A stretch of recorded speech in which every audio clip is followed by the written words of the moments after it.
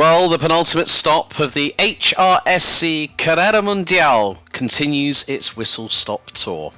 We've been to Australia, we've been to Ireland, we've been to France, and now we are in the idyllic and wonderful countryside around the Ardennes in Belgium. And welcome along to the fourth round of this championship season here on the Genisus Extreme YouTube channel. My name's Alex Goldschmidt, and joining me in the booth today will be Sebastian Homnichel, and our broadcast director will be Daniel Costello.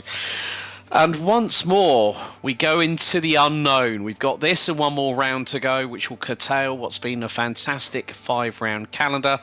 And we've seen some great racing action. We're here at the Heures des Ardennes, here at the Circuit Spa-Francorchamps. We're going to be using the 14.1 kilometre layout, which has been in use since 1947.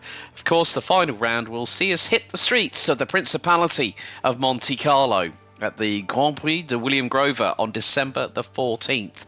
But there is still an opportunity for drivers in the respective classes to get themselves up the order when it comes to the standings. But Sebastian, welcome along. Good to be alongside with you again.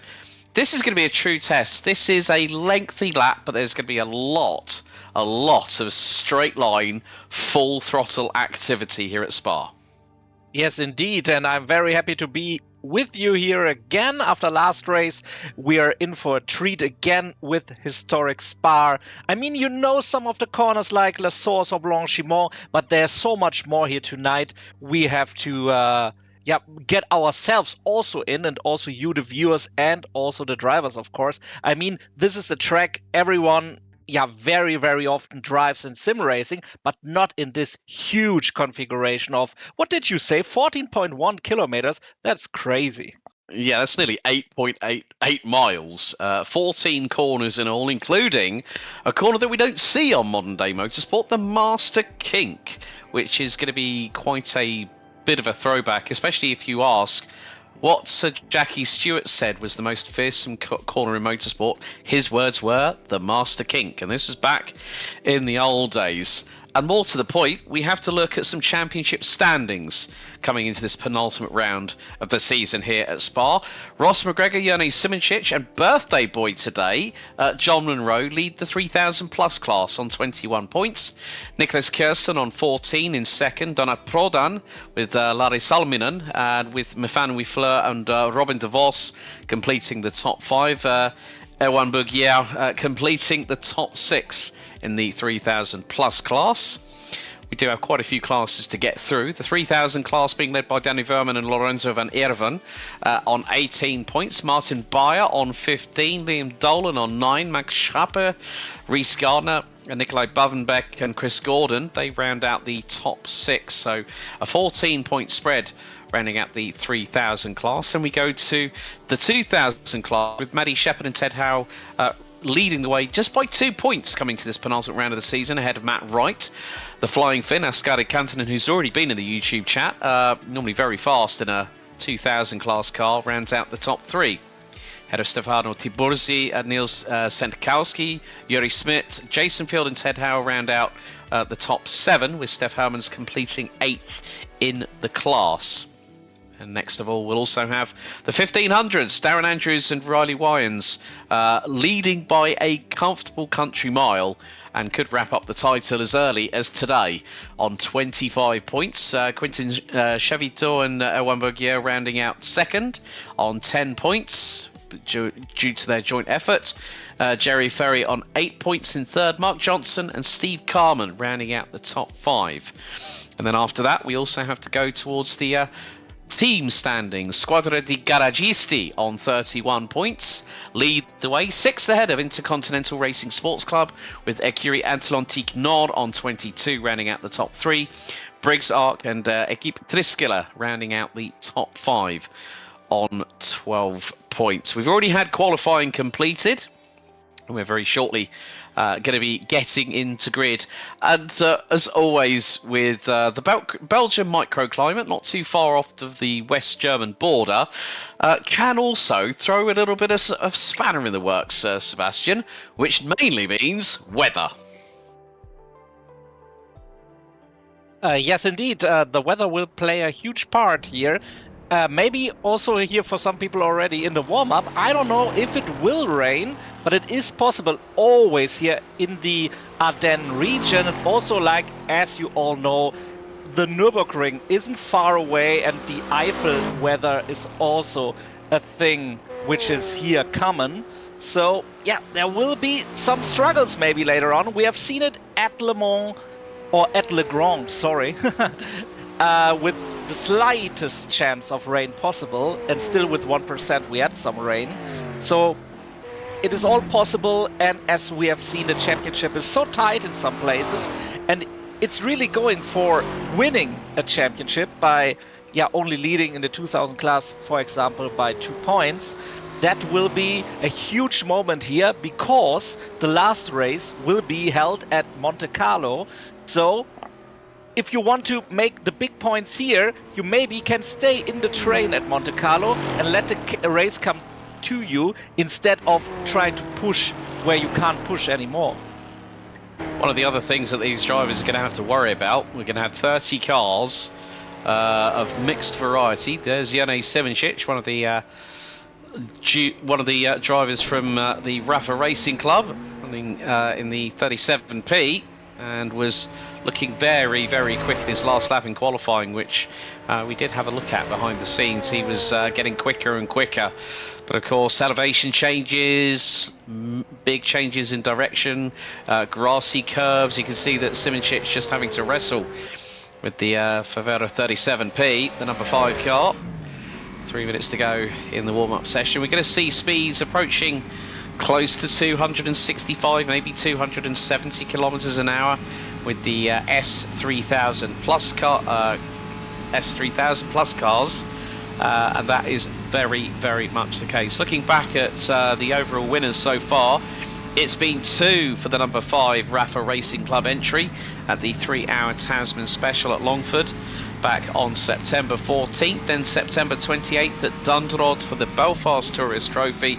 It was 2 on the bounce for Rafa Racing Club, but the number 10 of Lambalupi Limited would take a win in that aspect. Also looking back at the other race winners this season, it's been 3 different winners from 3 different races for the 3000. Squadra di Garagisti in the 23 won the 3000 class at the Tasman Special. And then the Belfast Tourist Trophy was won by the number 19 of Écurie Atlantique Nord with Amici Motorsports in the 17, rounding out the 3rd successive different winner in the 3000 class. And then Écurie Atlantique Nord number 35 at Dundrod with Legrand seeing Vulcan Racing pick up the win in the number 34. The 1500 class, Neves Racing in the 43 took the opening win of the season at the Tasman Special, but it's been the number 39 for Intercontinental Racing Sports Club that have taken 2 wins out of 3 so far this season in the 1500 class. Favero, the winning manufacturer at the opening 2 rounds of the season, with Tabo Lagarde being the winning manufacturer. But we have to now look towards what is going to be happening over the next 4 hours of racing. This is going to be... so here we go with the overall grid after qualifying earlier on. So it's going to be... well, I was going to try and go through them. This grid seems to have a mind of its own. Apologies for that, but I know for a fact that Jene Simončić is going to be starting from the outside of the front row. It will be a standing start. So Nicholas Kirsten and Jene Simončić on the front row. Ciro Vaya from Brabham Motorsport will be having Tom D alongside on row 2.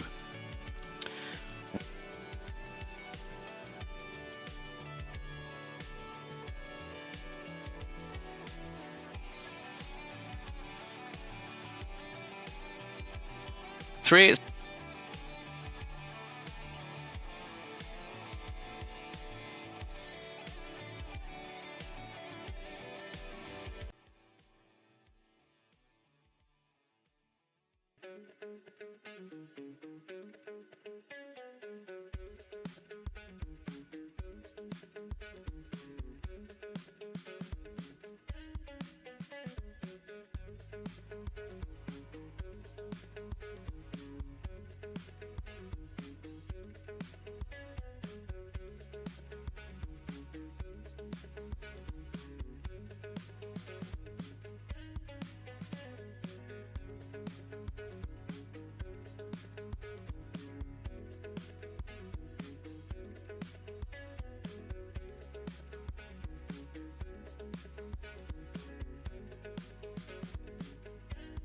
round out the top 14. I'm going by the live timing screens that myself and Sebastian do have. So Austin Birchfield and Matt Wright round out row 7. Declan Brush and Matthias Estrella on row number 8. Row 9, Neil Senkowski and Stefano Tibursi, with Nikolai Bavenbeck and Ted Ho rounding out the top 20. 29 cars set to take to the grid, with Jerry Ferry and Darren Andrews rounding out row 11. Rob de Vries and Juri Schmidt rounding out row number 12. Row 13, we are going to have Quentin Shavito and Adam Komorowski, with Filippo Marazzi and Jason Field, with Steve Carman and Gerard Rion rounding out the 30-strong grid. And very shortly we'll be going to the start-finish straights, and there it is. It is going to be the run down from, you see La Source in the top of the screen there, with Kirsten and Simijic on the front row. They're going to go all the way down towards Kemmel, and then Lecombe, go up towards Haute-de-la-Côte, and we wait with bated breath because the green flag is about to drop here for the 14 des Ardennes, and let's go racing. Oh, big slow start there. I think that was from our pole sitter Nicholas Kirsten. As through into Hadillon, they go for the first time up the hill. Sidovaya holding on to second, Tom D in third, Danny Furman. Nicholas Kirsten got a little bit of a bad hole shot off the start, bogged down significantly. He's being chased down by Nicholas Hilbrand in the HRSC 37P. Side by side, a little bit further back, it was between Celadon and Birchfield in the 11 and the 28, as we are really at full racing speed. We've had a yellow out in sector 1, but Simoncic got the jump he needed, and he leads Sebastian by over 6/10. Yeah, totally botched start there, but the most thing I was afraid they want to try to go 3 wide up there. This didn't happen, so no big crash did happen up Radillon, and now we are up for some very great racing, and I hear about a DNF from Mr. Marazzi, I think. Yeah, from the Scuderia Prealpina 50M number 53, the first out of 29 cars to unfortunately retire from the race. But Simoncic is, now this is like this is back to old school days. Sidovaya versus Juraj Simoncic. And this is one of the things, for those in the sim racing community, you know who these drivers are, but you put them in a completely different kind of situation, such as 1960s sports cars, you've got a real fight on your hands, because look at Tom D in the LD54 number 15 for Equipe Triskele, closing in on Sidovaya. They are absolutely flying at the moment. They haven't even broken the timing beam for sector number 2. But at the minute, it is even Stevens in terms of how fast these drivers are going as they go through the houses. Oh, we've had a multi-car pile-up. Rob de Vries, 3 wheels on the wagon. 1 was on its roof. And, well, Rob de Vries is going to have to return to garage on that one, I'm afraid. He's not going to get any further. Adam Komorowski. Oh, in the use your blinkers. 05A number 40. Now, he's probably still got 3 wheels on his wagon, and Shavito is the 3rd person in the mix. Oh, well, I knew it was going to be quick and fast around here at Spa. Shavito's going to have to park that and return to garage, but that was a real shame. Steve Carman for Team Fate Racing in the fight in the number 37505 has also DNF'd. So that just goes to show how quickly things can change. In the meantime, Juraj Simoncic has started pulling a gap over Sidovaya to the tune of about 1.25 seconds, with Tom D 3rd, Nicholas Kirsten 4th, with a fast closing Nicholas Hilbrand in 5th place.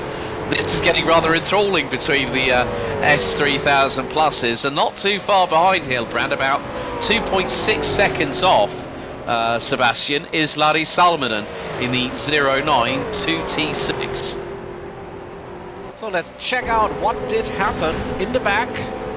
Oh my goodness. Oh. They can be happy that the broken legs aren't simulated here. Yeah. Oh, God. Or maybe Dead. broken necks.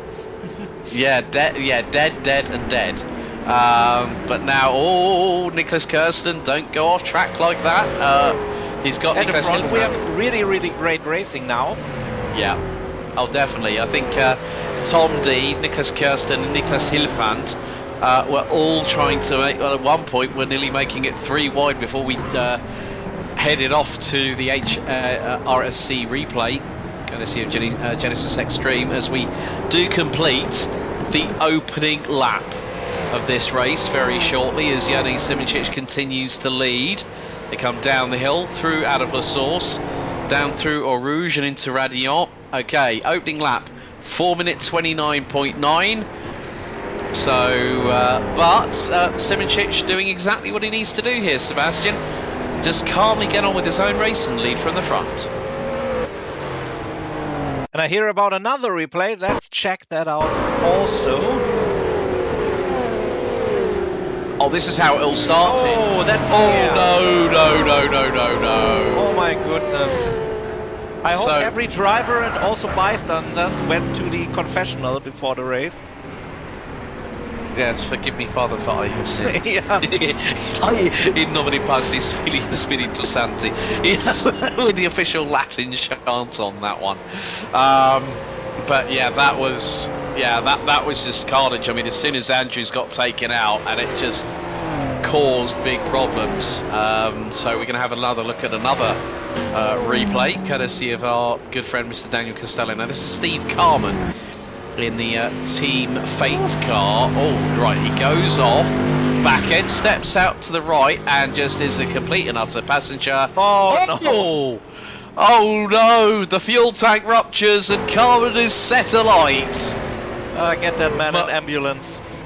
Mamma mia, he needs more than a Burns ward unit for that one, I'm afraid. It literally hit the electrical fence, set the car alight, 3 wheels on the wagon. What was it? It's like everything comes in threes. But here's Nicholas Kirsten flirting with a little bit of danger here.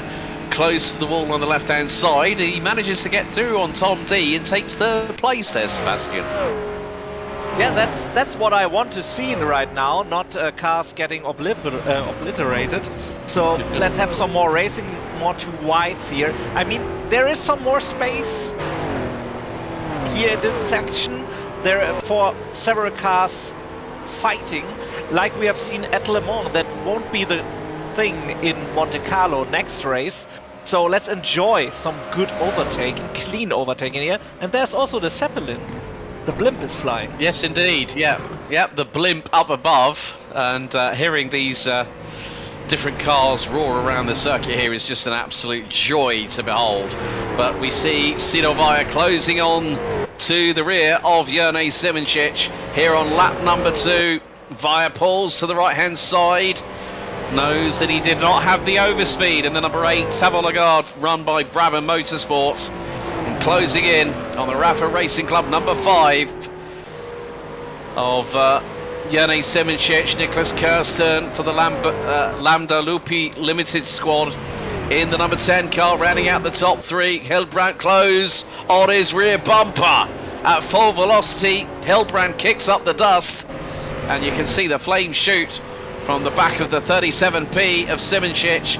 We ride on board with Sidovaya in the number 8 car in that wonderful red and in that wonderful gold and green livery. But look who's to the right hand side. Nicholas Kirsten trying to get the overspeed on Sidovaya. Hildebrand's getting a slipstream and a half here.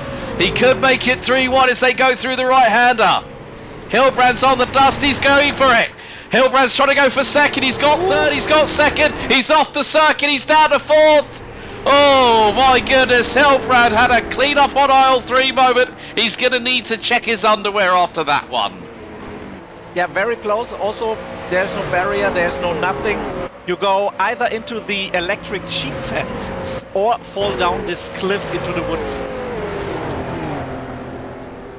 Yeah, very much the case there. So it has been a very, very interesting race, even though we're only on our last, only through the first couple of laps, and Hilbrand stays ahead of Tom D as they go back down the hill once again. But we've already got, quite a few drivers have ended up in the pit lane, of course, with the replays that we saw earlier on. It has been an interesting one, but there's Max Schrappe in the AMX Racing Morgenstern, the number 22, and is third place at the moment in the S300 class. He's closing in on Robin de Vos, who is the second from lowest placed car in the 3000 plus category. So Max Schrappe trying to get in towards the top three. Well, he's in the top three, wants to get a bit closer to the likes of Danny Furman and Martin Beyer, who are leading the way in 7th and 8th respectively in the S3000 class. There's Matt Wright in the S2000. He's about 7.7 seconds behind Maddie Shepherd in the Vulcan Racing number 34 car that runs 12th overall, but Matt Wright is being closed in by the IRSC number 28 Austin Birchfield for the Intercontinental Racing Sports Club in the Mazzantini 28. Some good battles up and down the order here at the moment here, Sebastian, as we are starting to get into a little bit of a rhythm. Yeah, that the rhythm is the key again. I mean, we also have here consistency points, which are a massive factor in the standings and in the championship, with the separation being so close. And if you gather up very, very nice lap times and be consistent and get this consistency point also for your final result. So, once again, the battle at the front end of the field in the S3000 Plus class continues at a rapid rate of knots. Hilbrand now up into P3 ahead of Kirsten. Via still in second. Simoncic still has led every single second of this race so far. At the moment, ambient temperature 2 degrees Celsius, track temperature 12 degrees Celsius. There could be, well, at the moment we are looking at dry outlook on weather conditions at the minute. Whether that is going to change, of course we had the 6 hours of Le Grand last time out, and we did have quite a significant downpour towards the end of the race, but I think, if I'm completely honest here, Sebastian, this race I always had a feeling was going to be the one with the biggest rate of attrition, because we've had 4 DNFs so far. So the 3017 Fate Racing S1500 of Steve Carman, the IRSC number 39 of Darren Andrews, the Briggs Arc number 41 of Rob de Vries, and the number 53 Filippo Marazzi. But still, people are really getting into a rhythm as we see the battle here for the S3000 class lead between Messrs Verman and Beyer. And Beyer needs to defend maybe in the end of now. Maybe the slipstream isn't a key factor this time as it was at Le Grand, as I see here. But you also talked about the rhythm, and in the end it's a long race. Why attack now with 3 hours and 47 minutes to go and risk too much as they go here down under the blimp? And there are also some bystanders here at the track side, which are pretty close to the track. Yeah, I mean the speed differentials and also the composition of the cars. I mean, when we're seeing, just looking at the speed, the maximum speed recorded between the top 4 overall. I mean, Niklas Hilbrand, fastest car out there, 267 kilometers an hour. Folks, that's probably the best part of nearly 175 miles an hour. As it's all now, here comes the battle for the race lead. Via versus Simoncic, and Via's gotten through on the run down towards Aurouge and up through Radion. Hilbrand just set a 4-minute 19.184. Sidovaya, new fastest lap overall, 4:19.108. He's being closed in on by Simoncic. Here's the battle for 5th and 6th. Tom D and Lari Salminen. That's the battle between the pair. Salminen goes wheel to wheel with D. Now this is going to be up towards Les Combes and then through into the Haute de la Côte. So they're going to sweep through into Les Combes. And then it's going to be up towards Haute de la Côte, Bernonville and Malmedy very shortly. But again, just hearing these engines, nothing like naturally aspirated, wonderful, glorious sounding machines, Sebastian, wouldn't you agree? Yeah, that's why we are here, to see these classic cars on a classic track. Hear the sound, the gear shifts, the fire out of the exhaust ports, of course, too. And in the end, this is what all the sim racing here is about at the Carrera Mundial, with these exceptional drivers, male or female, driving here at Spa and really enjoying this time of sports car racing back in the day. Now again at home in their sim rigs.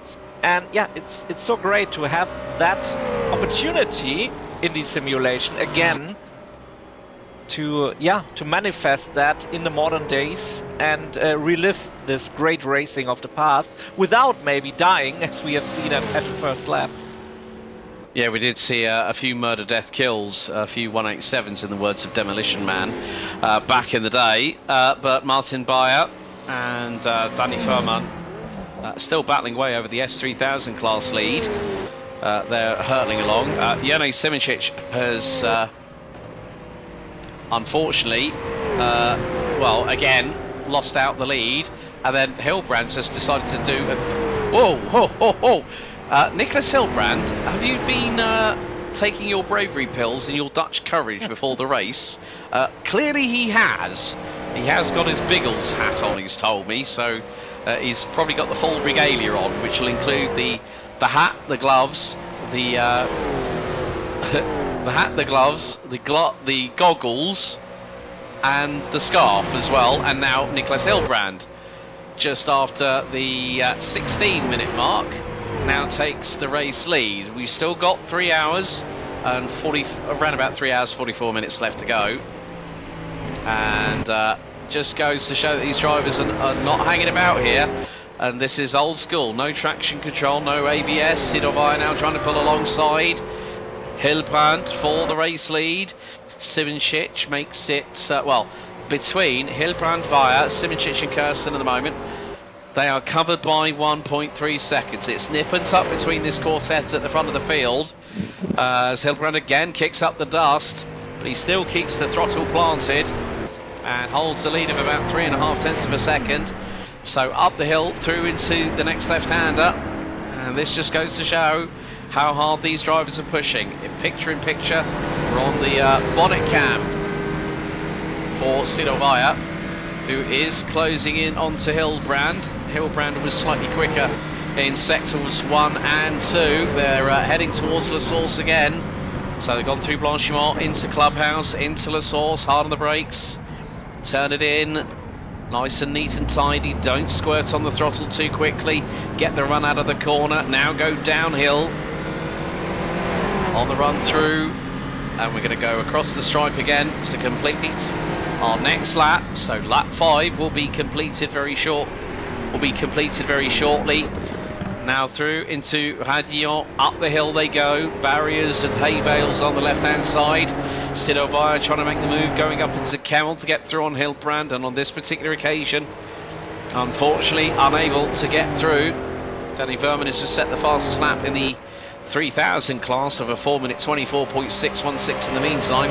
He still leads Martin Bayer, Simoncic and Bayer going into battle again. Simoncic this time manages to get through as they run through in towards the next right-hand. Well, they're going to be heading into, I think, trying to make out where that is out on track.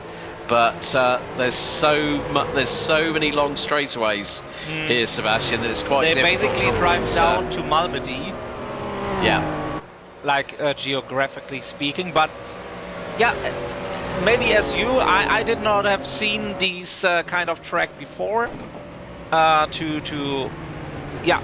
course I saw some historical footage, but never have the chance to be in every corner, have a camera in every corner, and enjoy the track as it is, and also the racing, like Sido Fire again trying desperately to get the place back, and also you can see how hard it is to keep the car on the track. Also in La Source at the beginning of the lap, where his rear got sliding out of the corner.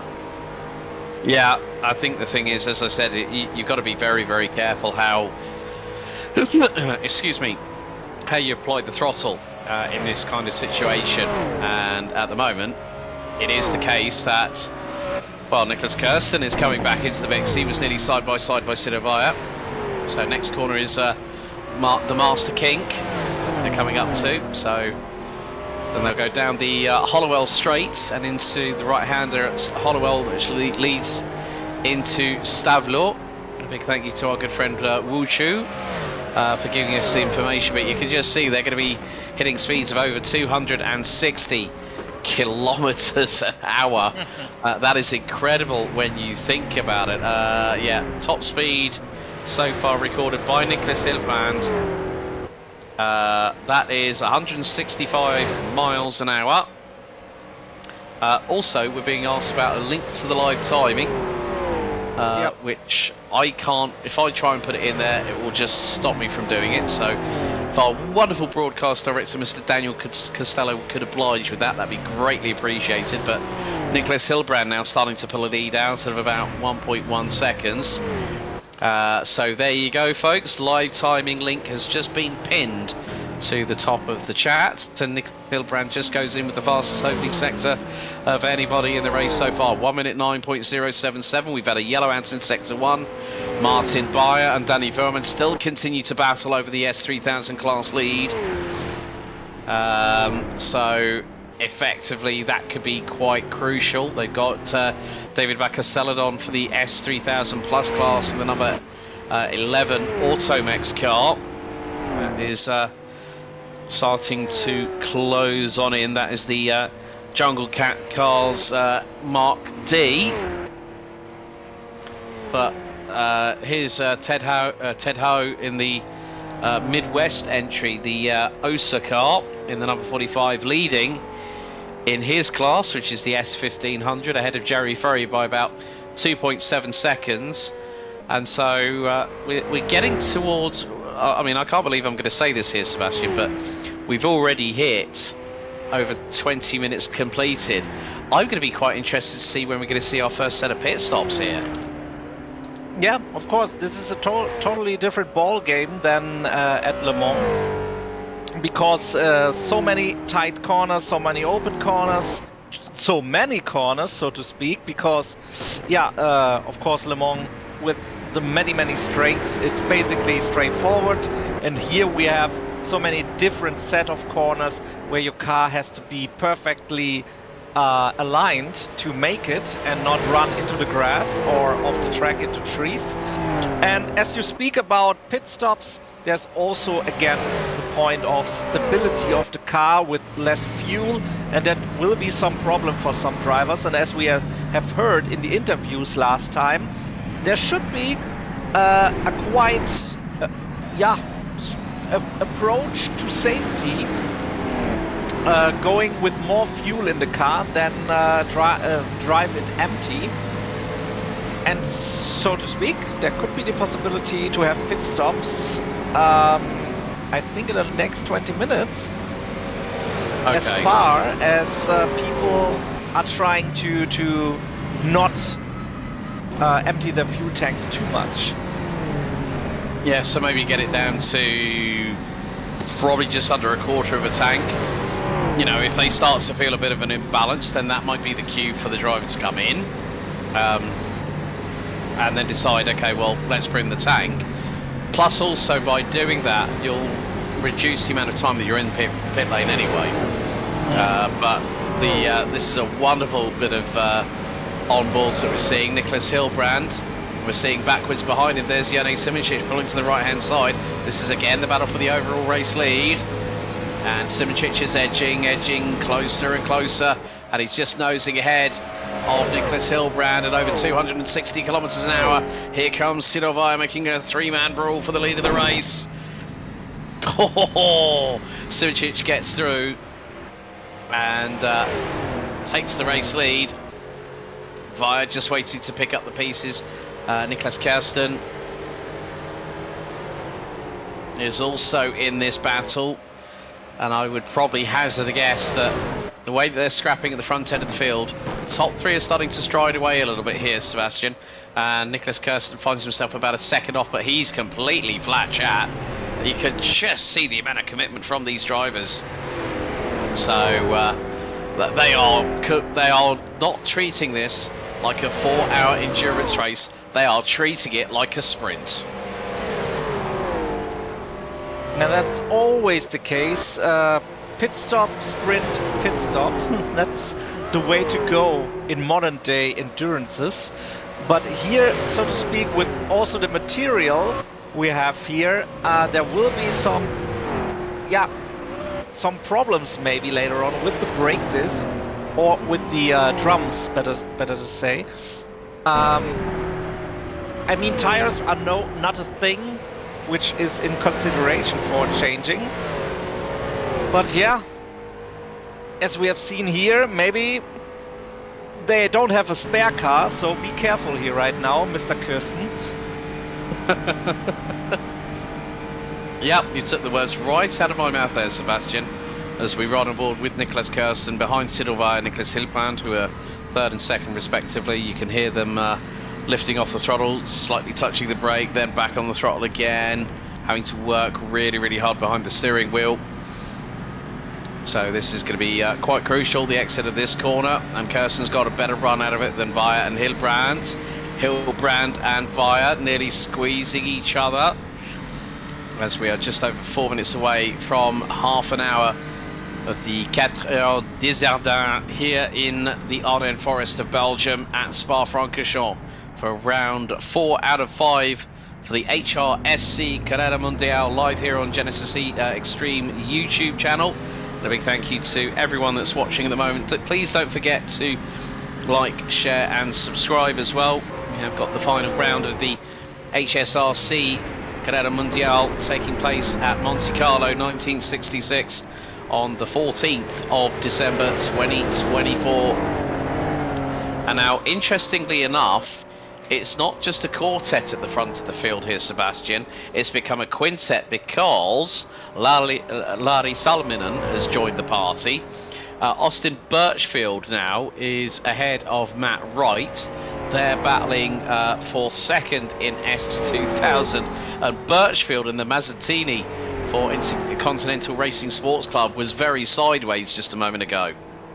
And it's also a little bit different from last race that we have so many cars in the S3000 plus class together, like from P1 to P5, driving with the slight gaps in between them. So even Lari Salminen is 2.4 seconds behind P4 Niklas Kirsten. So there's still options with the pit stops. Some strategies come into play. So this is not the case here that one car is going like 2 or 3 seconds faster to escape any competitors.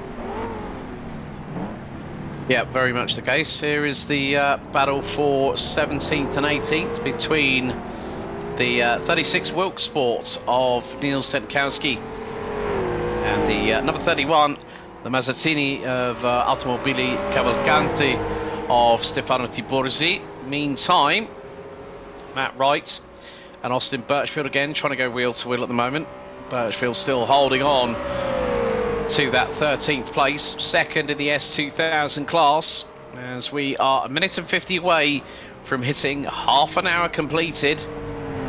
And It has absolutely flown by at the moment. Well, Nicholas Hilbrand's back in the race lead, but Jani Simoncic is right on his case. Simoncic with the fastest lap of the race so far, 4 minutes 18.476. He is absolutely bump drafting along behind Nicholas Hilbrand, the number 3, who does like to kick up the dust on the odd occasion. He's now got a 0.3 of a second advantage, but that comes down as Jani Simoncic in the Rafa Racing Club number 5 Favero starts closing in on the Favero of the Intercontinental Racing Sports Club entry, the number 3 of Nicholas Hilbrand.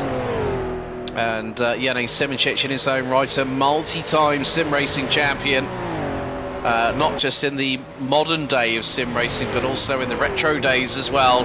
And he is absolutely flying at the moment, is Simoncic. He's closing in on Hilbrand, literally corner by corner. And well, for Nicholas Hilbrand not to bulk, let's just say, not to duck undercover and hide from the pressure, he's soaking it up like a sponge, because Hilbrand now is just behind Simoncic, who's going to get the inside line for the next right-hander and gets through to retake the race lead. Here comes Sidorvaya. It's like Tom and Jerry at the moment here, Sebastian. It's like swings one way, then the other, one way, then the other. Hopefully it doesn't end up like the Roadrunner and the Coyote. So anyone falls down here somewhere. Yeah. But the thing is, as I said before, there are 5 cars now in the mix again. Salminen closed into 0.5 behind Kirsten. Kirsten is 1 second behind P3 Sidorvaya. So yeah, this is absolutely amazing. If they battle there, we have maybe a 4 wide on the Camel Straight.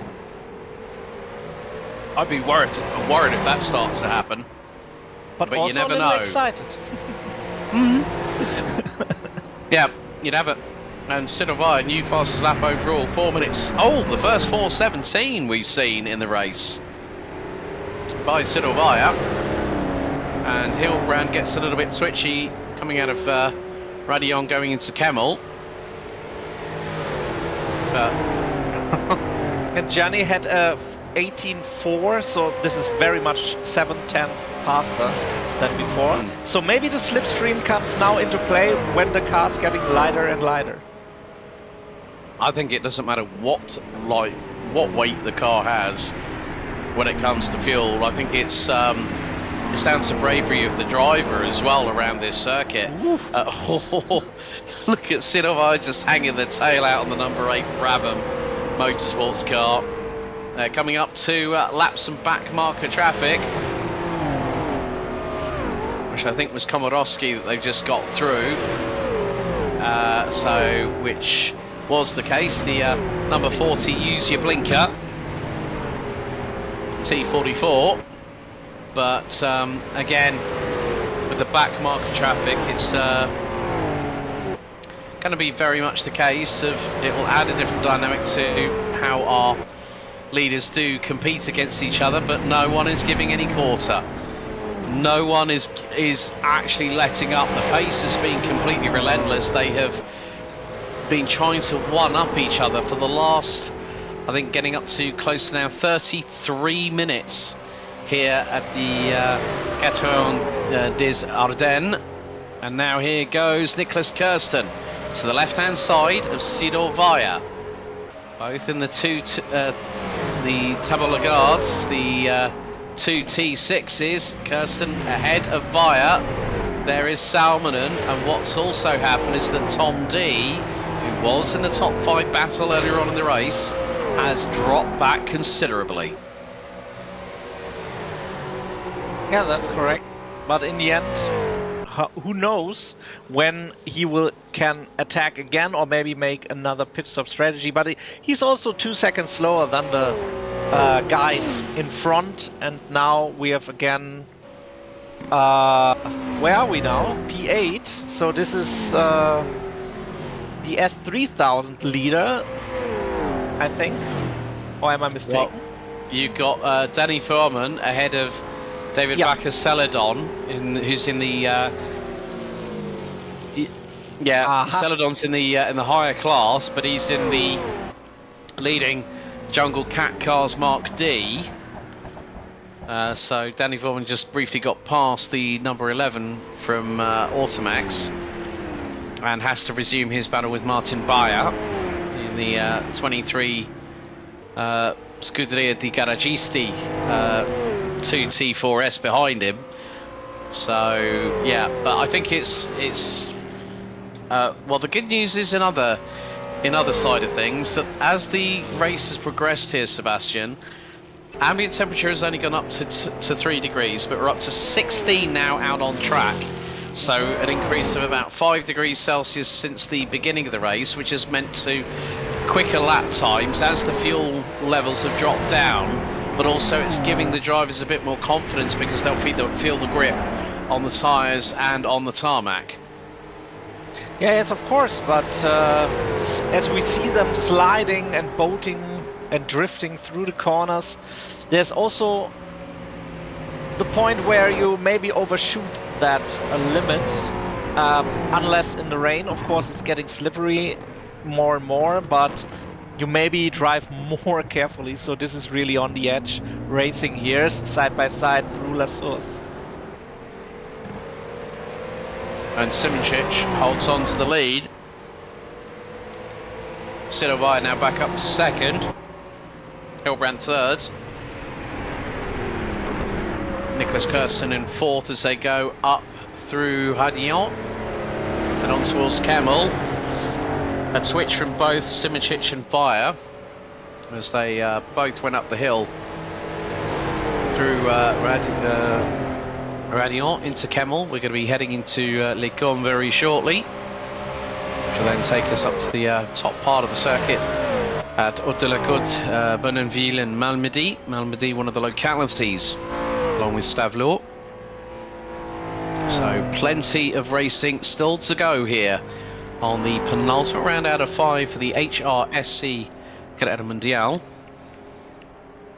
And we're now here with the S2000 leader, Maddie Shepherd, of course. And this is I think, big gap of 16 seconds to Matt Wright behind her. So yeah, very consistent drive again, very confident in this S2000 car. So the Vulcan and Maddie Shepherd and yeah, of course they driving with 2 drivers here again. Very in a very good place, 2 points ahead in the championship, leading, and this could be a very, very nice event for them both. So if they get it to the finish line, of course, so it's a good effort from the first, yeah, nearly 40 minutes. But they have to be on track to bring it home, and bring it home. Yeah, talking about that in the opening 40 minutes is always a struggle for the mind of the driver. Yeah, especially with how fast our S3000 Plus drivers are going. They are not lifting. They are not giving an inch to anybody else. Sidovaya diving up the inside of Jurgen Simoncic. This is going to be a very, very squirrely moment. A very scary moment for the pair of them. And then, well, Simoncic dives to the left. Vaya keeps it pinned to the right-hand side. Hilbrand now waiting in the wings. He's closing in on the action along with Niklas Kirsten, Lari Salminen not too far behind the rules, sort of wiggling here, there and everywhere as they are going through this very fast part of the circuit. This will be coming through Stavelot, I believe, in towards La Carrera very shortly. You can just see that everyone is trying to keep their opponents guessing. Which cards are they going to play? Which hand are they going to play on the blackjack table round about now? Well, they could probably do that after the final round at Monte Carlo next month. But at the minute, you don't want to gamble too hard here at Spa, because with about 2 minutes to go until we hit 40 minutes out of 4 hours completed. A little bit sideways there from Vaya. But again, just the commitment from these drivers. Again, Sidovaya getting the tail end out on that Table Lagarde, number 8 for Brabham Motorsport. He's closing in on Simoncic. This could be the opportunity that Sidovaya needs. He pulls to the right-hand side of Yerne. And they've got a right-hander coming up. Sidovaya dives through. Simoncic does not fight it. Now, that's another interesting point that we need to talk about here, Sebastian, is that when someone makes an overtake, the opposition don't fight it. And that's a very, very good thing to do, because you all know that you're in the battle for the championship, but you want to make sure it's fair. You know, you want to win fairly on the road, and by doing it sometimes it can help your strategy a little bit by deciding to duck out of a move and go, yeah, I'm going to hang back for a couple of minutes. I stopped wanting to fight with Sidor or Nico or Niklas. I just want to hang back for a couple of hang back for a third of a lap, because you can do that here at Spa, even though you're driving at 260 plus kilometers an hour. Yes, and it's also a little point of gentleman racing, meaning you don't want to crash somebody out of this race, out of the fun racing here at Spa with these historic cars, and yeah, maybe even costing another driver the championship just by making a silly move. So, as I've seen in the last races, being here in the commentary booth, I've seen very, very great sportsmanship. Of course, they are battling hard against each other, but there's no unfair blocking or whatever, or unreasonably endangering another driver. So yeah, this is always a thing of this league, and we also talked about the people who did put in so many hours working in the mods, making this a perfect time for every race car fan. Yeah, very much the case as we continue onwards here at the HRSC Carrera des Ardennes here at the wonderful Spa-Francorchamps circuit, which measures, and I think is the longest circuit on the calendar anyway, 14.120 kilometers. The Le Grand circuit was 13.461 kilometers. Dundrod for the Belfast Tourist Trophy, 11.935. The 3-hour Tasman Special at Longford Circuit, 7.242 kilometres. Well, Monte Carlo is going to be the shortest circuit by quite a lot, 3.145 kilometres. And on that fifth and final round of the HRSC Carrera Mundial, all I can say is that there is going to be not time, there are going to be laps, as things are really, really getting hot and heated under the collar here at the lead of the race. Sidovaya now leads, Nicholas Hilbrand pulling alongside, Yerne Simoncic in the battle for second position. They're going to be wheel to wheel going through into this next right-hander. What's going to happen? Hilbrand again decides, well, I'm not going to chance that one, because they're coming into the final few corners of the race circuit itself here at Spa-Francorchamps. Again, as you said, Sebastian, the gentleman style of racing, especially with these cars, they know that one wrong move could cause disaster for them, disaster for another team, put them out of the running for the championship standings. So when you look at it from that perspective, well, it could be an opportunity here for maybe a team or two to get the upper hand. And also with here the wheel in the dirt, losing maybe about, I don't know, 5k mage or whatever, it's always a struggle for the car behind to react to that. And so there's a little bit of gap created between the leader, but who is the leader right now? There's a battle coming into the next corner for... No, it isn't. Already... Oh no, or maybe it isn't done. Maybe Sido has another word for it, into La Source maybe. Yes. I would definitely agree with that one, to be completely honest with you. Of course, it takes some time down there. I sometimes have to shut my eyes when I see these cars just come through shot. I'm like, you know. Here we just go. Like it.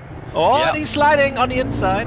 Oh, and Hilbrand nearly gets his nose cut off there by Yeah, Sidorvaya. That's what I Boy. meant. Slight mistakes. Yeah. You said it also. Slight mistakes, and then the car behind has to react, but maybe the car won't react like he wanted it. It's not a modern F1 car or whatever. So there is some lag between what the driver wants and the car does. Yeah, exactly. This sort of like, yeah, brain to leg. Okay, engage throttle pedal, and and foot gets a bit too trigger happy, and then it all goes horribly wrong. But it just goes to show, folks, that nothing's over until the checker flag falls. That is the big thing that we've got to remember here. You can't just be on a hope and a prayer every single time you go racing. You've got to like think, okay, what's going to work out the best for me? And at the moment, I am just sort of looking at how things are going in respective. Oh dear. Well, you know about the fact that I said that there could be a championship possibly wrapped up today. Well, it ain't going to happen because the number 39 Intercontinental Racing Sports Club, number 39 OSA of Darren Andrews, was one of the early casualties in the 1500 class. So that's going to give them a no score on the board, I'm afraid. Well, it might still give them a point, but yeah. It's going to change the complexity, but here we go again. Hilbrand versus Vaya. Hilbrand is through. Hilbrand has also got the fastest opening sector of anybody. He's just done a 68.281 opening sector.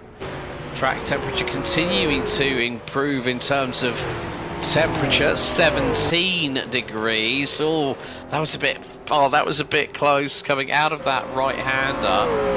And both Vaya and Hilbrand so close to the house on the outside of the corner exit. I was getting maybe worried. there's a good pub, but they should stop there later. Yeah. They can stop there later for a point or two, but not quite. Maybe for a Belgian blonde. What's happened there? Sankowski. Now, who was that? That was Tiburzi. Did he vanish? No. No. For some reason, he just went straight on at the source. So I was like, what is going on here?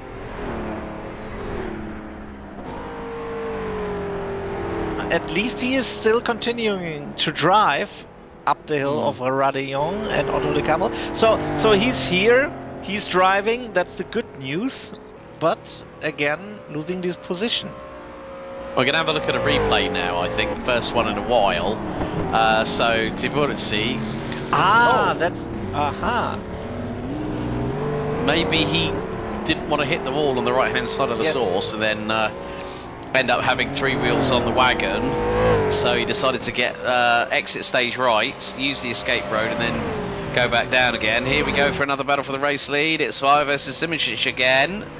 And Vaya, well, yeah, no surprise. Vaya gets through. Simincic drops to second. It's all been fair in love and sportsmanship here in HRSC, but Sidor Vaya going completely tail happy. It was sideways Sidor for a moment there. Simincic now getting closer and closer onto his rear bumper. So Vaya leads from Simincic, from Hilbrand, Kirsten and Salminen. The top five overall covered by 2.8 seconds as they go into the braking zone here at La Source, as we're soon to complete our 12th lap of this Étoile des Ardennes here in the western part of Belgium, not too far north of Liège. And I ask myself if they get problems if they want to pit all together. I think that could be the case, that whoever blinks first could be the one that ends up maybe pitting a bit too early. We've seen it before, you and I, Sebastian, where there have been splash and dashes towards the end of races as well. But of course, if you can take yourself out of this mix, you can drive more freely, drive more fast. Yeah, undercut your opponents. But in the end, for us, of course, and the viewers, it's the best way to go with 5 cars under a blanket. So hopefully they will not get too much disconnected by the pit stops. No, they've got to make sure that those pit stops are nailed perfectly. And as you can see, they are flying at full velocity. We've had a new highest recorded speed of 271 kilometers an hour. That is by the man in second position, Nicolas Hilbrand. So he is doing a pretty stunning job. There are your class leaders. Simoncic in 3000 plus, Verman in 3000, Shepard in the 2000 class, and Ted Ho in the 1500 class. Of course, those are with regards to the engine displacements. So 3000, 3000 plus, well, 3000 plus, 3000, 2000 and 1500. You can just hear the roar of these 3000 plus class cars. There's Sidorvaya, who's dropped behind Niklas Kirsten.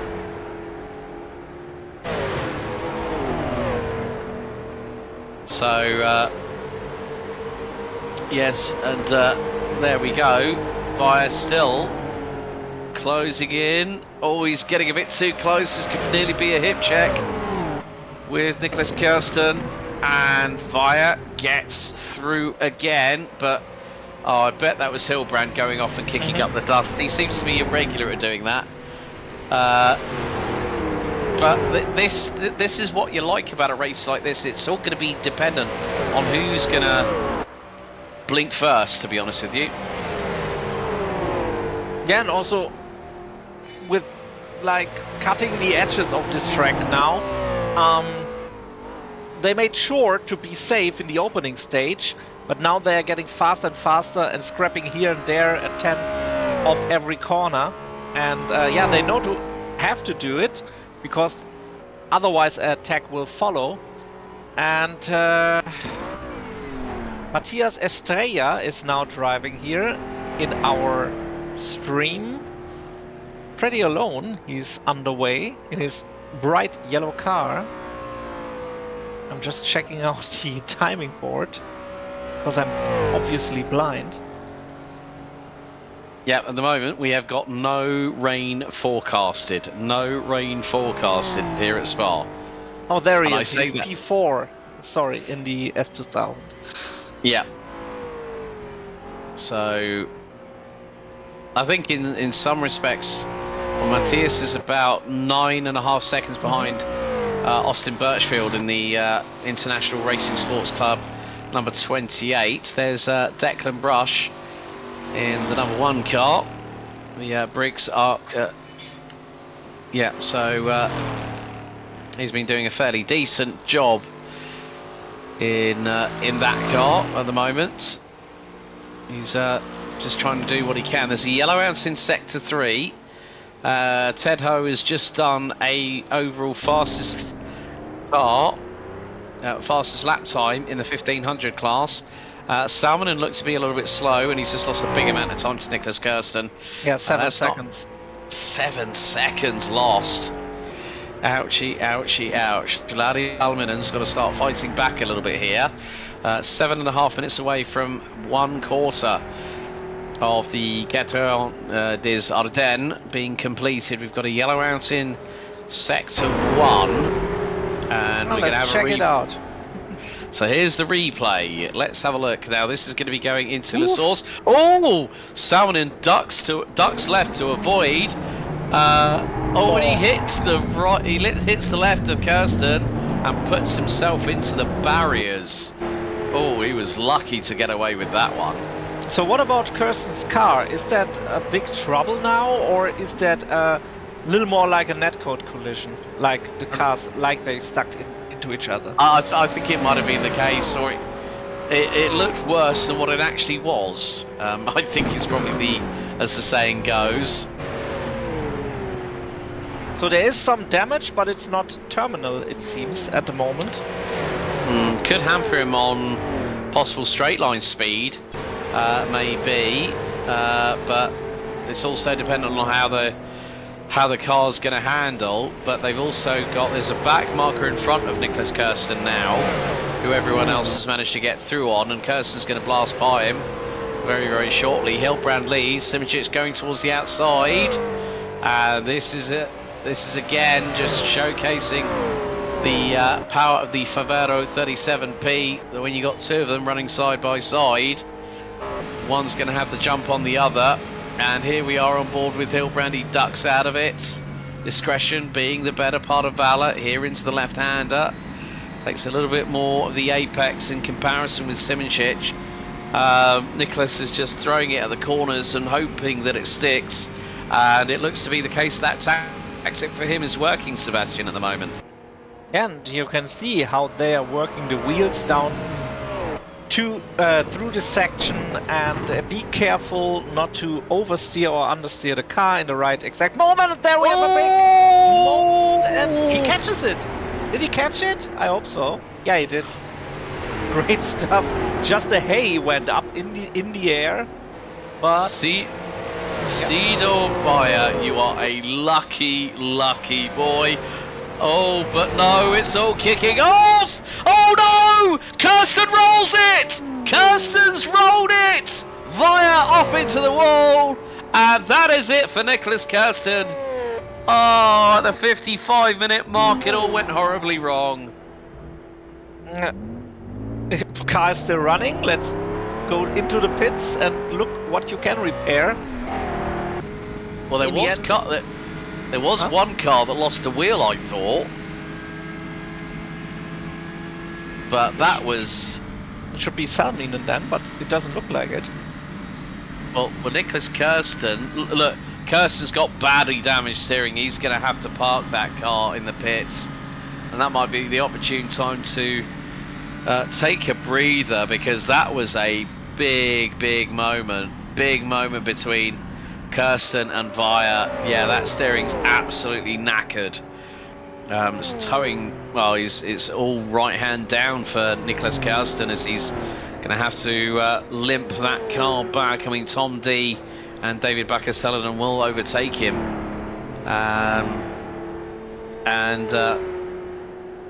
Yeah, apparently might have been the case that, well, Nicholas Hilbrand had a screen freeze. Big thank you to Riley Wyans, who's keeping an eye on things for us as well. Yellow out in sector number 3, but I really would like to see another angle of that. What happened? Oh no, and it's David Bakker-Celadon. Bakker-Celadon who's brought out the yellow in the Jungle Cat cars Mark D. That's 3 wheels on the wagon for the Mark D type. That's not going to go down well. And also, drivers were instructed that if you need to call for a tow, but don't get in the way of other drivers, and that could cause chaos behind if David Bakker-Celadon is closed in. Robin De Vos is not too far behind, actually, about 30 seconds. Yeah. So, right, here we go. Here is an HRSC replay coming up.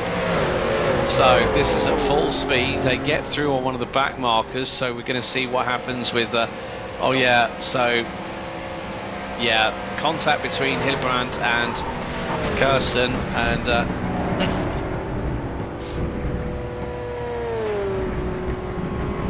rolling. The poor people at the roadside won't show up for the barbecue tonight. That's for sure. I was waiting for some kind of barbecue or food related comment to come from you, Sebastian. Perfectly timed there, my friend. It's like, yeah, they won't be at the after party later on at the local establishment. Yeah, but it's totally wild sometimes here. I know with the modding and how to program the track, there are some let's say, barriers which will make the car very much spin like an UFO. Yeah, we got another replay coming up. So this is with how Celadon got 3 wheels on the wagon in the Jungle Cat Mark D. Oh, he's got straight on and caught the fence, and left front has vacated the scene of the crime. And into the flag marshal waving the yellow he goes. Yeah, and David Celadon manages to make it back to the pits. Is that Nick? Yes, I thought that might be the case. Nicholas Kirsten's car, and more importantly, there is smoke coming from the top of the engine, but the bonnet on the car, which will be repaired.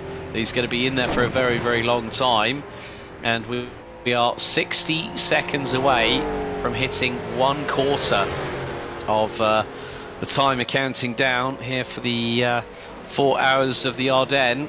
So at the moment, Hilbrand leads at 3,000 plus.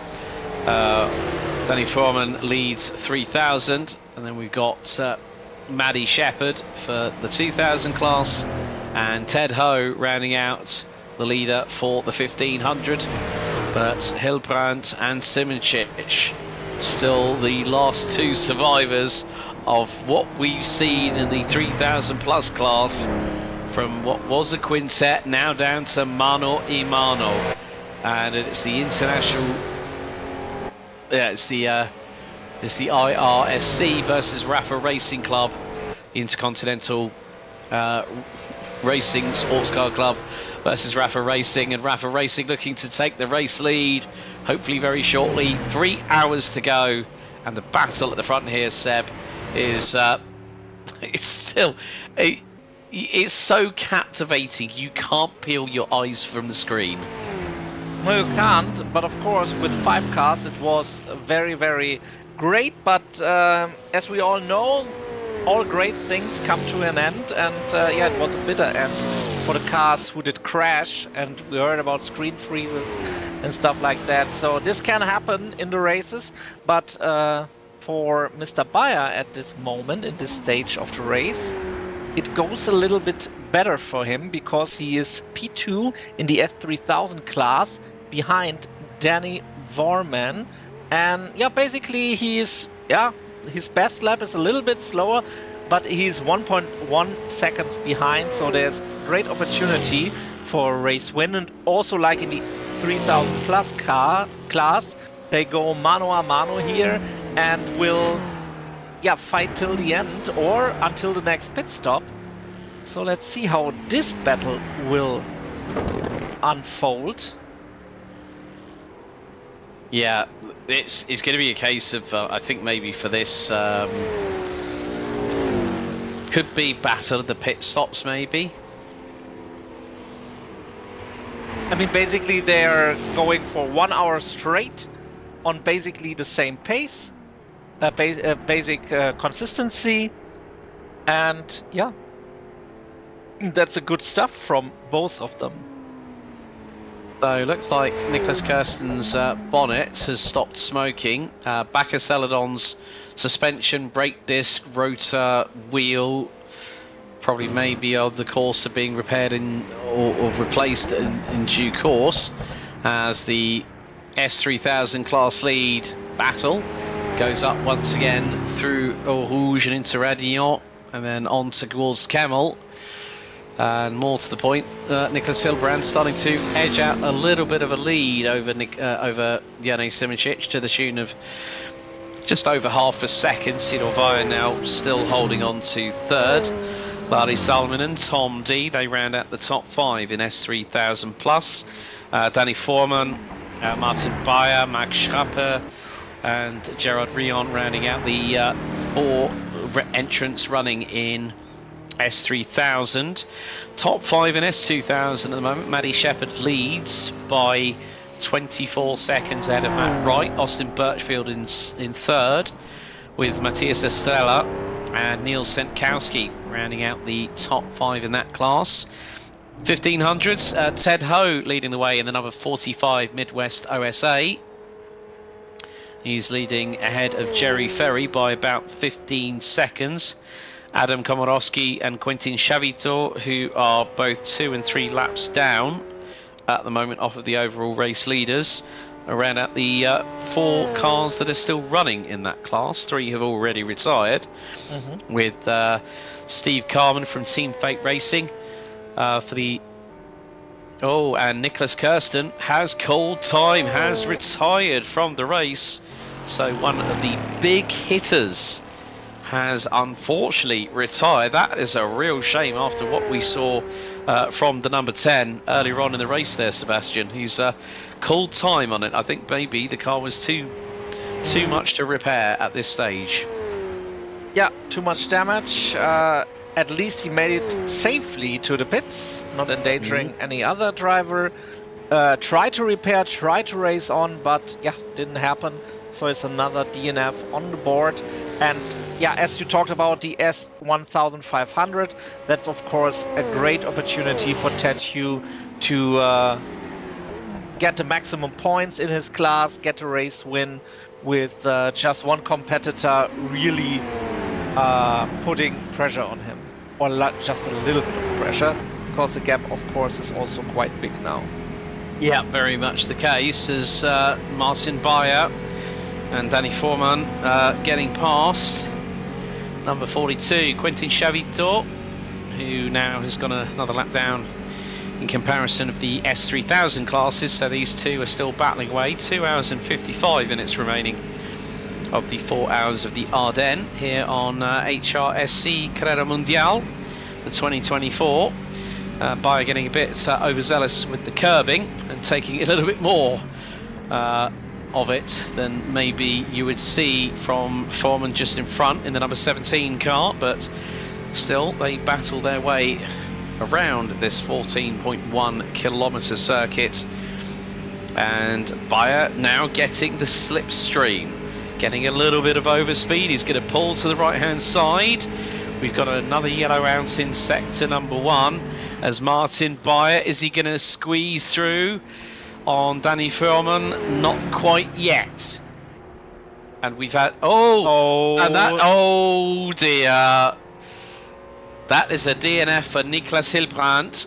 And well, Bayer and Foreman still battling away over the class lead, but that is another big scalp we have lost just after 1 quarter of the race itself. Niklas Hilbrandt for the International Racing Sports, well, the IRSC class car has unfortunately ended up the Intercontinental Racing Sports Club's hot shot in the 3000 plus class has DNF'd after 16 laps. A real shame, but I know for a fact we're going to very shortly, courtesy of broadcast director Daniel Costello, have a look back at the replay that saw the number 3 go out of the race.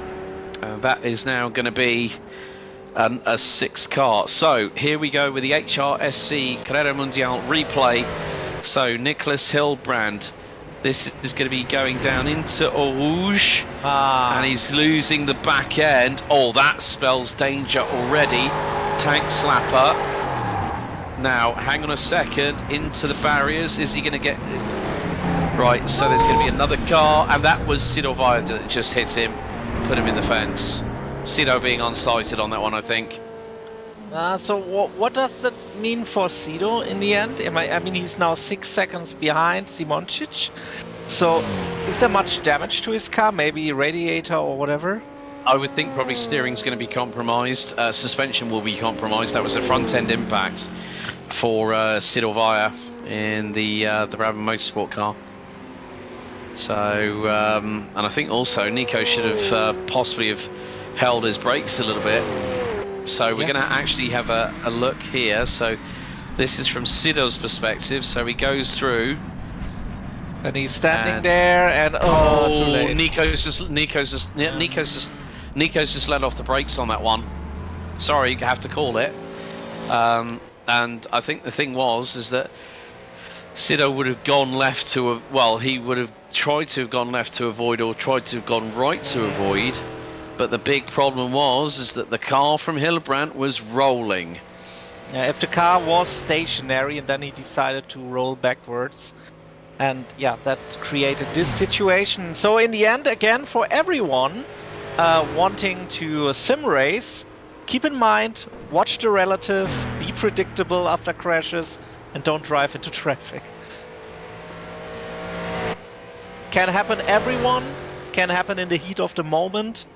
Also when you're in the stress of a crash, heart rate is up, brain doesn't work properly maybe, and then you make such mistakes. So always calm yourself down after a crash and not ruin the race for another driver. So it's not totally ruined for Via, it seems, but yeah. For Hildebrand, it's something completely different, I'm afraid. So that is a real shame for the driver for the Intercontinental Racing Sports Club, the number 3, who was at multiple points leading this race until that drama. So just having a look at the sector times here. Well, I'll be completely honest here, Sebastian.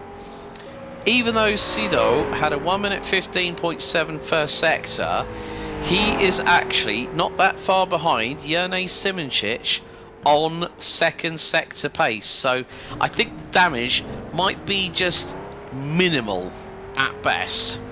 Yeah, you can be lucky with that, of course. And also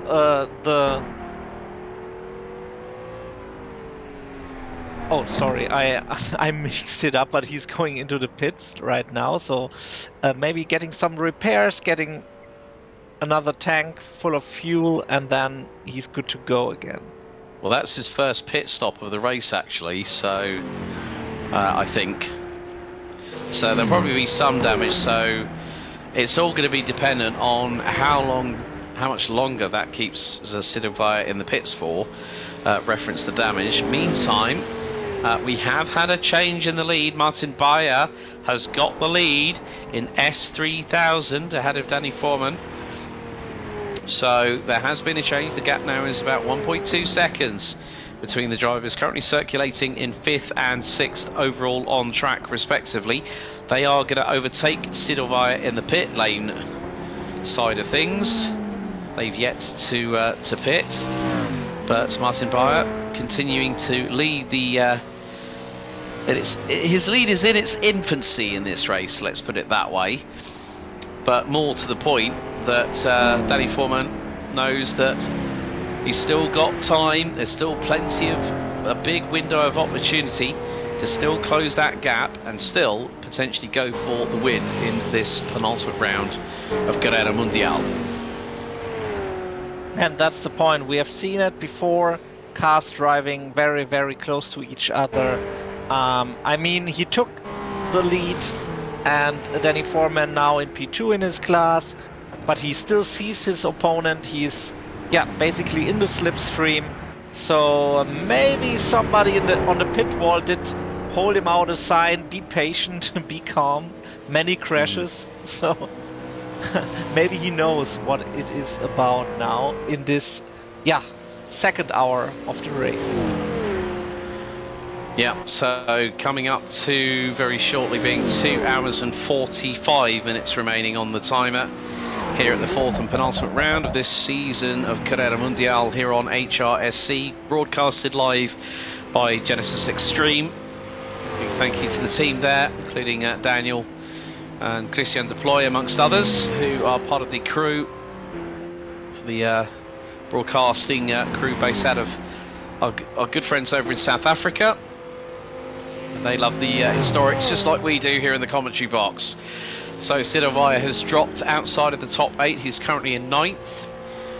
So the first one really out of the 3,000 plus class cars that have taken to the pit lane. As here comes the opportunity here for Danny Verman, gets through, and that is now 4th on the road for the number 17 Amici Autosport car, the Favaro 705M. But more to the point, they have got a slower car in front of them. That looks to be the 45 of Ted Ho, leading the 1500 class, and you can just see how much quicker the 3000s are. You look Ted Ho Ted is very happy about that, of course, in this part of the track, that they are gone and done with him. Oh, look at the squeeze! Oh my goodness me, Martin Bayer very, very sideways, loses traction, loses momentum. And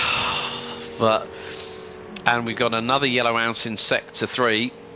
So someone's had a drama. Matthias Estrella, I have just seen, has become a DNF. So I'm sure that we'll probably have an HRSC replay very, very shortly on that one. But the battle for the 3000 class lead continues unabated between Danny Foreman and Martin Bayer as we head into the first quarter of this second hour of the 4 hours of the Ardennes here on HRSC Carrera Mundial.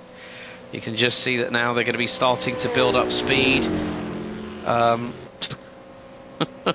And I just heard an exclamation from our broadcast director, Daniel Costello.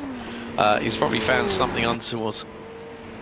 So, okay, we've got a replay coming in now as Bayer goes a little bit wide. So Matthias Estrella comes down the hill. Oh, loses it before Eau Rouge. This is going to hurt, folks. Oh. What? Oh, yeah. What? That just... Oh, he just lost the back end completely. It stepped out on him. Car might have been a little bit light with regards to the fuel tank, and he just went in, bang, and that was it. So we have Estrella, Brand, Celadon's now a DNF, Kirsten, Carmen, Andrews, De Vries, and Marazzi, all DNFs. We're now down to 21 cars in total, including these two on our screen at the moment. And turning the Eau Rouge into the Eau Oil there with his car broken on the bridge over the little river. You can't see it today anymore, of course. And yeah, Max Schrappe is DNF'd. Why? Why again? I wanted to talk about him, like he's making a good effort to take up a P3. Now he's DNF. Maybe it's again a disconnect, as we have seen before. I hope so. Maybe he comes back. Okay, we did have a sector 3 yellow flag, so Max Schrappe was the... Okay, let's have a look at the replay on this one. God damn so it. Oh, right. Oh, he's lost the left rear. And he's burning. That's the most important part. The ring of fire. Good old Johnny. That was a very abrupt disconnect. All I can say is, John, as soon as that came on, that came onto it, like Johnny Cash came straight in the mind. Oh my goodness me. Well, what can you say about that one, eh? I mean, it happens, and it's very, very bad, of course, that it happens again to Max. He did so many great races where he crashed out in the situations where he didn't need to, or he had internet problems. So yeah, but at least it is down to the driver this time that this mistake happened. So we've had two Disco Infernos here on HRSC today. You're talking about a pro wrestler? No. I'm not talking about... No. I know who you're talking about. No. I know who you're talking about anyway. We don't talk about that guy. We're not talking about that guy, but Disco Infernals in the fact that it happened and it went up quicker than a disco on each particular occasion. But yeah, two Infernos. They were like volcano eruptions when both cars had their fuel tanks ruptured, let's say. So we... Yeah, so now we have 9 cars out.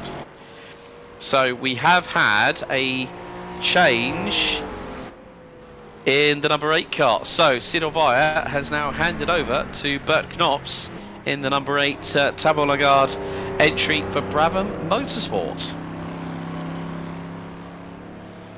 Yeah. So it's the first driver change, right? Yeah. Mhm. Shepard is still in the car, so that should be the first one. I mean, there aren't so many where drivers getting changed here in the field, but of course, in a 6 or 4 hour race, this is a good thing to do, to be fresh, and yeah, not get exhausted in the final hour of the race. Completely agree. I mean, that's the thing. It's like for whatever. With regards to sim racing, you are still being physically and mentally taxed. It doesn't matter what category you're competing in. And, well, Jene Simoncic continuing to power along. He's been behind the wheel for now nearly the best part of an hour and 20 minutes, which is a mega stint, especially in a car like this. We're seeing lap times go down ever so slightly. Track temperature has now improved to 20 degrees Celsius, well, 19 degrees Celsius, 0% chance of rain, wetness 0.00% at the moment, but Simoncic having a comfortable lead over Ladi Salminen. We've got another yellow ounce in sector 3. Please do not tell me. I just heard the uh-oh in our ears just now that someone has had a big. Possibly it's. Jason Field has just had a problem in the Baufield Engineering Mazzatini, number 29. Gets going again. I think this could be just an underwear check after that one, but I'm sure we'll have a replay at some point very, very shortly, as we now hit 2 hours and 40 minutes remaining on the timer. Let's go to the replay. So this could be, hits the verge and just pinballs off. Not that bad. It could have been worse if he'd smacked the tree and then we'd had another inferno, because that could have very well happened. That would have been 3 in a row. But well, thank goodness he got out of jail free with that one, I think. Yeah, looks like it. And they are still at it, fighting lap after lap, as we have seen it also in the front at the F3000 class before. So how long this will work out for them without any inconveniences. But I think they drive with each other instead of driving against each other at the moment. Yeah, I completely agree on that sentiment there, Seb. It's just a case of just running together, and then, maybe we say 10 to 15 minutes of the race left to go. Maddie Shepherd, still for the Vulcan Racing Mazzatini squad in the number 34, doing a great job, still leading the 2000 class, and she is leading by the best part of 25 seconds. So Vulcan Racing on course to picking up a very welcome win at the moment. There's still 2 hours and 38 and a half minutes remaining on the timer. But yeah, I think when you're running your own race like Maddie Shepherd is at the moment, doesn't seem to be flustered in any way, shape or form. Wouldn't you agree, Sebastian? Yeah, well, her gap is, what is it? 24 seconds, yeah. Checked it out like a minute ago, so just to make sure. But yeah, that's the point now. It's so much gap, you don't see your opponents, you can drive easily, and there's the source of mistakes, of course, that your mind isn't focused on the track anymore. Of course, in multi-class racing, you have also the trouble with the traffic, but here Matt Wright in the picture, running second. Could be a thing with the driver swap that he will get closer again. I don't know if Maddie is just so good in that car, or if Matt Wright can pick up the pace again, maybe against his opponent then after the driver swap. But in the end, we will see it at the pit stops, and I was also wrong with the pit stops, predicting them at the nearly around the 1 hour mark, but we're still going and going. And there's Gerard Rion not going where he's supposed to do. Well, the Belgian Turtle is definitely the wrong way up at La Source. Yeah, Nicholas Hilbrand saying that that is going to bring out a yellow in Sector 3 anyway, because he's off track and he's now deciding to try and do a 3-point turn. But just make sure you watch the rejoin, Gerard. That's nice and easy. There we go. Left hand down, stick it back in reverse. Stay with him. We don't change the camera. We stay with him until he does it. Yeah. Just an update with regards to Nicholas Kirsten. He said he said that he kept the car running during the stops at the last 3 races and it was fine. Reference engine temperature. Maybe it was damaged in the crash, then finally said goodbye in the pits. Mr. Hilbrand has apologised to Sidor, saying I can only apologise for it, and has said that until he's got the issue fixed, because his PC completely froze up, hence the rejoin onto the server, the ping, and then it caught Kirsten and via out as a direct correlation, which meant that we saw the big old hoolie of a crash. But in the meantime, with coming up to nearly an hour and a half of the race completed, Jene Simoncic still leads, but Lari Salminen is closing that gap, and it's about 7.5 tenths of a second as we are currently on what is lap 21. Another yellow out. Jason Field has DNF'd apparently, according to live timing. So I think Jason might have come a cropper again just a moment ago. So we have got the yellow out in Sector 3, which has now been retracted. So yeah, not been a good day in terms of field numbers. That's another one of the S2000 class cars that retires from the race. So we've lost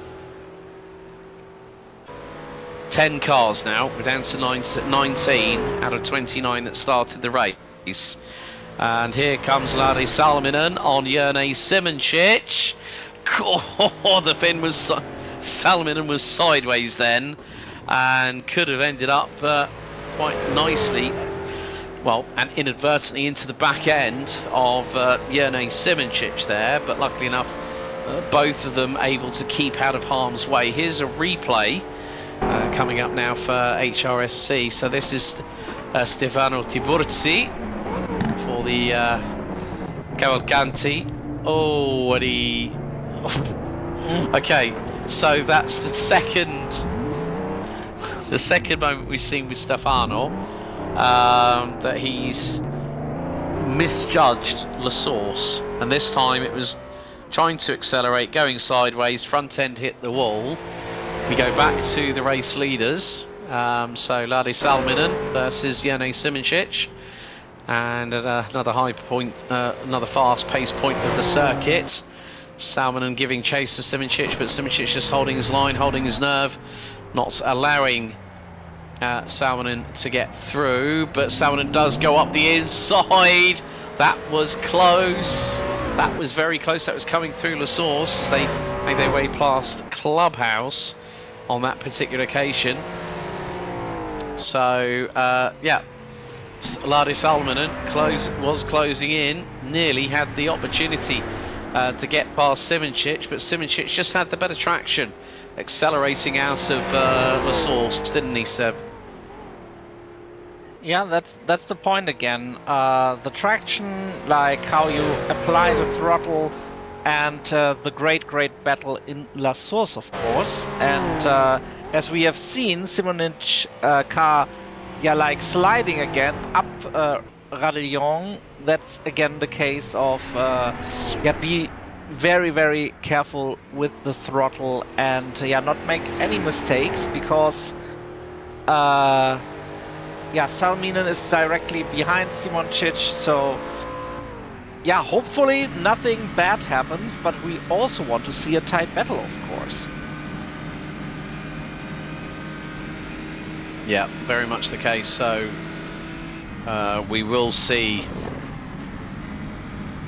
how much closer, but Valley Salmon will get to Yeli Simoncic. The gap is about 0.3 of a second.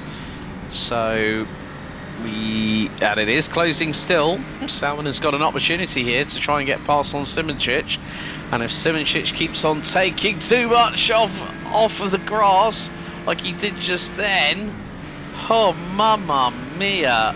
If Simoncic keeps on throwing it into corners like that, clipping the grass, kicking up the dust, there's going to be a point where it's going to catch him out.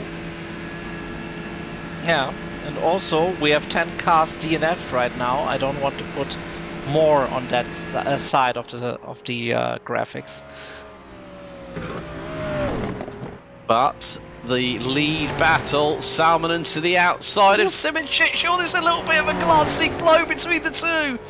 Salmon gets through, takes the race lead just before an hour and a half of the race is completed. And Simoncic is not liking that one bit. He's going back at the number 9. They're both side by side. Simoncic noses ahead. Flames spitting from the back of Salmon's car. And Salmon retakes the race lead. Oh my goodness me. I don't know if my heart can take much more of this. We've had more close encounters of the third kind in terms of cars getting a bit too close for comfort here, Sebastian, through this first hour and a half. We've still got 2.5 to go. As we don't have a spare commentator, I hope the heart will go on. Yes, I have got the defibrillator on standby just in case. Clear. Okay, you missed the Celine Dion reference, but that's okay because no, I was gonna. I did hear it. That's why I decided to say defibrillator straight off. I was just like, there's no way I'm gonna say either Celine Dion, Leonardo DiCaprio, Kate Winslet, or Titanic. And there you go. You got all four in the same sentence there. I do it for myself then next time.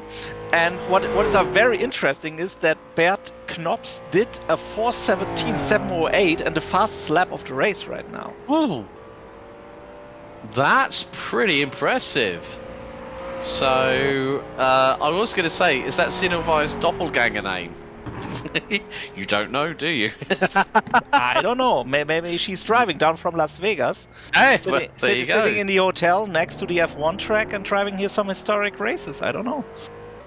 Who knows? Who knows indeed. But it is looking a little bit cloudy. Oh, we've got another yellow out in Sector 1. As soon as I see a yellow here at Spa, at this circuit configuration here, Seb, I get worried that as soon as we see a yellow, something might be going awry very quickly, because we've already had a third of our field decimated before we've even hit the halfway point of the race.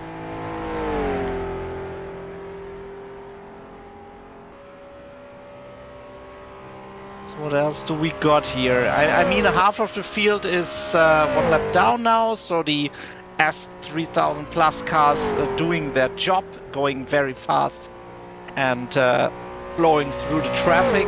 And we have 10 cars, I think, yes, DNF'd right now. The most, of course, in the S1500 class. Still Ted Hugh, yeah, in a good position. And, of course, Maddie Shepherd, who, yeah, her gap now to her next opponent is now growing again by 3 or 4 seconds, maybe still the last time we checked. So yeah, very fast in her Vulcan. So yeah, looking good for her. Yes, indeed. Right, okay, update with regards to Jason Field. He said, well, that's me, done. And it seems like the sideways wheel issue that the pit crew don't always seem to repair was the nail in the coffin, unfortunately, for the number 29 from Bowfield Engineering in the S2000 class. So looking at it from this perspective, the least amount of casualties is in the S3000 class, Max Schrapper being the only one, well, one of 2 drivers that have ended up spontaneously combusting as soon as they've hit the local scenery. We've had 3 from S1500, 3 from 3000 plus, and 3 from the 2000 class. Because if we lose 2 from the 1500 class, then that means we'll have 3 retirements in each of the classes across the board. But one of the things that I have also been made aware of, that there is a possibility of a 25% chance of rain maximum on today's race.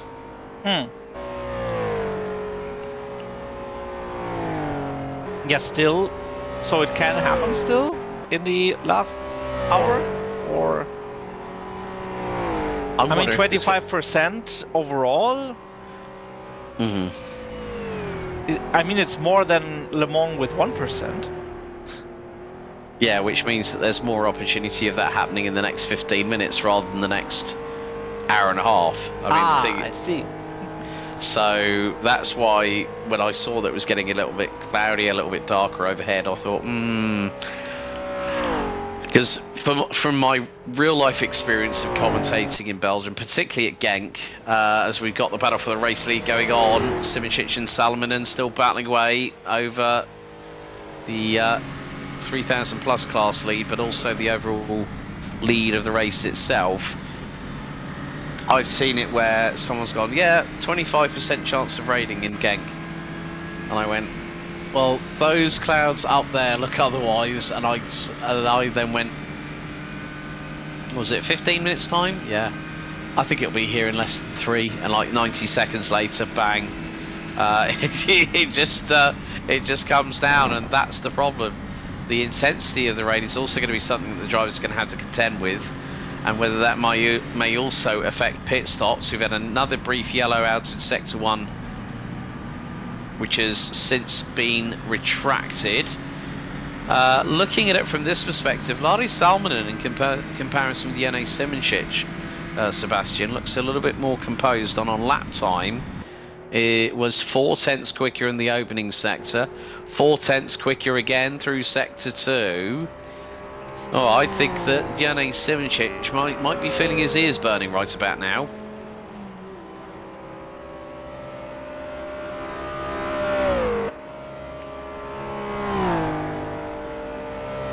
So Simoncic closing in on still being the de facto leader, hopefully in the next 25 minutes when we hit half time at the race.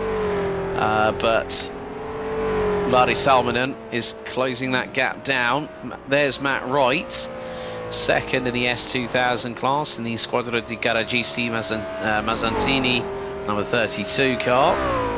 He is currently he's 30 seconds behind Maddie Shepherd, which is quite an interesting statistic in the fact that Maddie Shepherd, last time, well, our fastest lap was a 4-minute 28.284, but seems to be at least a good couple of tenths of a sector ahead of Matt Wright at the moment. And Seb, obviously those tenths, you know, a tenth here, 2 tenths here on there on a sector, it all adds up at the end of the day, doesn't it?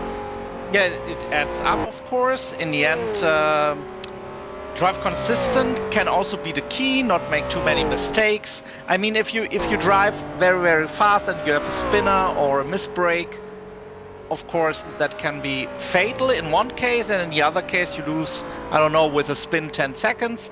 So this doesn't help if you're on track half a second faster every lap. If you lose 10 seconds to a mistake, that also is not doing the math.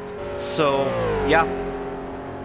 I think they're very, very competitive drivers out here.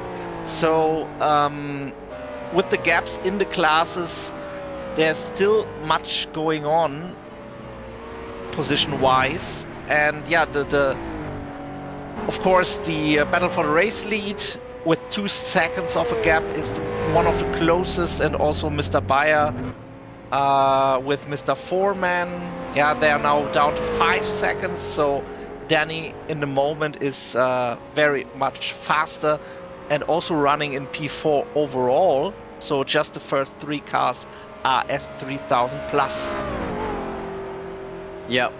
And here is Austin Birchfield in 8th place, and is trying to do his level best to keep away from the car just behind, which not too sure who that is. That might be the, I'm thinking it's the possibly the 42, which it is, of Quentin Chavito of the Equipe Triscara squad, running in the Golini 1 CBS number 42, and they are the last of the runners on the field at the moment, with just coming up to the 2 hour and 20 minute mark remaining on the timer.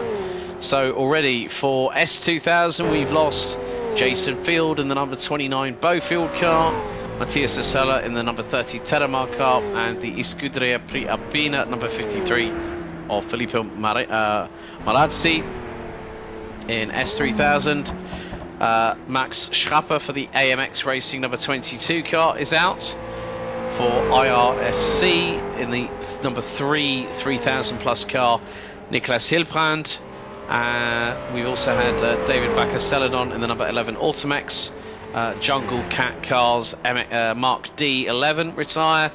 Niklas Kirsten in the Tabor number 10 for Lambda Lupi, unfortunately retiring. And then in the 1500 class, Team Fate Racing's number 37 of Steve Charman, Darren Andrews in the number 39 IRSC, and Rob de Vries in the number 41 Briggs Art. Those are the retirements so far, and we are very close to completing our 24th lap of racing.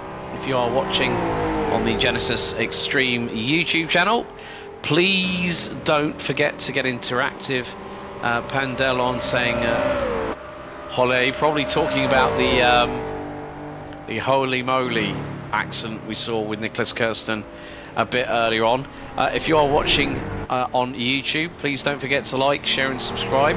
And whilst you're at it, let us know if you are supporting anybody, which number. We'll give them a shout out on the stream. And also I want to ask a question to our viewers out there. How many laps of this particular circuit, folks, do you think we'll have covered by the checkered flag? So at least something for them, our audience out there, Sebastian, to keep the cogs turning, so to speak. Yeah, or they sing a happy birthday for our birthday child today. Yes, Mr. John Monroe. Might have to. Well, I'm wondering because John will probably be celebrating his birthday today, so he might not be in the office. But thereby, I would imagine that his good friend, the man who normally partners up with Jene Simoncic, Ross McGregor, will be in the car at some point. So some teams will use a different alternative strategy, like you'll have someone jump in for the first stint and then the last stint. And then it's always down to the team of people that are doing the endurance event as to how much time they are going to spend behind the wheel. And that is quite a prevalent thing here, folks, that yes, this might be retro sim racing, but we find that it is competitive. We see that these younger drivers who wouldn't, you know, if they were in this era, getting the opportunity to drive these cars, you know for a fact they'd be snapping everyone's hand off to make it work. Whereas now it's a case of appreciating, you know, the pantheon of motorsport, what people have achieved, what people have done for big manufacturers, and also to have these retro sim racing leagues like HRSC, and a big thank you to their team for allowing us here at Genisus Extreme to provide the broadcast. It's really nice when you get that really big amount of solidarity within the community itself.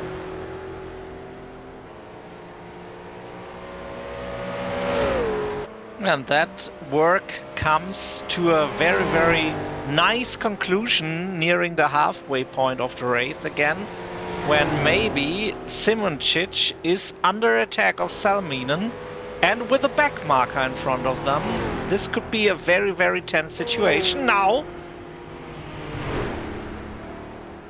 Okay, folks, hold that. Yeah, take a deep breath and hold on for the roller coaster ride we've got coming at you right now. With just under 17 minutes to go until the halfway point of the Heures des Ardennes here at Spa-Francorchamps for round 4 out of 5.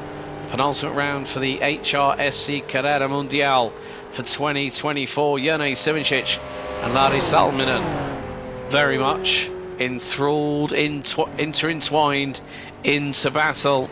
Salminen trying to make a move through and unable to do so at this moment in time, but they have got the number 42.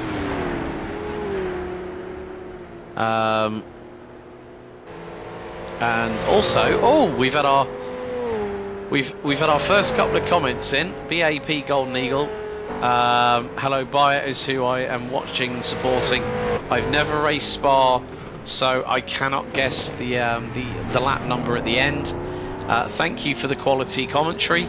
Average YouTube enjoyer. I'm also supporting Bayer, so that's 2 votes we've got in so far for Martin Bayer in the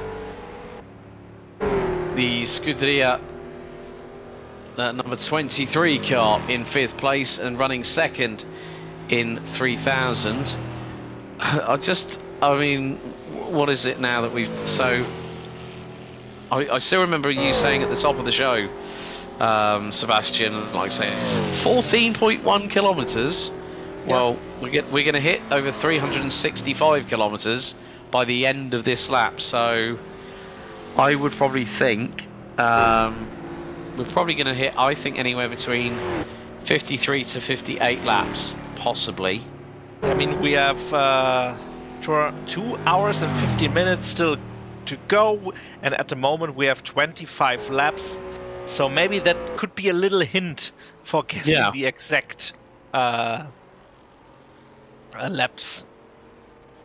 So there's that's a pit stop. Yeah. Yeah, no, it's all right. Neves Racing's Jerry Ferry and the number 43. Oh, we got another yellow out in sector 1. So which will probably more than likely be for the pit stop. So Jerry Ferry gets going once again. But please don't forget to like, share and subscribe if you are watching on YouTube. Tell us who you're supporting. How many laps do you think? I'm going to go in with the guesstimate of... Probably say we could hit 52 laps, I think, when we hit the checkered. Quentin Chovito with a very nice line there. It's interesting when people have these differing lines, and especially on circuits that they may not have driven down before. Or race competitively. I think the only time that I went down anywhere was I think Spa. I've never had the opportunity to go out on a lap, but here we go with Bayer and De Vos. Will De Vos get through? Well, that might have been somebody else's car because De Vos is 96 seconds behind.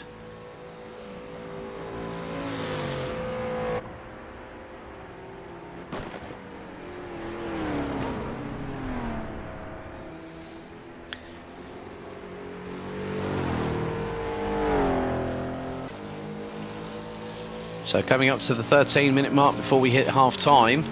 And it's been a pretty enthralling and action-packed race so far, wouldn't you agree, Sebastian? I mean, especially with the top 4, top 5 at the sharp end battling away, and then deciding to step away from that. And then we've got all this wonderful activity that we've still got here. BAP Golden Eagle has put in, using my poor maths, I'll wager 50 laps. Lock it in. BAP Golden Eagle, 50 laps locked. Daniel Costello, our broadcast director, has just gone on betting on 54 as we're almost on 26 now. Good point. Well presented. Seb, any ideas on how many laps we might be able to complete by the end of this race? I go with 52 because they maybe will go slower in the end. And I hear about an incident. Possibly. Possible incident. Sorry, I had to go there with that I one. mean, nothing what happened here was an incident, some sorts, and that wondered me. I saw that in the timing that Salminen's gap got wider and wider, and I was thinking that must be a mistake because the live timing sometimes bugged. But yeah, it is true. He's driving like a boat. Hard to port, hard to starboard. Oh, that's definitely crabbing a little bit. Oh my goodness me, he's lost a big amount of time. 1 minute. Oh yeah, 1 minute 40 in the first sector. He was half a minute down in both the opening. Yeah, Salmon's picked damage. That car is crabbing. So we've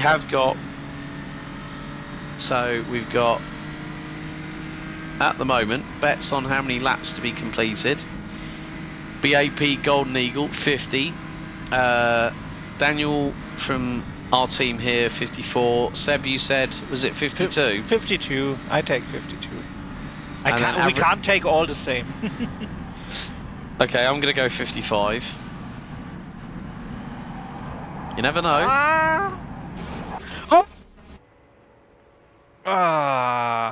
That's not Mind a looking guitar. good. Maybe some more work for the pit crew right now. And also the man putting his sheep here will be very angry, of course.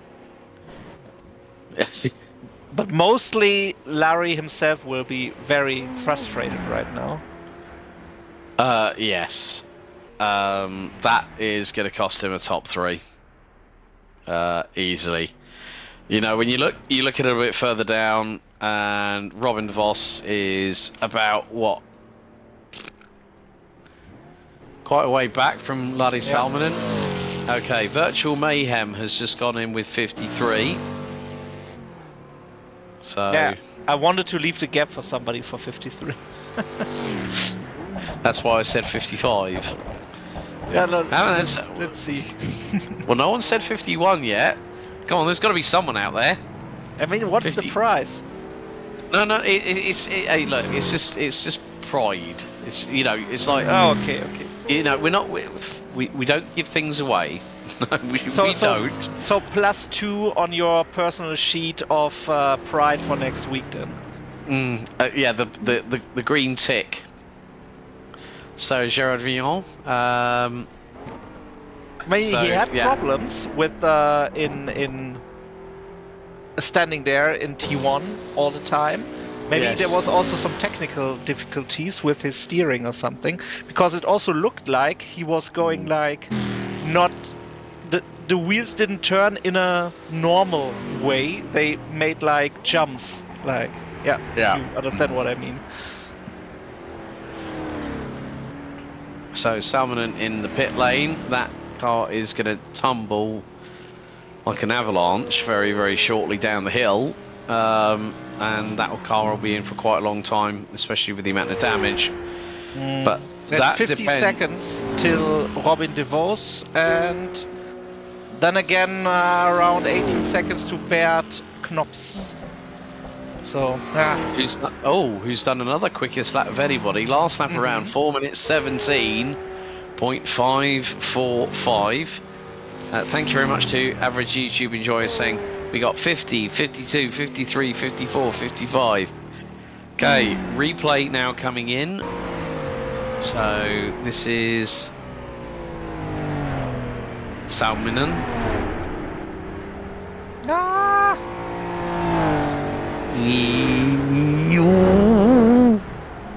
Ouch. That's sad. Come, no hands. Ouch. Oh dear. That's all I can say on that one. Yeah, that's a neck breaker, I think. But in the end, he nearly catched it, and then somehow one wheel catched the grip of the asphalt, and then he turned into the left side and into that hill side of the road. Oh no! It's Foreman. Danny Foreman. So, Junge. That's all I'm saying on that one. Yeah, what a witchery by the Martin Bayer fans. Oh dear. That's... The 2 votes for Bayer did the deal for Foreman, I think. It's like they had the right. We're gonna have we're definitely gonna have a replay on Danny Foreman, and he was well ahead. Oh, he goes off. Oh dear, this is gonna be a big impact. Yeah. That car had no wheels on that wagon. They're not going round and round. No. No, not spinning around. And yeah, definitely ring of fire through into my head right again. But he just completely lost it. Went off onto the dust, onto the grass. It sent the car into a tailspin, and really, Danny was just a passenger in that one. That's going to make him more than likely another DNF. And he has one tire. he's got well, rather than saying he's got 3 wheels on that wagon, he's got 3 wheels off that wagon. It's a bit like when you as soon as I saw that, I just heard the word go into my head at that point. I was just like, no. But he properly lost it. Had a fast part on the circuit as well. And the scenery did bite back. And also in the end, Bayer is now leading, of course, overall P3 in the S3000 class. And let's take it down the order. Gerard Rion is the P3 at the moment in this class, in the S3000. So he's so far behind. And now Danny Foreman is DNF'd, of course, in the timing table. So I can understand why Danny tried to get somehow back on the road, even with 1 wheel. Yes, so BAP Golden Eagle, Martin Bayer is still in there. Gerard Rion is still in there. Max Schrapper and Danny Foreman out. Both have DNF'd. It's brought us down to 18 cars. We're less than 5 minutes away, folks, from the halfway point of the penultimate round of the season for HRSC Carrera Mundial here at the 4 hours of the Ardennes. There is the Belgian turtle. They do say about the old story about the tortoise versus the hare. And this tortoise is doing very, very well, just running his own race. Currently running second in class, 17th overall. Yeah, virtually running second. He still needs to, I don't know, take 1 lap back from Danny Foreman. So he just needs to keep it clean. There's no one who can catch him, not even virtually, because there aren't there anymore. So just 2 cars running in the S3000 class.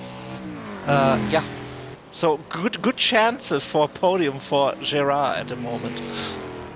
Yeah, currently P3 in the class, even though, well, in the meantime, Bert Knopf's up to what is now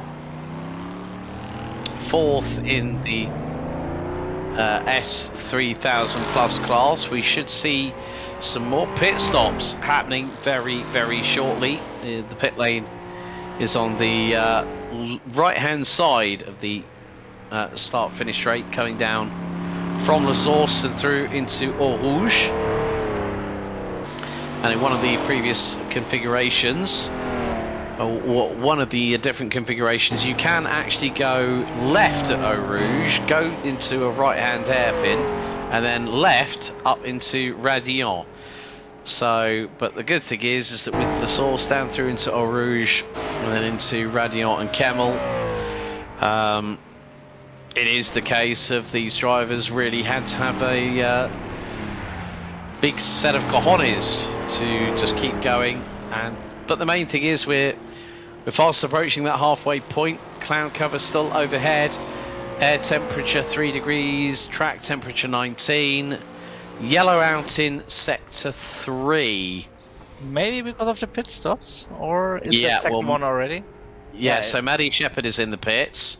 Matt Wright is in the pits, I believe, along with Austin Birchfield. Yuri Smith now takes over on the 27 Hammer Racing car in 15th overall, but that just goes to show that sometimes that's the way the cookie crumbles.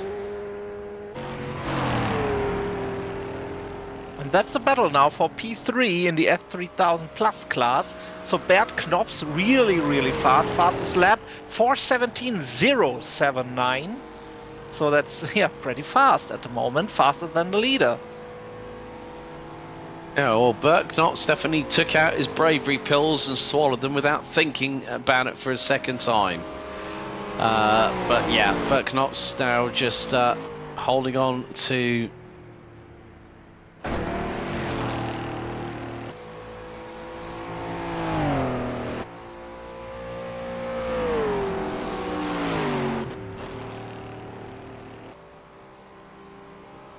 Yeah, that's looking very racy from Bert Knops. Already creating a gap of 1.9 seconds. And the overtake isn't, was right there. And Maddie Shepherd is still driving, so maybe Maddie is doing it all alone here tonight. So that should be basically a one-stop race then, I guess. It's Bayer says, condolences from Bayer to Ferrari. Oh, you just had to go there, didn't you? YouTube chat. Well, Neil Sinkowski in the Wilk Sport car, the number 36, running with that sort of Martini-esque style livery, makes his way into the pit lane.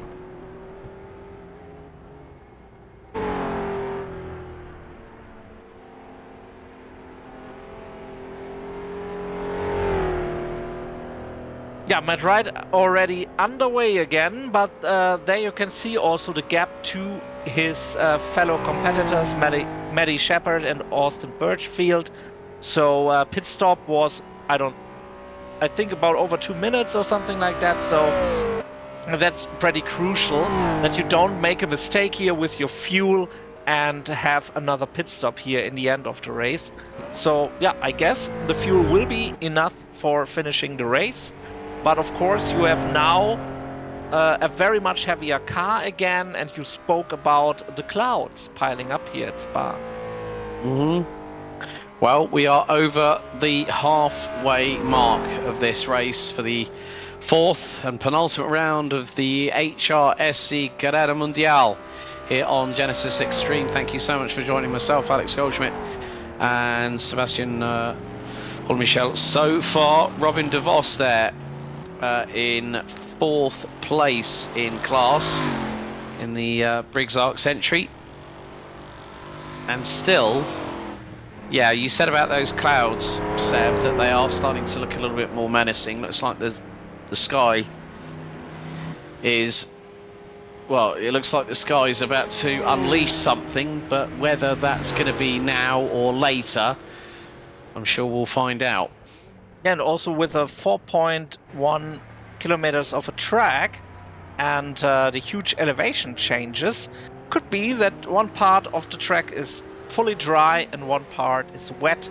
So yeah, if you're a motorsports fan, you know the drill. That will be pretty exciting if it happens. And everyone who is now in front and driving comfy in their P1 respectively will damn that curse of rain, of course. It always tends to be the case, as we have just under 2 hours to go until we hit the checkered flag here for this fourth out of 5 rounds. And as I said, don't forget that the last round of the HRSC Genisus, Declan Brush did change the driver's seat to Mike Honcho, it seems. Yeah, and that's in the 01 Briggs car, so... Also difficult coming out of the pits there with the car riding in full speed.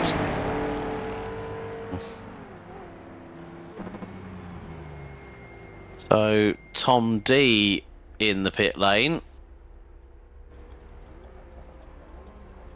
Tom D. Momentarily, he was in P2 in the S3000 Plus class. And Martin Beyer is 57 seconds behind in the S3000 class. So, I don't know.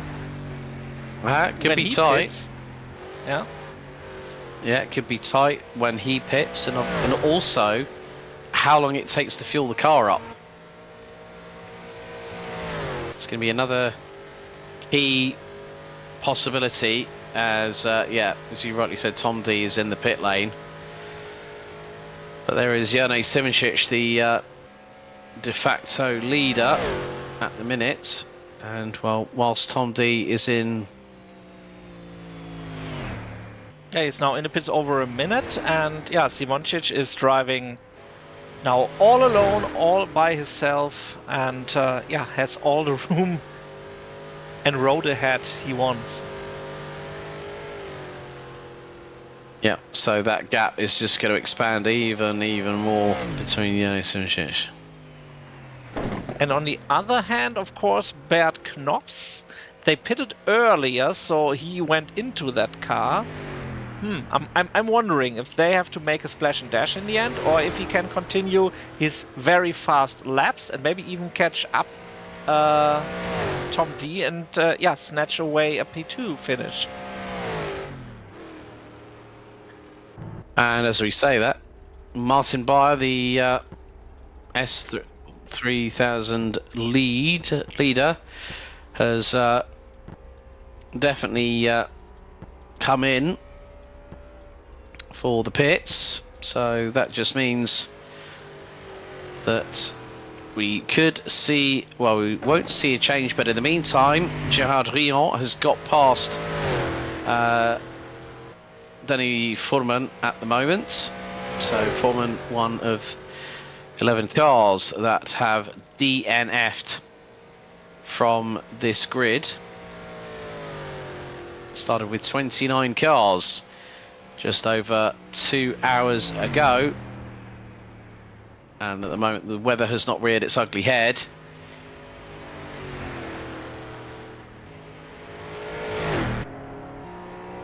So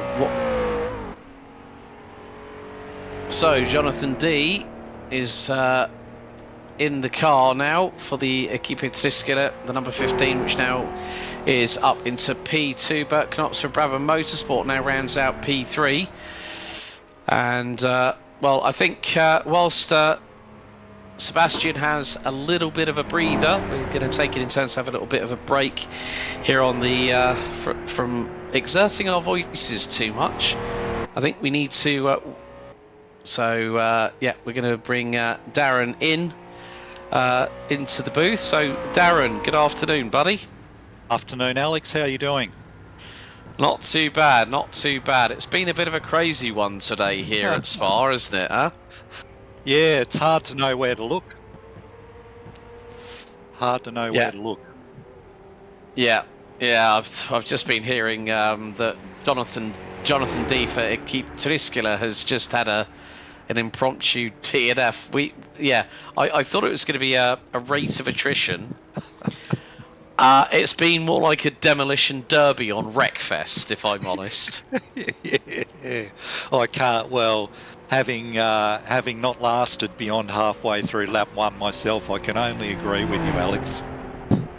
I just felt for you. I mean, because you guys were leading in the class as well, and it could have been very, very close to possibly wrapping up the 1500 class title up possibly this afternoon with 1 round to spare, and also taking into consideration the drop score. But from the melee that happened, talk to us from your point of view. What were your initial reactions without dropping any expletives, of course? So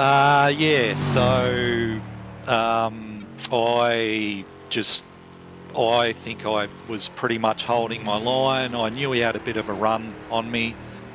I was on pretty much close to the left side of the track. I think there may have been half or maybe a car's width at that point.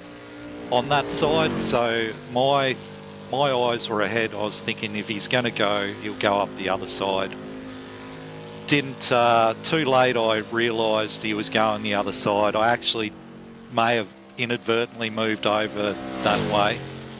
But yeah, I just feel I kind of got driven off the road, but Rob has a different take on it based on what I've seen in the chat. So we'll both submit a report to the stewards and they can sort it out. But the thing for me, that aside, very disappointing because I love racing this track, have a really good record here. Had won, I think my last 3 starts, I'd won the class each time. So was really looking forward to maybe putting a cherry on top of the championship. But speaking of the championship, as it stands with Ted jumping in, if he wins today, I believe I will wrap it up anyway. So I've got my fingers crossed for Ted in the OSA. So you've got fingers, arms, knees, elbows, index fingers, everything all sort of like cross and hoping that it pans out that way. But I mean, so far on on this championship, we've had some really good tracks. Of course, Monte Carlo is going to be the season finale. That's going to be a very different kettle of fish in comparison to what we've had all the way through the season. Oh, indeed. We did a race there last year for a different group, but with the same cars, and it was carnage. Reece Gardner ended up winning that race. He was driving a 3-litre Aston Martin, which is in this mod, but unfortunately no one's chosen it to drive it in this series because it's not really that competitive in the 3-litre class. But I think that tells you straight away, as magnificent a drive as it was from Reece that day, the fact that a 3-litre car can win tells you that it really is a battle of attrition. So unforgiving. The closest thing to it would probably have been the Dundrod round, where Spa's pretty unforgiving here, but there are areas where you can put a wheel off the side of the track and not get murdered. But with Monaco and Dundrod, you can't do that. So I am looking forward to it. I mean, now that I've got my drop round, it's going to have to go pretty wrong with the rest of this race and for me at Monaco, for me not to win the championship. So, but yeah, I'm really looking forward to Monaco and actually seeing how far on the field we can get in the 1.5 litre cars, because they're a blast to drive. Yeah, I mean, also we have to talk about other drivers in the championship. Of course, the pairing of Jene Simoncic, a well quantified name within sim racing, and loving his historics, partnered with the Scottish wonder that is Mr. Ross McGregor, who's now behind the wheel. That's been a pretty dynamite pairing in the 3,000 plus class, isn't it? Unsurprisingly so, yeah. Both great drivers. I feel very lucky to actually share a track with them. Had a good race with Ross one day in our Trans Am series earlier this year, but yeah, they're brilliant. I was a little bit disappointed to see Larry have an accident a little earlier, because I felt that there was rain coming here and that the Talbot might have actually been the car to have once that arrived. So it would have been a very interesting race between Larry and Jene, I feel. But they're just amazing. It's really cool to measure yourself up against those guys. So yeah, it's just a really great melting pot of pros and amateurs like myself. It's fantastic to share a track with them.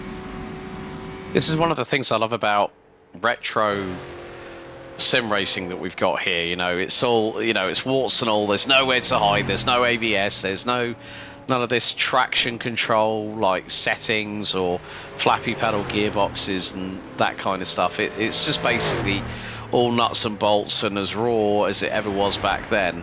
And for someone like myself who loves history and motorsport, it's great to see that we're seeing a lot of people enjoying retro, you know, like the classic sports cars or touring cars and so many other categories. What would be the best bit of advice you'd give to anybody wanting to do sim racing and saying, I want to do something different? What would you advise them to do with regards to the sim racing that we're currently doing with HRSC, for instance? Well, everyone's more than welcome to join up. I think we'll probably have a link to the Discord in the broadcast chat somewhere, or the information for the stream. This mod, I have to say, like there are some issues with it, but over the last 3 years, I've driven it almost exclusively, and it's just a fantastic driving experience. One thing I'd recommend is to start in these smaller cars. Like they're actually, like they're underpowered for sure, but you're still sliding things everywhere because the tyres are so narrow. They're just a lot of fun to drive. So join up with us, try out the mod. Takes a lot. If you've been driving modern cars, they will take a lot of adjustment. But seat time is king in whatever format of sim racing you're doing. So just jump in, drive. We have a practice server going most of the time before each of the rounds that we do. Not quite sure. I'm sure we'll be racing these things again at some point next year. Not exactly sure what we're planning yet, but yeah, I would recommend, the main thing I'd recommend is try a 2 litre or a 1.5 litre car first, because you can get a bit discouraged with the bigger cars if you're jumping into them cold. Yeah, I completely agree. If it was me, I mean, at some point I definitely want to get myself a steering wheel and a set of pedals and a fairly decent PC to start doing some sim racing. And yeah, I'd probably definitely go in the 1.5 litre class, because I definitely know that I'd have an Alex Wirtz running out of talent moment at some point if I went into anything bigger than that, to be completely truthful with you. But yeah, I mean, what we'll do now, Darren, is we're going to try and get Nico Hillbrand in. It's not been an easy day for him in the office, but thanks for coming in to have a chat with us here. And we'll speak to you soon. Pleasure, Alex. Thanks for the great coverage, and look forward to talking to you again another time. Brilliant. Darren Andrews, thank you so much for joining us. We'll leave Darren to get on. And it is more to the point that we are past 2.25 hours of this race. We've got 1 hour and 43 minutes plus change still to keep things going, as sunlight seems to hit the Ardennes at the moment. So the cloud cover has gone away, blue skies up above, and at the moment, well, the lead is being held by the Rafa Racing Club vehicle, the number 05 of Ross McGregor. Ted Ho in the pit lane for the Midwest OSA team in the number 45 has a comfortable lead over Jerry Ferry for the Neves Racing number 43. So Ross McGregor leading ahead of Bert Knops in the 08 Brabham Tabor. And there is Robin DeVos fourth in his respective class, which is the S3000 Plus, running in the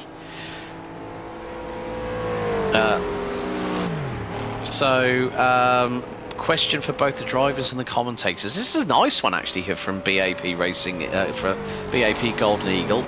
Can you race on your own, or do you need to join a racing team or club within the series? Very good question. I think it is more to the point that I think sometimes you can race on your own. I think that's probably a question we will ask Nicholas Hilbrand very, very shortly when he jumps in. But Bert Knops has been literally taking chunks of time out of one Ross McGregor. And at the moment, so it has been the case that Bert Knops was over a second quicker in Sector 1. Sector 2, he was 2.2 seconds quicker. Sector 3 goes in 1.7 seconds quicker. And that is another new fastest lap. Bert Knops now 9 seconds and closing in on Ross McGregor for the race lead. And it's just put in a 4 minute 16.085. Ross McGregor now leading on lap number 33 with an hour and 41 minutes still remaining. So the sunshine will bring well required warmth to the tyres and also to the tarmac in order for the drivers to really motor these cars around the circuit here at Spa-Francorchamps. 14.1 kilometers, just a shade under 8.8 miles. And then looking into how much we've done in terms of race distance.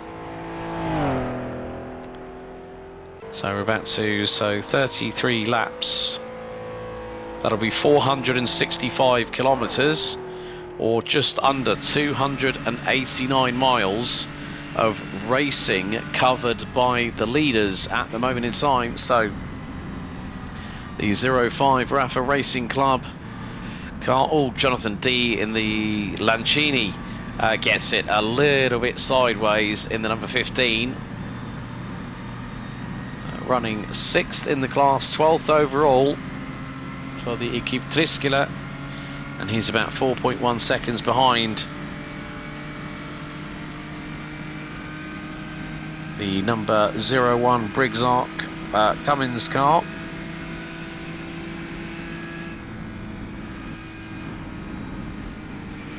The gap between them is about 3.7 seconds or so. That gap seems to be coming down bit by bit.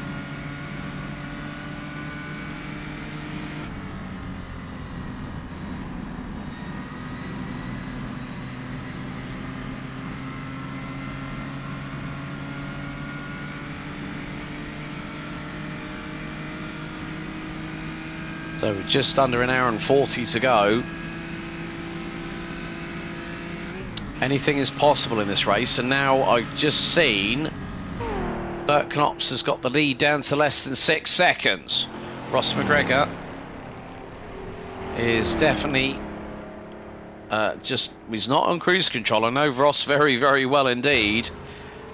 And more to the point, it is the case of how hard is Ross going to have to push once he sees Bert in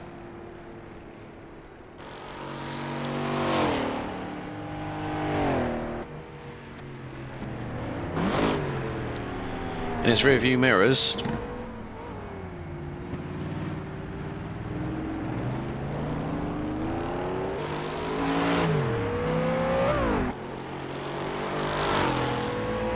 Jonathan D still running 12th overall. He's closing that gap down to Mike Honcho, and that is coming down significantly. It's about 0.3 of a second. D's got the run coming up through Eau Rouge and into Radillon, and then into Kemmel. This is exactly what Jonathan D needs to do. He's got to get past the car just in front. And how hard is Mike Honcho going to defend? He's going to defend quite sternly, but Jonathan D trying to look towards the inside into the next left-hander, can't get through, but if he gets a little bit of slipstream, that's going to work his way. Bert Knops, I've just seen, has just gone 3 seconds quicker than Ross McGregor in Sector 2 alone. He's taken another 1.3 seconds out of him in the opening sector, so that is nearly 5 seconds gained. And Bert Knops, another new fastest lap of the race, and he's absolutely mullering the gap. It's under 2 seconds. Bert Knops now 4 minutes 15 .388 seconds for the 08 Brabham Motorsport Tabor. And now here goes Jonathan D. He's going to go wheel to wheel, side by side. He noses ahead and is through. So now it is the case of there being a change, and Jonathan D has dropped Mike Honcho like a bad habit ever so slightly and has got the gap up to around 0.8 of a second.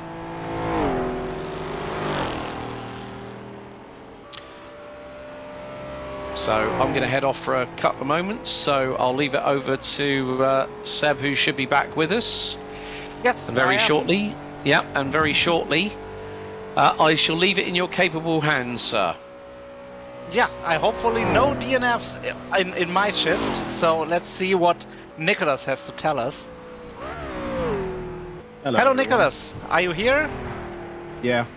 Yeah, nice. Yeah, what did your race feel in the opening stages where you're going with so many guys around your front and rear? Entire first hour felt overall quite well. We had some trouble with the rear axle since the beginning of the season, so I was quite pleased when, you know, overall the car felt very good up until the big PC lag, which unfortunately, well, almost assassinated both the Tabors behind me. Luckily, only one of them, well, luckily, but, you know, it sounds bad, but, you know, it's still, like, you know, really unfortunate. I can't apologize enough to Niklas Kirsten there because, you know, in the end, he drove a fantastic race and lost it because of that stupid PC issue.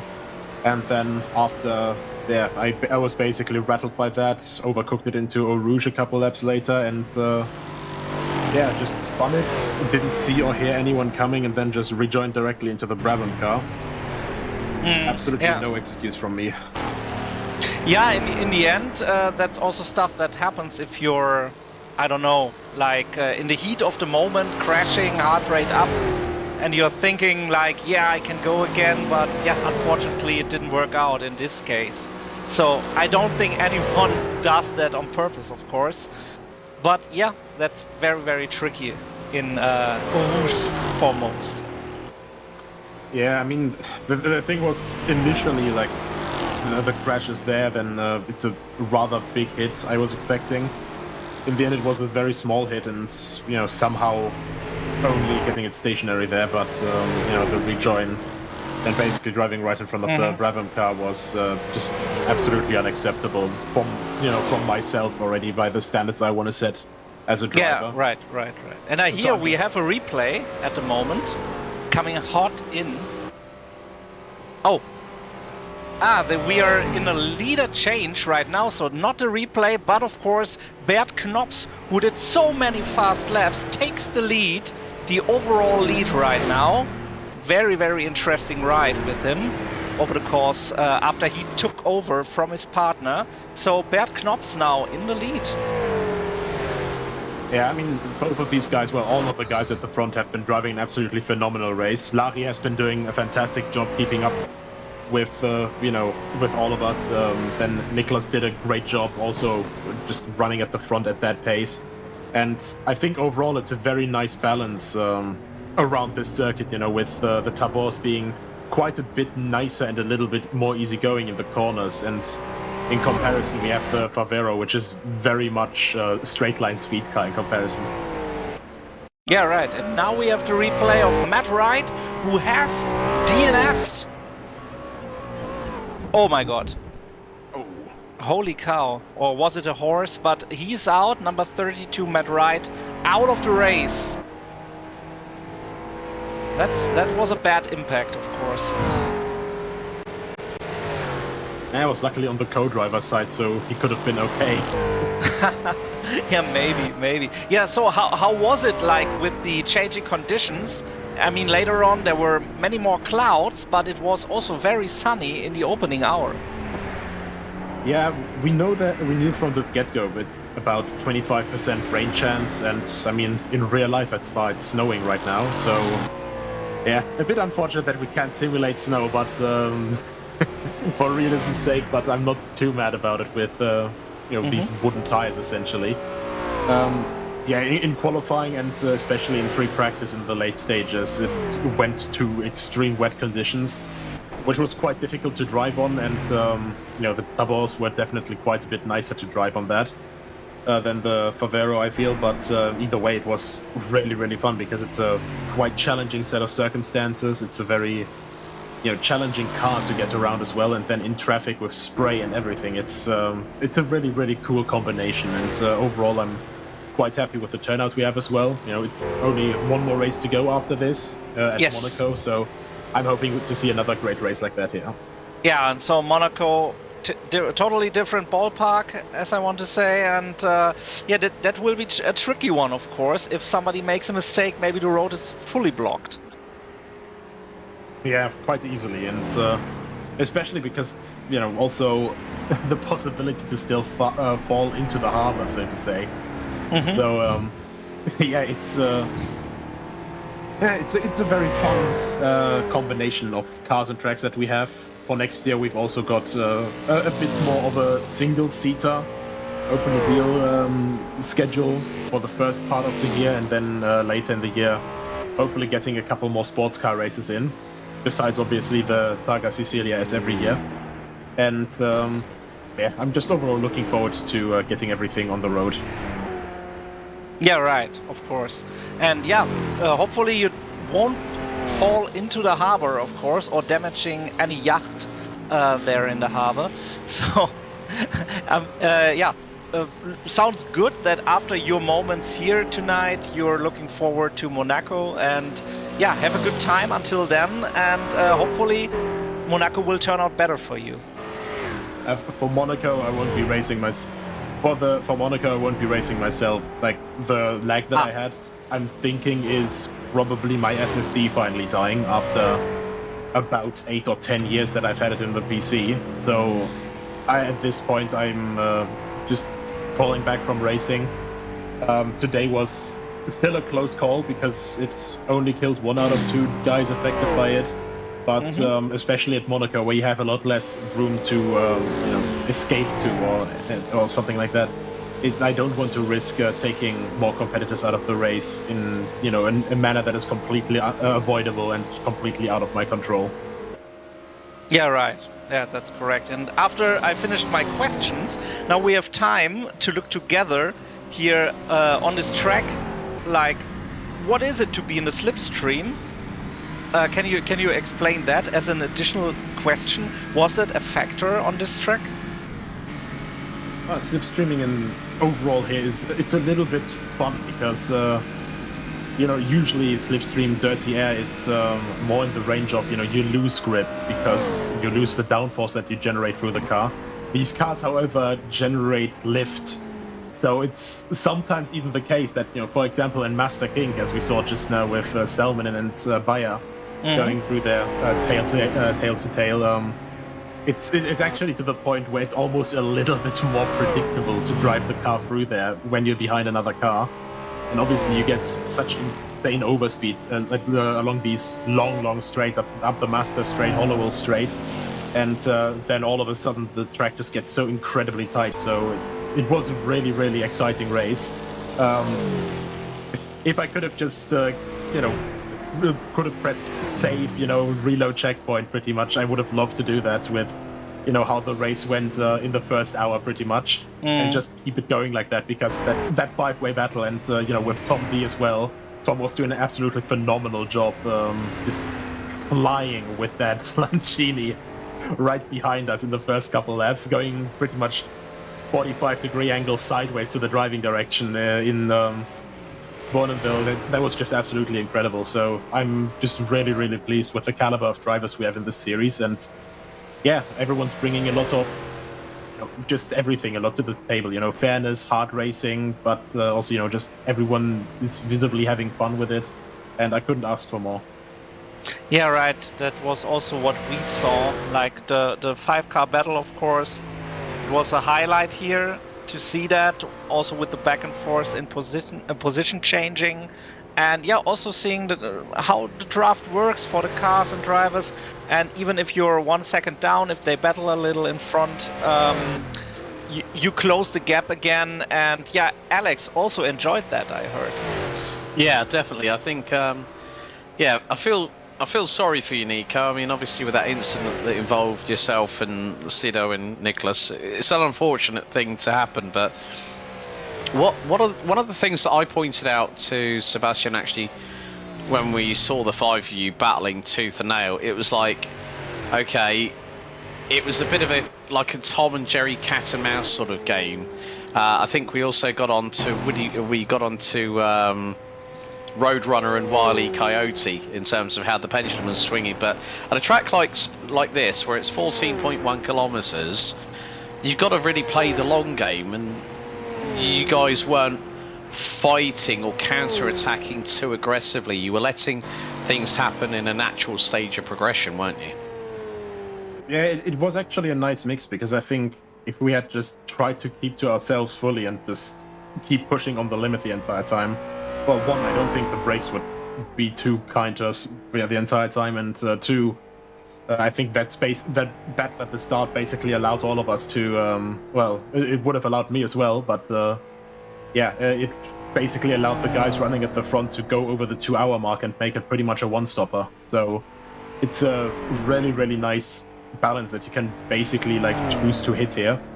And in the end, I'm just incredibly thankful that somehow the Brabham guys are still in it. They're still able to compete for the win despite my incredibly stupid rejoin. And yeah. Well, it happens. That's all I'm going to say, Nico. You and I both know that. We've known each other for long enough anyway for that kind of thing to happen. I just had a memory come up on Facebook yesterday about a post of you and me doing World Pro Racing 4 years ago. Meine Fresse. My godfathers. Yeah, I know. I saw the same thing. I was like, oh, and I'm not commentating with Nicholas, I'm commentating on him today. Funny how things change over 4 years, wouldn't you agree? But absolutely. I think I was saying to Darren when he popped in earlier on, I said it's been a bit more like you know, the rate of attrition has been the biggest I think we've seen this season so far here at Carrera Mundial, where we've got now, I think we're down to 17 drivers because Matt Wright in the S2000 class has DNF'd. I think the words I said to Darren were, it's not been a rate of attrition, it's been like a demolition derby on Wreckfest all of a sudden. Yeah, I mean, the thing is, you know, at Dundrod we had pretty much 50% because literally half of the grid DNF'd. Because, you know, Dundrod is fast and then very slow sections, very, very narrow, and here it's just fast. And, you know, with Dundrod you DNF quickly because you have, you know, these barriers, basically. If you make one mistake, it's, yeah, rough, but you can still somehow, you can still go fast while going 95%.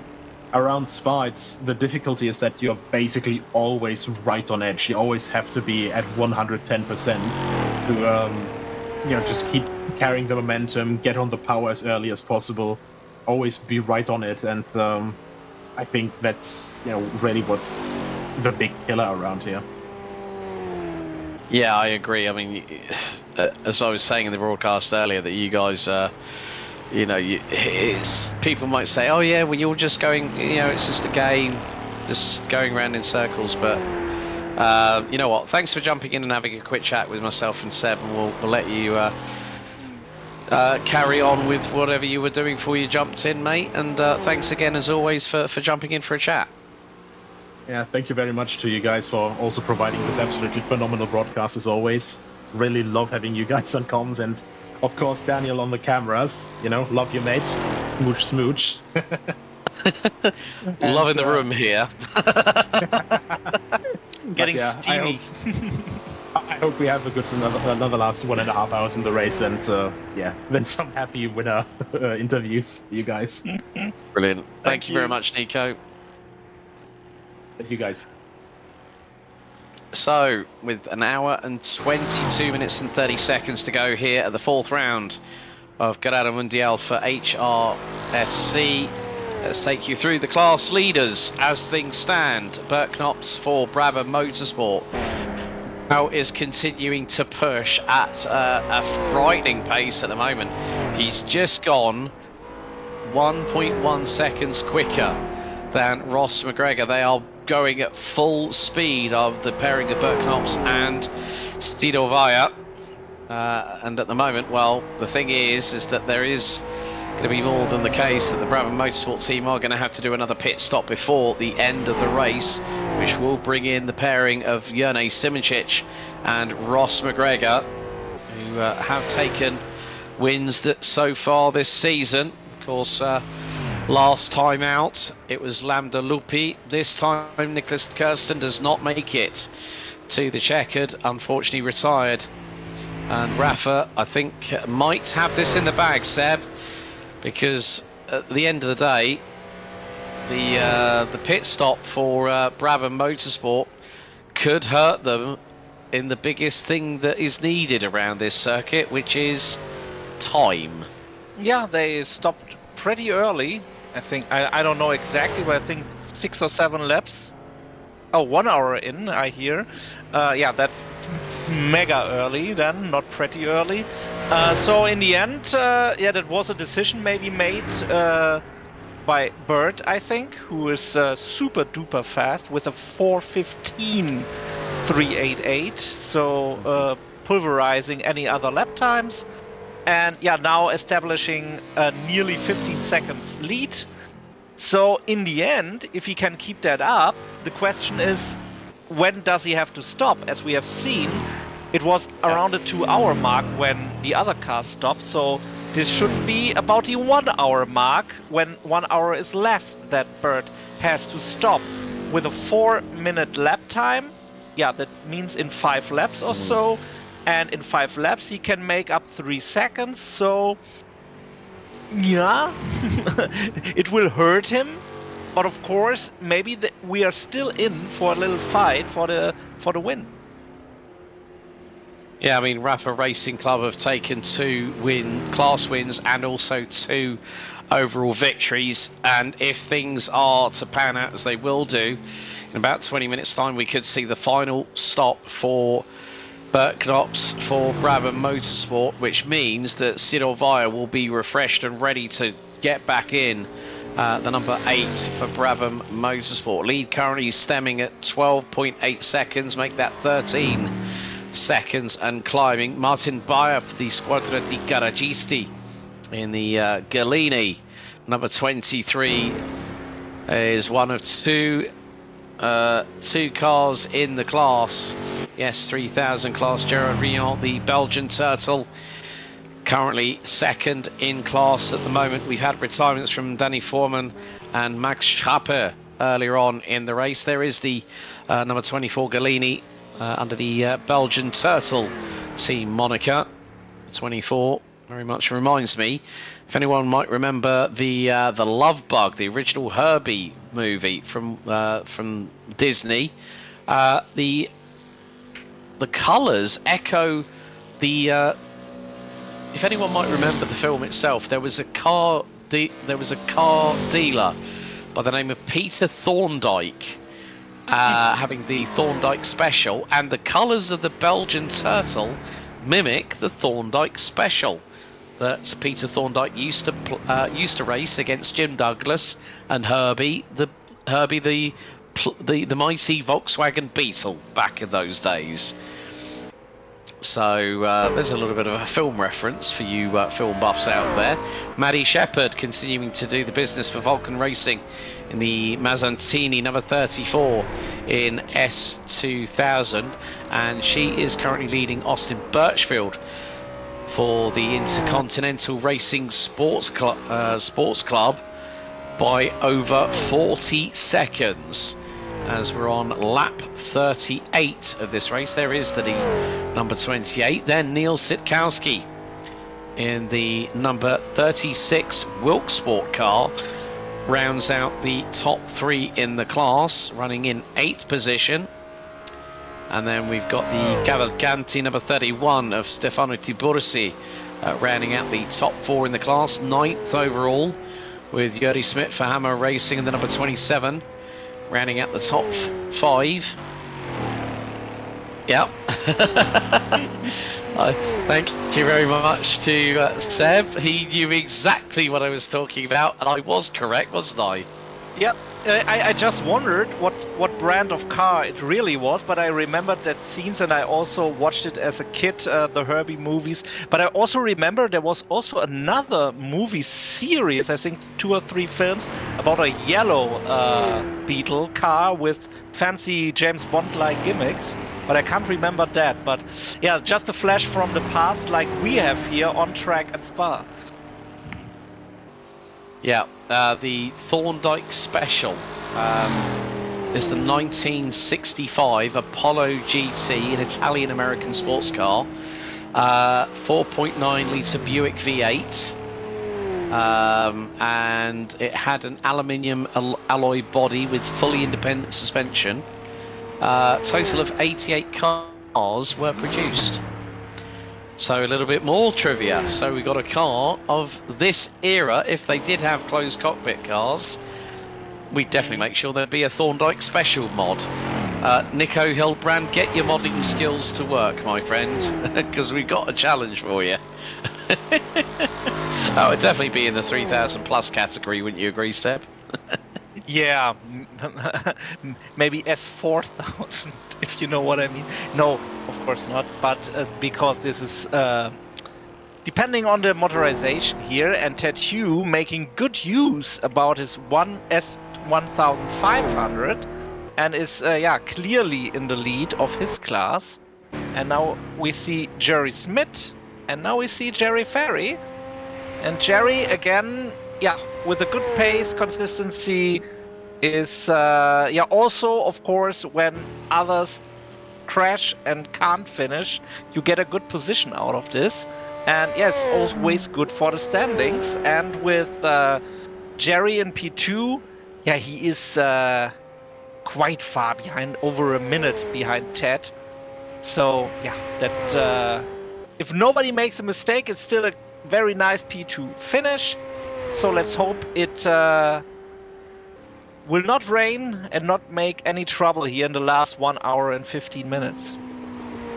Well, blue skies and sunshine above, that definitely is something that you don't normally see at this point of the year in the usual Ardennes forests, but with smoke bellowing from the chimneys from the surrounding houses. But this is a wonderful shot we're seeing of Jerry Ferry and the number 43 Neves Racing Golini.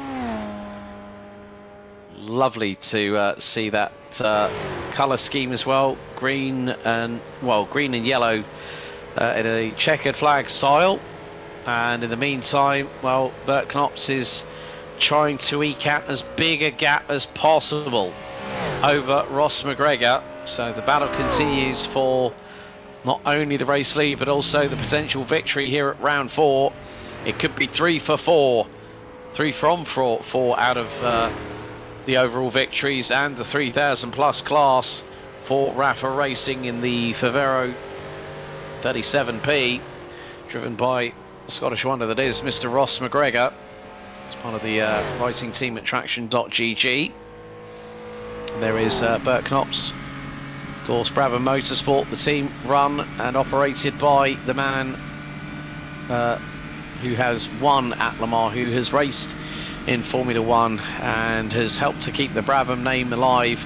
The son of the late Sir Jack Brabham, a 3-time Formula 1 world champion in his own right, the only person to win as a garagista, running in a car that bared his name, winning a championship, and also being the only person to do it in Formula 1 history, the late Sir Jack Brabham.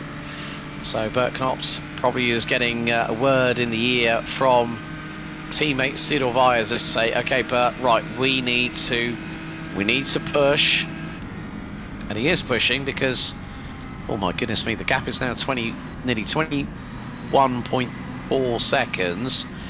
Bert was 1.7 seconds quicker in the opening sector.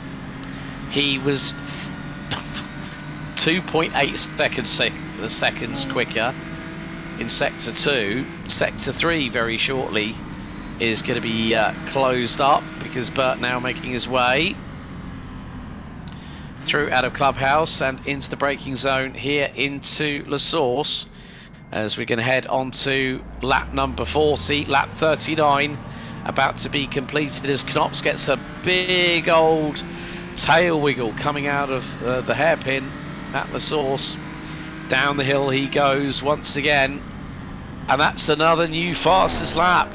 It's like Bert Knops has been put in for qualifying laps at the moment.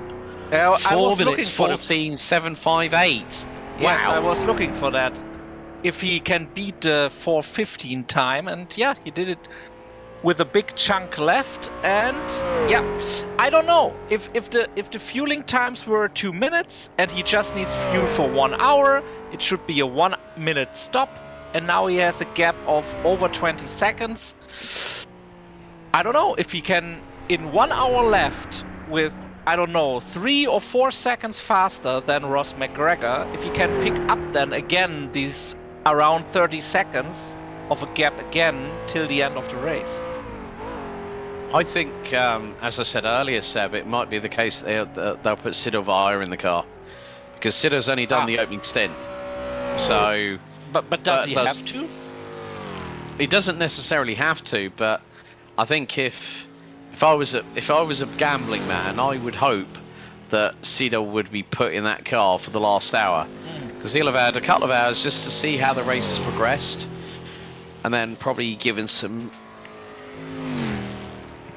information to Bert as he's carried on around the circuit. I mean, the ambient temperature's dropped to 2 degrees. Track temperature's dropped to 18 degrees Celsius, so not too much in terms of the temperature affecting the track surface, because now we've got the sunshine on it. That's going to help bring warmth into the track, provide grip, provide a bit more traction from a mechanical grip standpoint, as opposed to any electrical aids, which back in those days they didn't have it, nor did they want it, because you always wanted to be challenged when you got behind the wheel of your race car. Here's Maddie Shepherd again in the Vulcan Racing Mazzatini number 34, continuing to lead the S2000 class.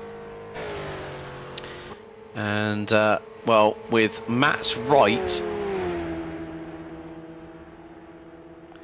So we actually have a battle for position as Quentin Chavito and Adam Komorowski battling away for 16th and 17th position respectively. Also P3 in their class. Yeah, for P3 in their class. Also, I'm just having a look at the S2000 class at the moment. Oh dear, Quentin Chavito nearly shoved it off track inadvertently there, kicked up a lot of dust with the left rear wheel coming through a right-hand corner. Matt Wright is gonna, well, if he might not get.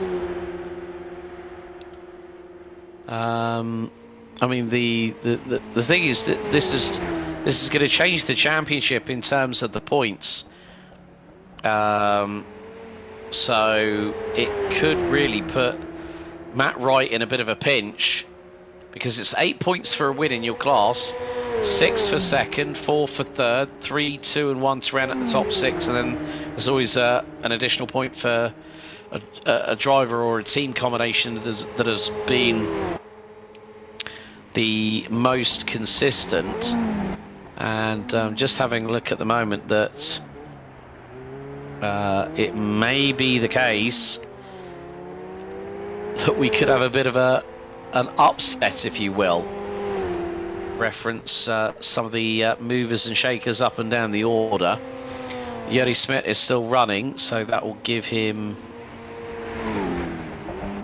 2 points. Yeah, it's going to come down to the wire whether we do have the possibility that Vulcan Racing might secure the championship in the 2000 class in about an hour and 10 minutes time. Well, we'll wait to see if we do have any potential clarification on that, and let you all know. But we're down to out of 29 cars starting this race just over an hour and 7 minutes ago.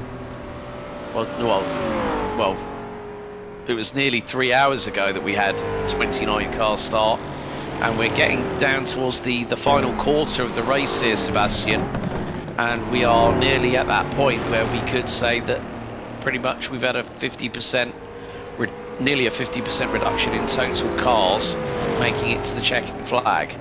Yeah, sadly, but at least it was, I think, 3 cars in the first lap, and the rest, yeah, happened over time. Of course, Mr. Hillebrand took another car out in the end.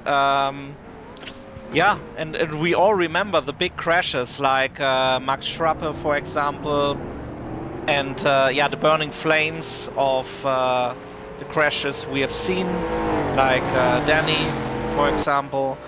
And yeah, this is the way it is. Earlier explained by Nicholas that you are driving here on the edge. There's no wiggle room for... Oh, there's a spinner. Number 15. Oh well. Yeah, Jonathan D. it is. There he is. Oh, this is very tricky. Hopefully there's nobody coming right now and deciding for a rear. Yeah, he's got to be very, very careful. Yeah, now it's all good, but deciding where to pass in that moment, that's very tricky, of course. Mm-hmm. But he's still going. Nothing really happened except losing some time. So that's good for him and anyone else on the track. Not ending the race 1 hour before the end. As you said, we have nearly 50% reached of DNFs. So yeah, would be good for anyone who put the effort in to finish this race now. Yeah, because depending where they cross the line will depend on how many points they get. And you know, you look at some of the drivers who effectively, I mean, I'm now going to be doing some quick calculations on championship standings because we're at the penultimate round of the season. Of course, there is a drop score that's going to be taken into consideration. But, you know, when you look at so many drivers that, like Nicholas Kirsten is not going to score. Donat Prodan not going to score. Just having a look. Robin de Vos is going to score points. Larry Salminen is going to score points. This could effectively, if I'm just looking at it from this perspective, the biggest casualty is going to be Nicholas Kirsten, because that is going to put the title well out of reach out of anybody. Because at the moment, Ross McGregor and Jerne Simoncic are on 29 points after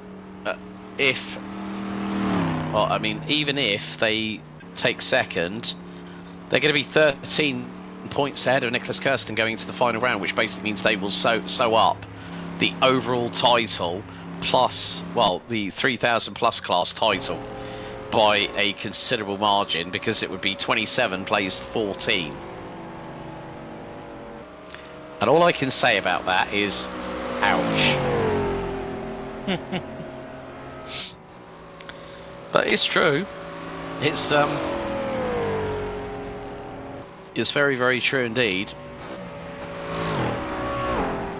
Now, of course, if you have a drop week, that plays a big part in that whole calculations. And even if you have, I don't know, like every time you finish P2, you still get one race will be dropped out of that.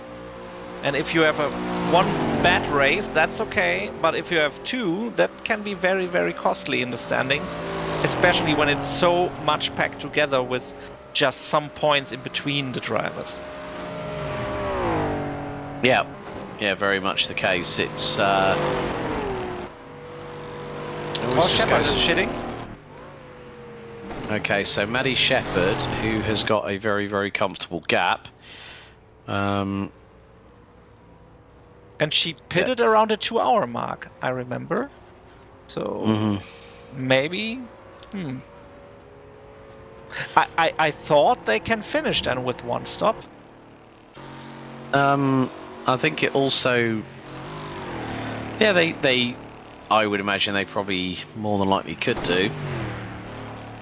But sometimes you want to have that little bit of a buffer, don't you? You want to just make sure that you cross the T's, dot the I's, and don't put yourself under any undue stress. And that's what's quite crucial, because we're now less than a couple of minutes away from hitting the 3-hour mark. And with Bert Knops, he has expanded that lead over the past few moments to just north of 33 seconds. He's absolutely flying at the moment. He's just gone nearly a second and a half quicker than Ross McGregor.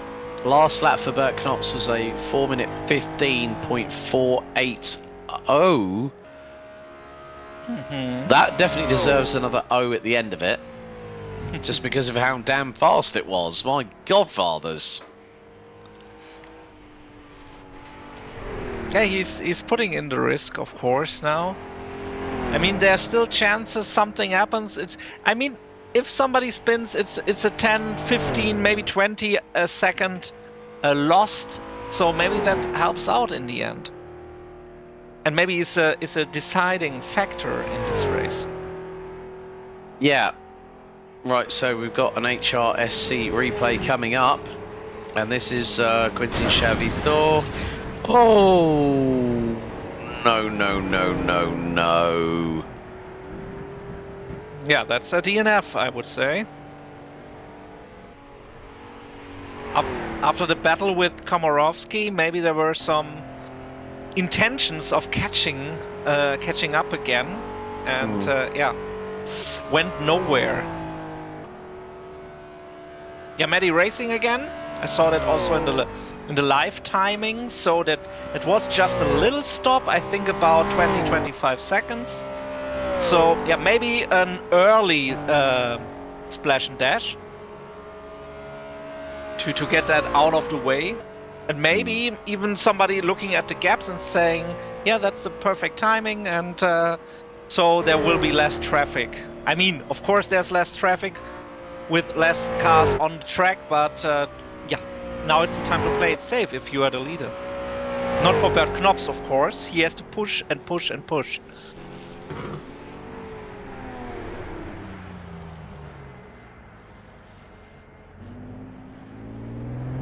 So with less than an hour to go here at the Carrera des Ardennes for the penultimate round, the HRSC Carrera Mundial here at the circuit of Spa-Francorchamps. Bert Knops for Brabham Motorsport continues to lead the way and is expanding his advantage by multiple seconds every single lap over Ross McGregor. Bert Knops just did a 4-minute 14.827. Now on to lap number 43. So Ross McGregor 36 seconds behind at the moment. So then we've got Ladi Salminen in P3. Martin Bayer leading the S3000 class in 4th, ahead of Maddie Shepherd, who leads the 2000 class down in 5th place with a variety of different people.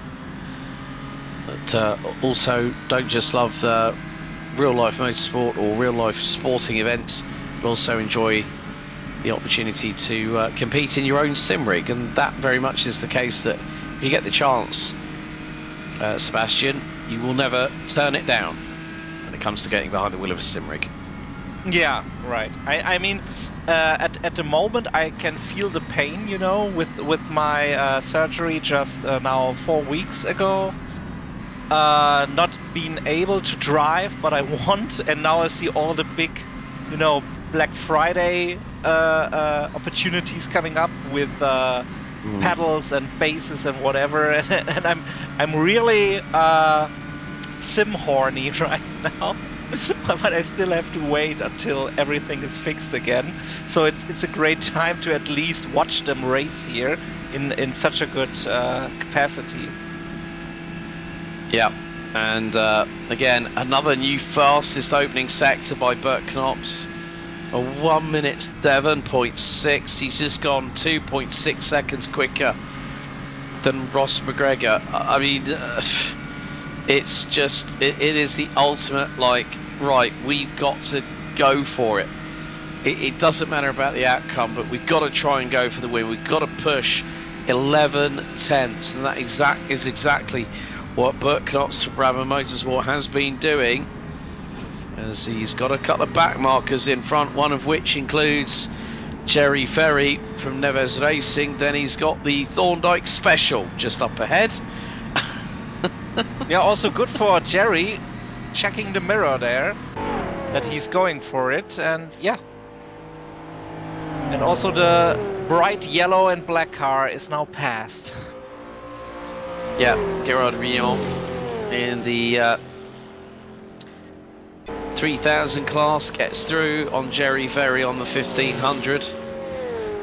Just remember that scene where they get the champagne out and already celebrating their victory when the race was still running in that movie. I still remember when Thorndike gets the laurel wreath for being the winner, and then well, they sabotaged Herbie's fuel tank with the Irish coffee, and then all the cream started being knocked out of the exhaust, and Thorndike got a face full of it. Good old times. Oh yes, with Tennessee, the ever faithful mechanic to Jim Douglas's exploits out on track.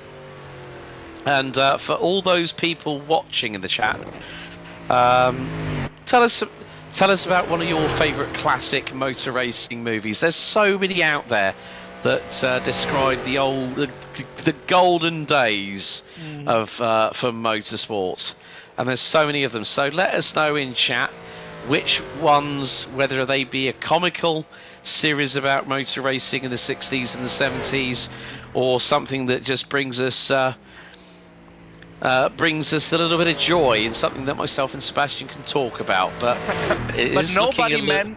Sorry. Yeah. But again, starting to look cloudy. Oh, Ross McGregor's lost it! And a pole. Right Ross, in the side of the car. Oh. Is he boating? Wheel looks okay. Steering is okay-ish. I think that was a slight glancing blow against the telegraph pole there for Ross McGregor. That's what I talked about, like a spin. Now it's at least 10 seconds gone, and he's damaged. But the pit is near. Yeah, but the other thing that we got to contend with here, how much time did that lose him in comparison with Bert Knops? It cost him 10 to 12 seconds. And Ross is going to carry on. He's going to try and... Well, the car had a bit of a wiggle. He's still going to carry on, though. He's a trooper, is Ross. He tested it. I mean, I would, in real life, I would definitely test it on the straight before going up the hill into a whoosh. Yeah, and, well, Quentin Chavito has just gone into chat. And he's just said 3 hours of chasing after that lap 1 incident. I don't even know what killed me. So we're down to 16 drivers. Or 16 cars in total. Austin Birchfield is now 15.8 seconds behind Maddie Shepherd in the battle for the class lead, but whether Austin Birchfield needs to do another stop. Oh, he gets a bit leery on the loud pedal. Does Austin Birchfield, like literally turns it right, hits the throttle, back end steps out, catches the slide, straightens it up, and off he goes again. Very, very good committed sideways driving there by the number 28 from Intercontinental Racing Sports Club. But still with just over 52 minutes remaining, Bert Knops has a lead of now nearly 57 seconds over Ross McGregor from Rafa Racing, with the latter unfortunately having a slight spin that we just caught sight of a few moments ago. And also with the contact, I mean, he got lucky in that. And as we have seen with Austin Birchfield, if you force it too much, it gets much more worse than if you just let the car go a little bit what the car wants, and maybe you catch it later. But yeah, at this paces, yeah, there's not much you can do if the wheel catches the grass there. Yeah, and as Sebastian said, well, also and as we heard from Nicholas Hilbrand earlier on, that sometimes you've got to be absolutely pushing like crazy, and just hope it sticks. Just hope the car just is compliant in what you want it to do. If the car also feels compliant and confident in your abilities behind the wheel, and that is very much the case of how things have been. There's Robin de Vos just up ahead, 1.9 seconds up the road. Birchfield is within about 7/10 of de Vos, but of course two separate classes, S2000 versus S3000 plus. So Robin de Vos will have the advantage coming out of the start-finish straight, coming out of the corners, and as soon as you see a nice little stretch of road like they do in front of them now, that gives them the opportunity to go chasing people down as Mike Honcho now hits pit lane. Yeah, he's out of contention of the podium, but still he has to make his pit stop. 50 minutes to go. And maybe... Oh, he has to reverse there for his pit box. Maybe missed it a little bit. And there goes Ted, the number 45 car.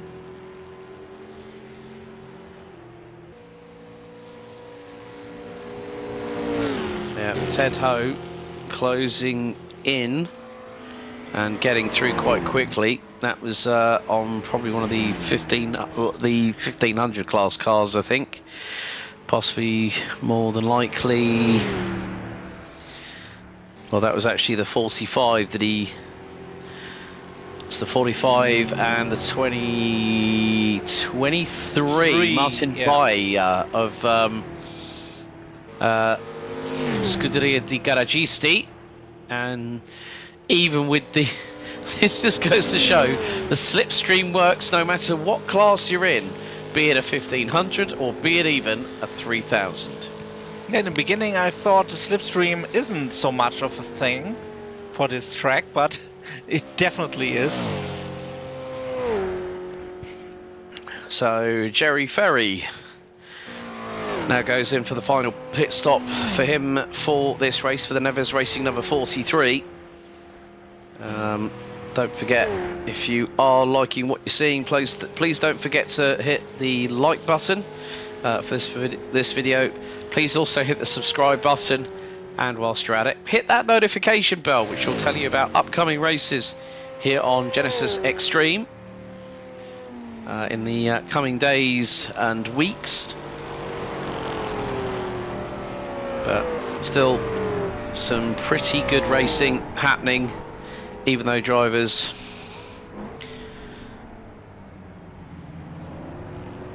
finding their groove, finding their rhythm, of course, with the amount of damage that has been sustained by a lot of the competitors, quite a few of which have unfortunately DNF'd. We still have an opportunity to see what is going to happen. Now, Ross McGregor is, well, that was a...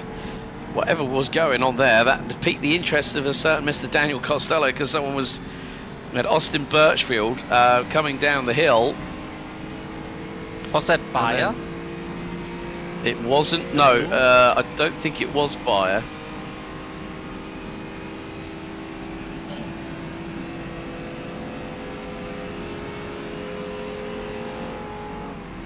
So Birchfield going a bit wide. Oh, just nearly has a bit of a tank slapper, to be honest with you. Coming through into Ardennes from Eau Rouge, and just manages to keep a hold for it at the moment.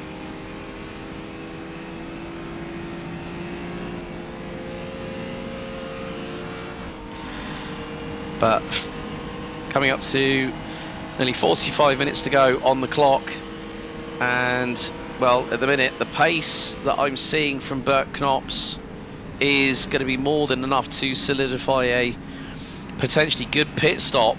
Now, the thing is, the longer that Bert Knops goes into this stint, the less time that Sidor Vaya has to get behind the wheel. Yeah, right. That, of course, is also a factor in that, and the gap is now over 1 minute. So, yeah, it will be very interesting in the end. It will be very, very. Yeah, it'll be very, very close as well. Very close indeed.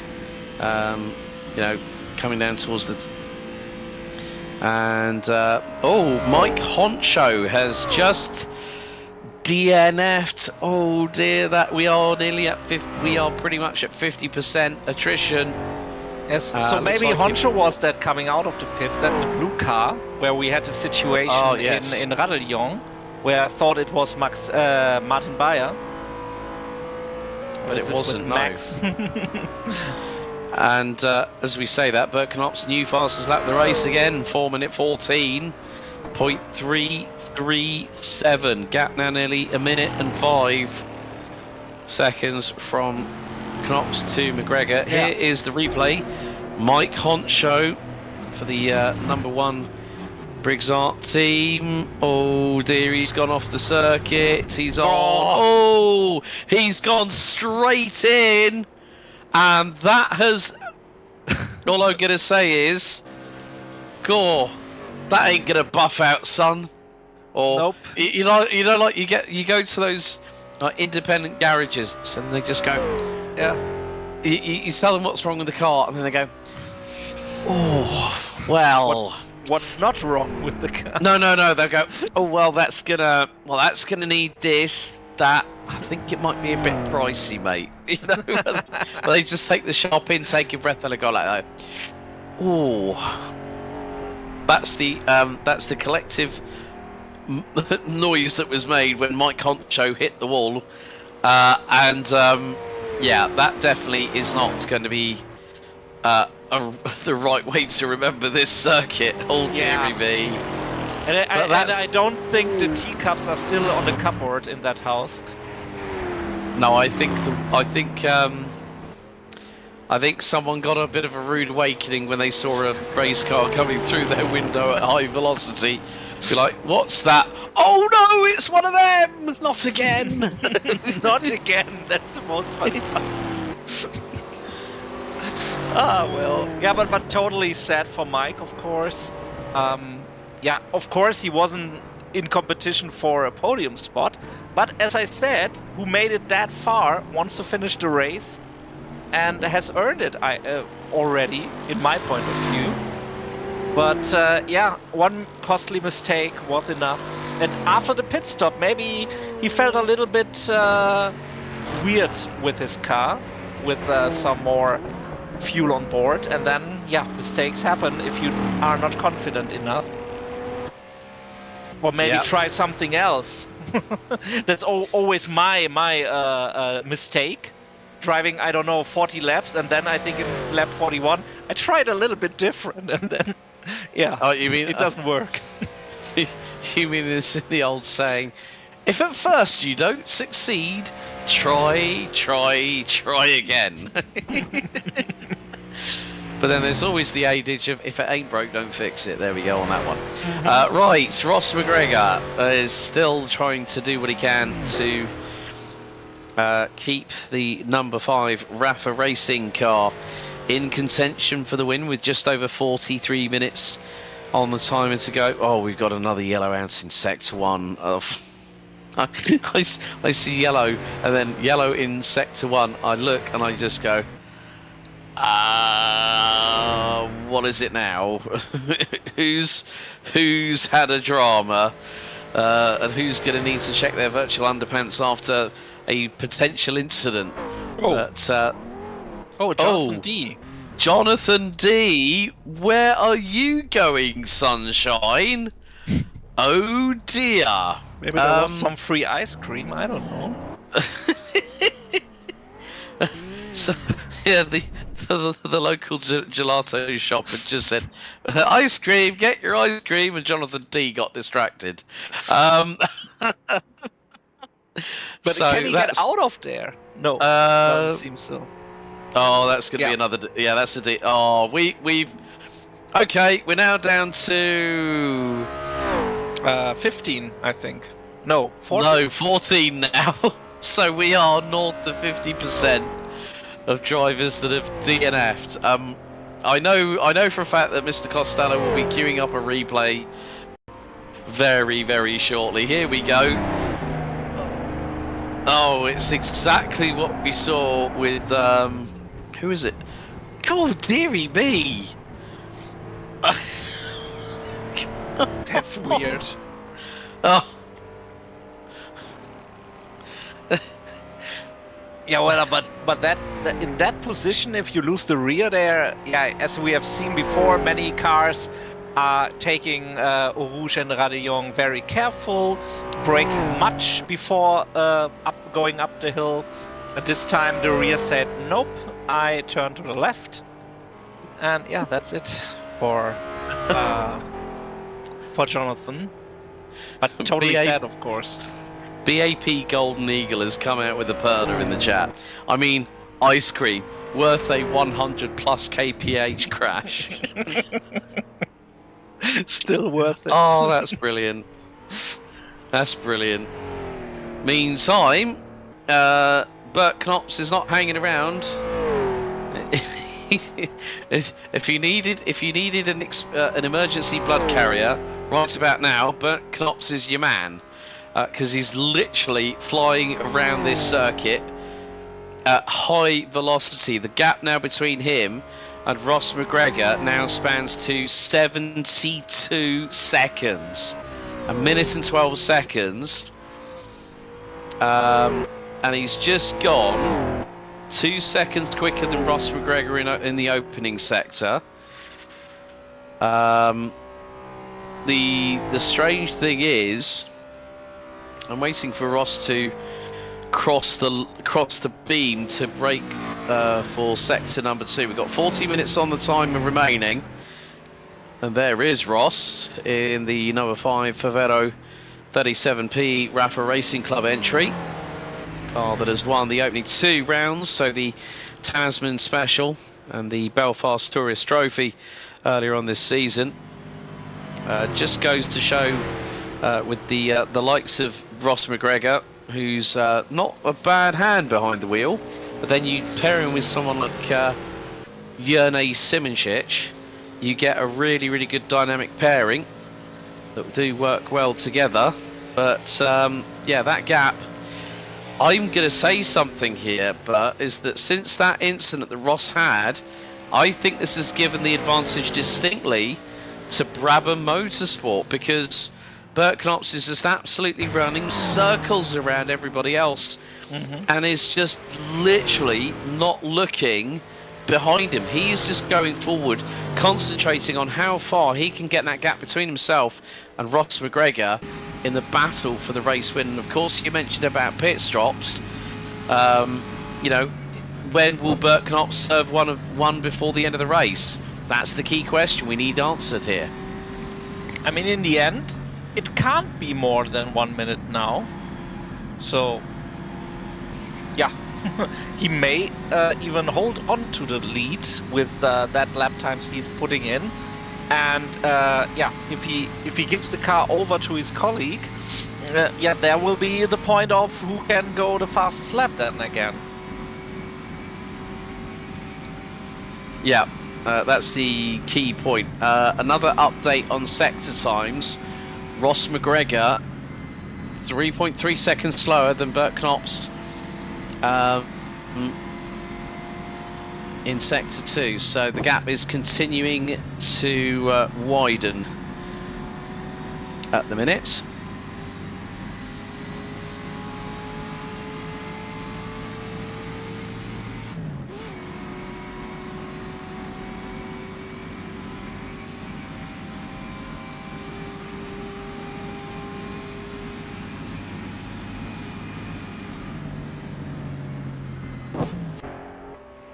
So, and Austin Birchfield in P7 overall is also having a good race here tonight. P2, as we said before, in the S2000 class. Of course, no match for Miss Maddie Shepherd. But Austin with the P2, and one lap behind is Niels Sankowski. So he can be relaxed about his pace. I mean, in the end, it's 20 seconds, around 20 seconds behind Maddie. So if Maddie makes a mistake, he will be there to maybe snatch away P1. But in the end, it's now to finish the race with 36 minutes left. So finishing it good in P2 will be big points again. And yeah, we have to watch the drop weeks and check out how we are going to approach the Monaco final race then. But as we have seen, I think the drivers did really well, found out where to scratch the boundaries of the track and maybe cut some grass on the insides. Sometimes it even looks like the wheels are up in the air when they scratch the insides here of Stavelot.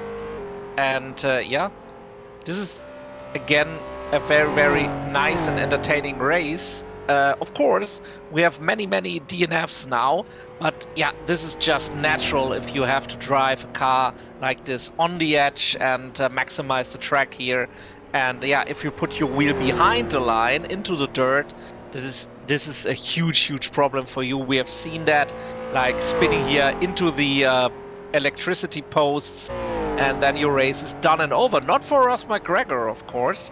He could continue, but is now 83 seconds behind Bert Knops. So yeah, Spar got some blood on his hands again, but in the end, hopefully everyone had fun. Also, the people we had here in the booth for the interviews, who talked about that the five-way battle in the beginning. I mean, we had a big crash on the first lap, but there was so much good racing going on, and Bert Knops really is putting the hammer down with his lap times. We have seen that in the middle stage of the race, where he was so fast that he catched up, and now he's leading. And maybe sometimes the luck or the unluck of the other drivers is playing now in his hands. Or what do you say, Alex?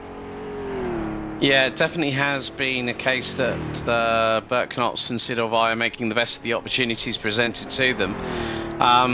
Oh dear, we got the deadpan jokes coming in. Thank you to Average YouTube Enjoyer. What do you call the award given to a cat voted to have the best backside? A catastrophe? Why? Just why throw in jokes like that? I think he has kids. Then something happens in the brain. I don't know. Yeah. We've got a yellow ounce in Sector 2. There's Ted Ho in the number 45 car. Still leading. 10th overall for the Midwest OSA car in the 1500 class. Right. Pit stop is happening as we speak. Bert Knops is in the pits. Hopefully that is the case of the yellow in S3. Yes. So with 33.5 minutes to go. Right. Ross McGregor, time to get the afterburners on, sunshine. Time to get your skates on, if you will. I mean, where is he? Yeah, there he is. Okay, so the gap is coming down. It's 54 seconds at the moment, 50 seconds. Deary me, Average YouTube Enjoyer is trying to bring in the custodian jokes, let's say. But this is going to be close. Now I'm sure that Ross McGregor will have Jerne Simoncic saying to him, right, okay, he's in the pits. He'll give him an indicator as to how long he's been in the pits for. BAP Golden Eagle there just to keep you commentators on your toes. Don't worry. We've got plenty of stuff to keep us Right, okay. Zidovaya is now back behind the wheel. I did say there'd be a driver change, and here comes Ross McGregor out of La Source. And with 32 minutes to go, the race for the win in the penultimate round of the HRSC Carrera Mundial here at Spa-Francorchamps at the 4 Hours of the Ardennes. It's now time to see who will be the winner. And Ross McGregor, okay, is going to be at a bit of a disadvantage. The gap is over 10 seconds. And obviously, if that damage has impacted Ross McGregor's racing, but it's dependent on how hard he needs to push. As I said, there are championships that could very well be decided here today, and I think with the way things are standing, that Simoncic and McGregor know that they may not need to take. He needs to be he needs to keep that car from going wobbly. Thank you, Ross. It's more the case of.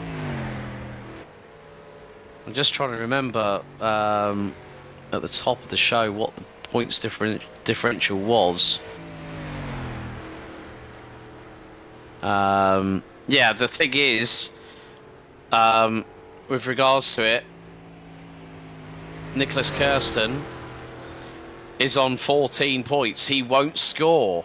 So this means that the Rafa Racing Club duo will effectively wrap up with the 13-point advantage. They will wrap up the title here at Spa-Francorchamps with 1 round remaining.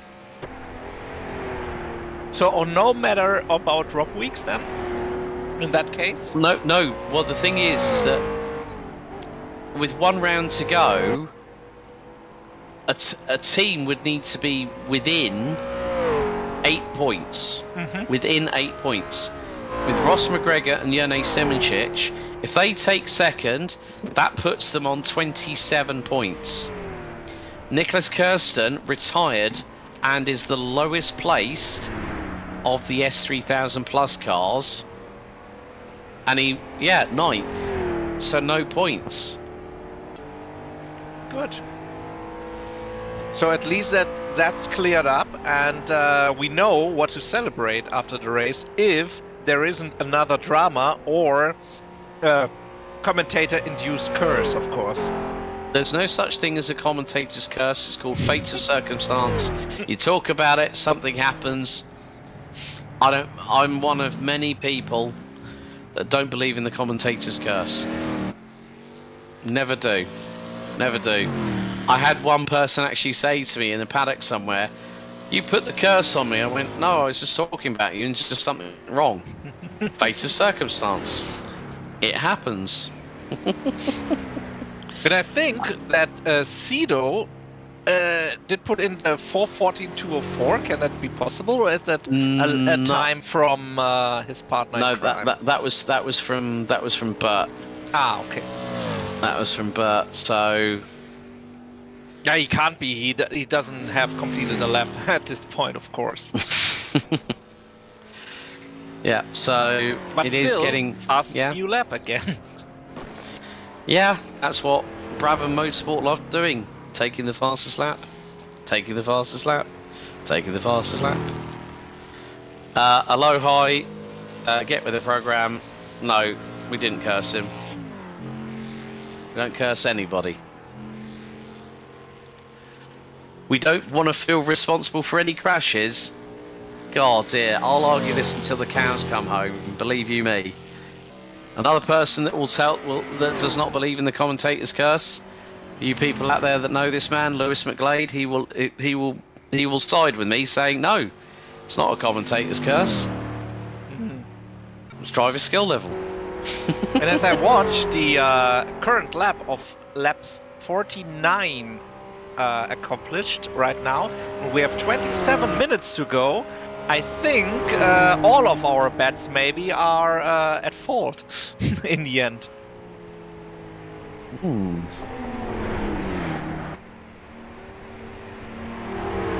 Yes. So we're on lap 50. Just started 49. So we could be in for 6 laps, which puts us on potentially 55. Which Somebody is what said 55. I said 55. Yeah, I know. But I think it could also be 56 now. But let's see. Well, the jury's not out on it yet. We haven't had the checkered so far, gents. So we'll wait until that happens. But at least we'll hit a half century. Oh, yellow out in sector 1. As Sido getting very well. I think the thing is that Sido's now just bringing the car home. That's what he's wanting to do. Just get the car home, take another win, or take a win away from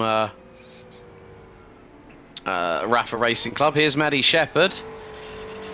Looks like also that the 2000 championship could be wrapped up, and that's at the moment. Well, Matt Wright, even if he's down to have scored points, I'm just going to have a look here. Matt Wright would take. Let's have a look. Just trying to work this out now. Matt Wright would be placed 6th, and that would put him on 1 point if he scores, unless if it's a DNF. And it's classed as an actual DNF, then it will be 0 points on the board, which means that Maddie Shepherd could wrap up the S2000 championship today. Also, great time for victory here at Spa. Many good restaurants, so yeah, maybe even some with a Michelin star. I don't know. Maybe with a few good Belgian beers, possibly. Yeah, but no ice cream, of course. No. Unfortunately, Jonathan D's nicked all that. He had the ice cream van start playing its jingle, and then went, right, okay, ice cream's on me. As in, I'm gonna have it all. Yeah, you scream, I scream. And we all scream. Yeah. What very interesting that. Sido did put up 10 seconds after his pit stop on McGregor in the last 2 laps. Yeah, I've noticed that with the sector times that Ross is hemorrhaging about 2 seconds a sector. He's lost 1.8 in sector 1 this time around. He's lost 2.6 seconds in sector 2.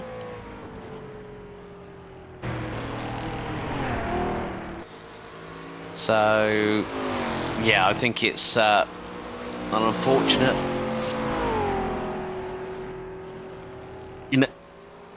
inevitability, and yeah, so 14 out of 29 drivers stroke teams left here at the Carrera des Ardennes here in Belgium. Oh, Robin de Vos, careful of how close you flirt with the fence on the right hand side.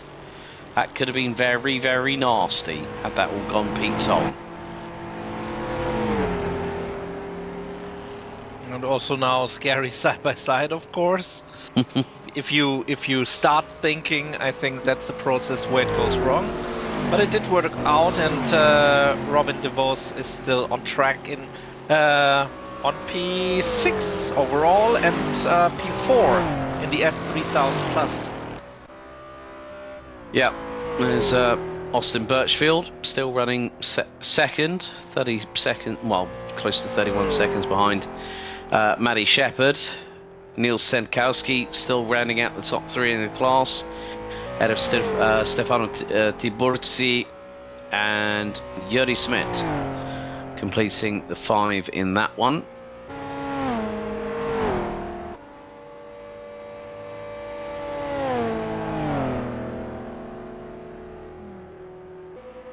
It really seems that they are stretching more and more off the track behind his buildings. So getting more and more confident in the late stage of this race to cut a corner or two.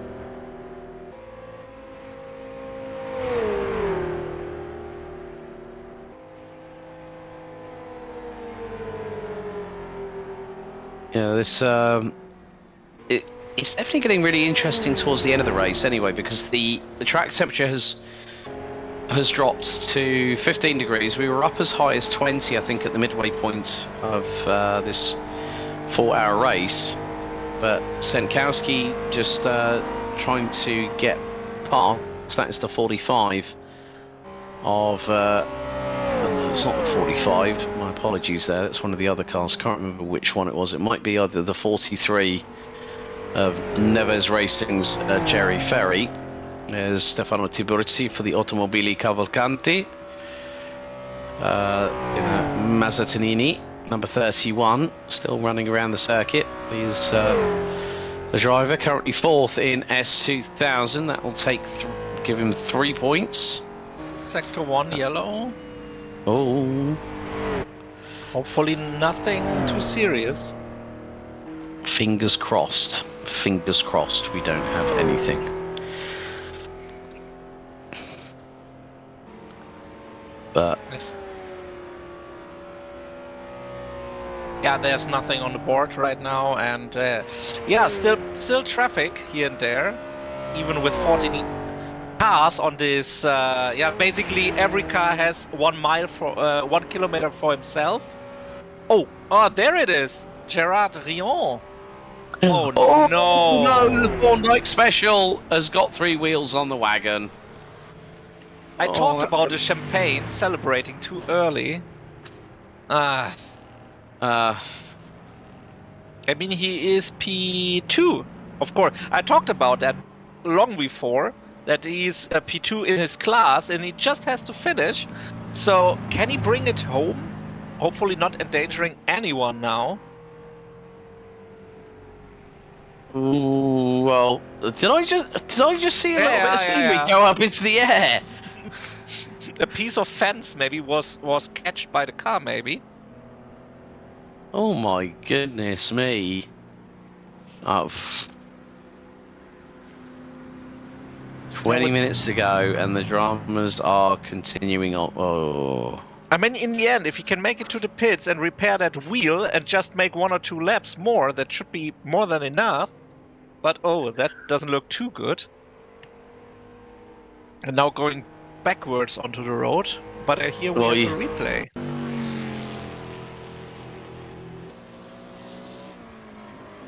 Okay, so it goes sideways. And he rolled it. Oh, not good at all. Flippity flop, but he ended up on his wheels. Man, yeah. He's still trying. I mean, I would try it as hard as I could in this position, being P2 in the class, and just has to finish it. I mean, basically, if he gets into the pits and repairs, that's good enough. But I still don't know where he is. Is he on the road to Blanchimont? Oh, it's a halfway of the lap. Ah, that's bad. I mean, there are some, like the kink and something like that, that will be a huge struggle. Hopefully he's checking his mirrors and the traffic. Yeah, it's not what you want at this later stage of the race itself. That is a big amount of damage. So left front upright, wheel hub, lower suspension arms, ball joints, wheel, tyre, brake disc, brake pad, brake caliper.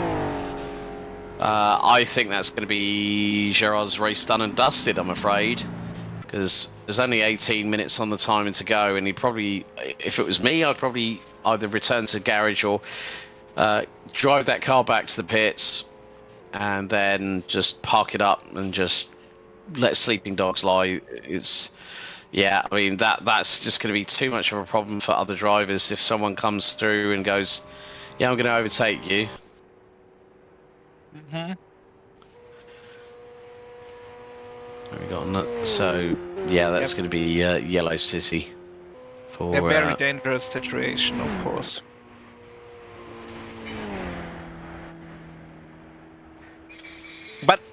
still hope he manages somehow magically and have a 50-minute repairs or whatever, and then it's good to go again. I mean, in the end, if he makes it to the pit, is that a DNF technically? If Well, he no, that depends.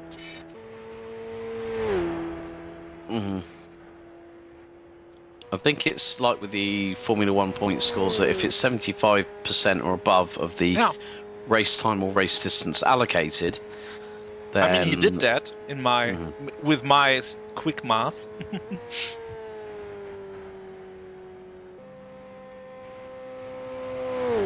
Let's see what comes out of this. I mean, losing a P2 like this, yeah, that's also horrible. All I'm going to say, the accompanying music with Gerard Rion is da da da da da da da da da da da da da, like literally just crawling back to the pit lane with 16 and a half minutes to go. But he's not the only one to have attempted, and actually one did succeed, which is David Bakker-Celadon, but Celadon then decided, well, it was too much repairing to be done for him, and then ended up retiring from the race itself. Was the second 3,000 plus to do so. So it just goes to show that sometimes luck is not on your side at certain points in the race, especially when we get to the last 15 minutes or so, as we are coming into the dying stages of the race here on the Genisus Extreme YouTube channel. A big thank you to everyone that has watched so far. So BAP Golden Eagle goes, there goes my 50 lap bet. Glad I placed no money on it. No, the only thing that we do is that it's just a sportsman's bet. There's nothing gained, there's nothing ventured. It's just we put up, we basically say what our guess is, and we go from there.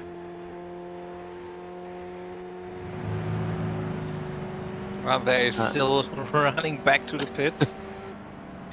He says Ryan might as well just keep rolling over the finish after waiting before the pits. No need to repair.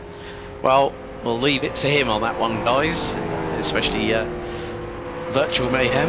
You can just see that Gerard is just going, yeah, I'm going to take my time. It's probably going to be the slowest lap of the weekend, to be honest with you. At least he is safe. I mean, we have seen much more troubling cars crawling back to the pits in the last couple of races, where they went like left and right over the track. So this looks okay-ish in comparison.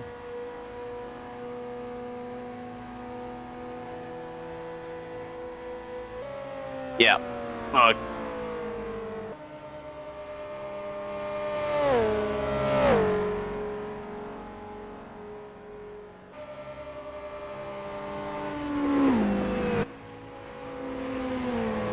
So the retirees that we've had from this race, for S3000 plus, number 15 Jonathan D, number 01 Mike Honcho, number 3 Nicholas Hilbrand, number 11 David Bakker-Celadon, number 10 Nicholas Kirsten. Retirees from 1500, Quentin Chavito, Steve Carman, Darren Andrews and Rob de Vries. S2000, we've lost Matt Wright, Jason Field, Matthias Estrella and Filippo Marazzi. And then on S3000, Danny Foreman and Max Schrapper. But here is the race leader. And to be honest with you, the minute the Brabham Motorsport put Sidovaya behind the wheel, he has been absolutely flying. And now has a lead of 44.5 seconds from Rafa Racing Club's number 5 of Ross McGregor. Larry Salminen completes the top 3 overall, a further 85 seconds behind the Scotsman in second place. Martin Bayer currently leading the S3000 class, ahead of Maddie Shepherd, with Robin de Vos rounding out the top 6. Austin Birchfield, Niels Kowski. So Ted Ho leading the way for the 1500 class and 10th overall. Yuri Schmidt, Jerry Ferry, Gerard Vrion, and Adam Komorowski rounding out the 14 runners and riders. So it has been. I'm just going to say we need to do a bit of Thorndike watch, aka Gerard Vrion, because he's definitely, yeah. So folks, just to give you an eye in context, first sector for Gerard Vrion, a 2-minute 18.0, and then sector 2, 5-minute 8. That takes a while. Mm-hmm.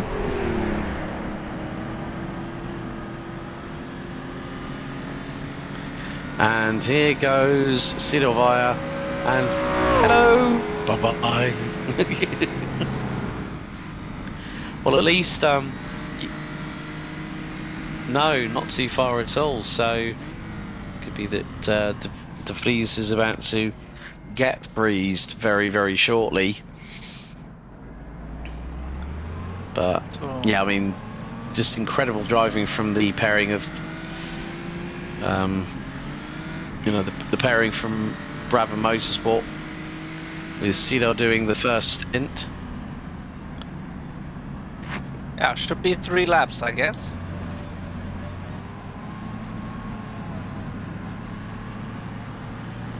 Oh, so that will mean 56. Oh. At least my predictions are good today. I mean, I did not bet on that, so it's half and half. Ah, there he is. Finally, he made it. So maybe his pit box is after the line. Would be good. So this would be a completed lap. He has arrived. And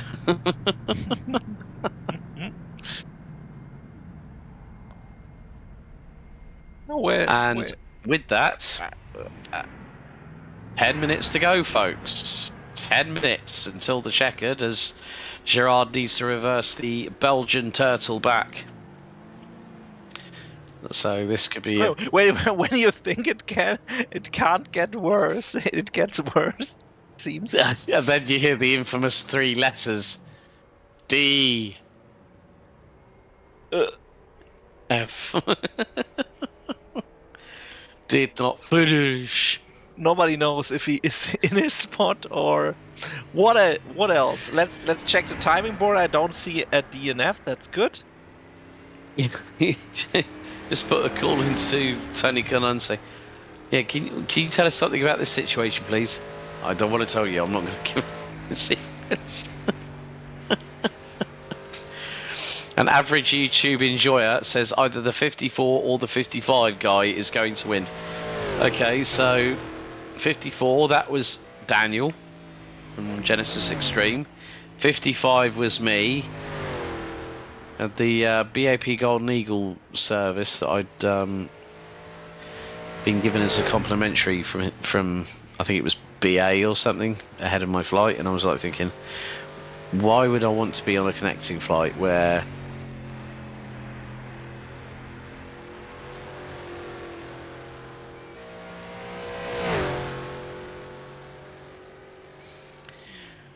but the good thing is Ross McGregor bringing it home for Rafa Racing Club. Yes, the gap might be nearly 60 seconds. Again, it was probably the best part of nearly it was over 80 seconds by the time that Bert from Brabham Motorsport decided to pit and then handed the car back over to Sidovaya. Yeah, you can see that I think Rafa Racing Club are going to be happy with this second place finish. So for also doesn't look too stable on the straights. No.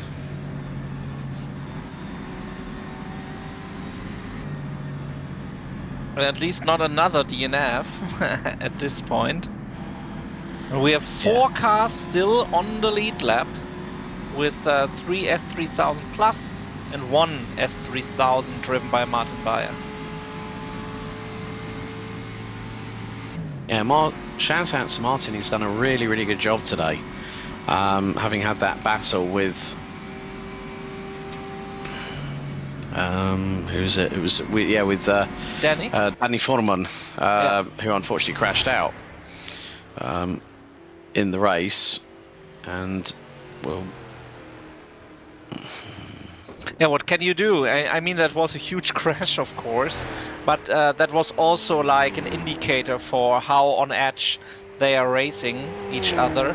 I mean, for, I don't know, 10 or 12 laps, they were so packed together, like the leaders of the S3000 Plus.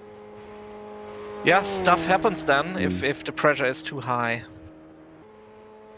Yeah.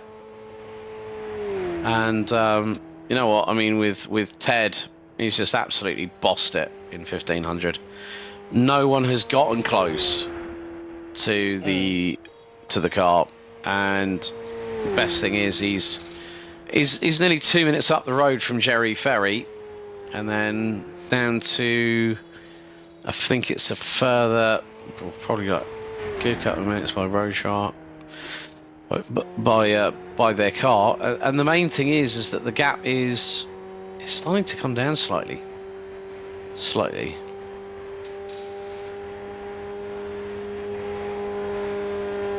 But there should be no problems, but we have said it so many times and then stuff happened. So yeah, hopefully he will manage to finish this now. Yeah, 5 minutes to go basically, so the end is near.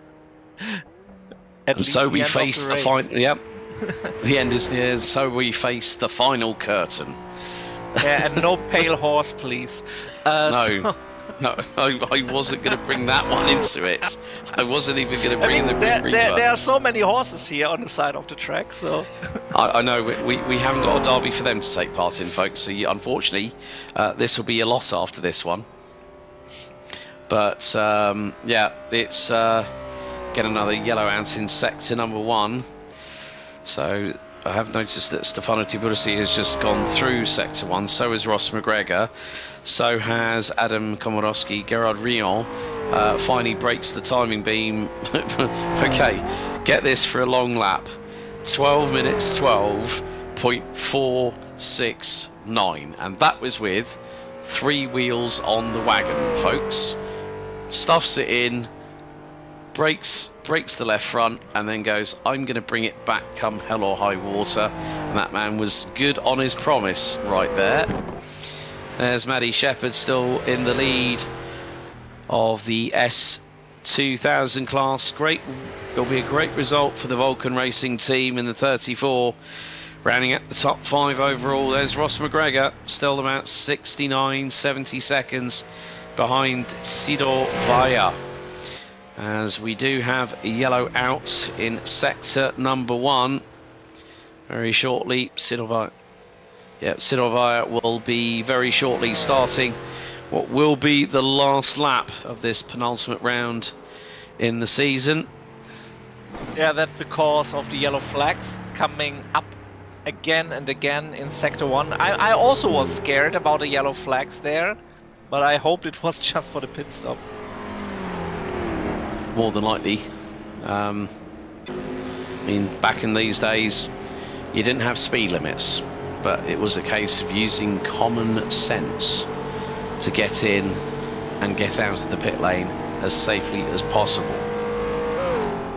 But, well, it's going to be a nigh on formality for Brabham Motorsport. Oh, Birchfield in the pits, sorry. Oh! P2 in the S2000 class, but okay, Niels Sankowski is 2 laps behind him, so it shouldn't be much of a trouble. Already driving again, so just a little splash and dash for basically 1 lap. Yeah, it's very much the case. But Sidor Vaya leading the charge for Brabham Motorsports. And is going to come through the hairpin. So, last lap of the Carrera des Ardennes gets underway here at Spa-Francorchamps as the Brabham Motorsports number 8 goes across the line, will break the timing beam, start lap 56. Oh, I was one lap off of the 55 it is. Well, we're starting lap 55. Well, we've finished lap 55. We're now on lap 56. It's now lap 55. So good batting. So yeah, at least one was right. Well, one will be one off, as in we're on lap 56 at the moment here, Seb. But you can say it again and again. We are on lap 55. I'm sorry. It will be lap 56 when we hit the checkered. Well, that doesn't work that way. It does. It does. I mean, do we? The time is running out. Do we have 1 + 1 lap or? No, we don't. As soon Yeah, okay. no. This is the last lap. As soon as it hits 0. Okay. That's how it works on the R-Factor 2 platform. There Yeah, won't be that's any... why I'm wondering. Oh, good. Yeah. So we're on, and here comes Ross McGregor, 1 minute and 12 seconds behind in second place.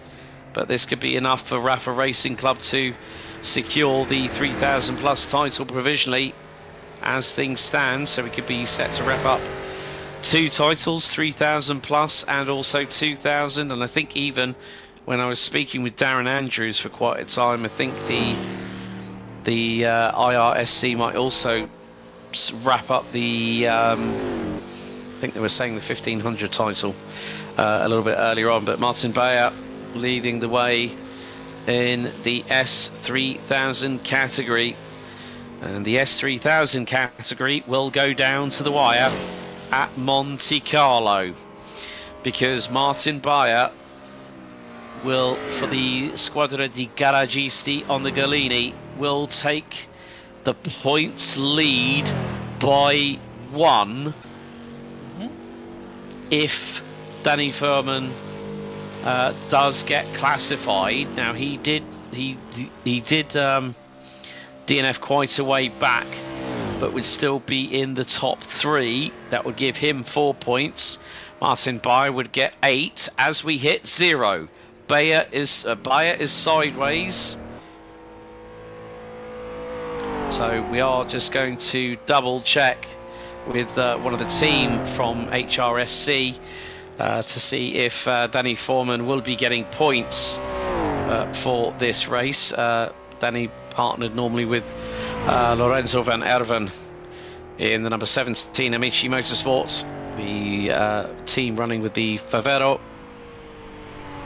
For the last time, let's enjoy Sido Vaya going through these iconic corners on the 1960s Spa-Francorchamps.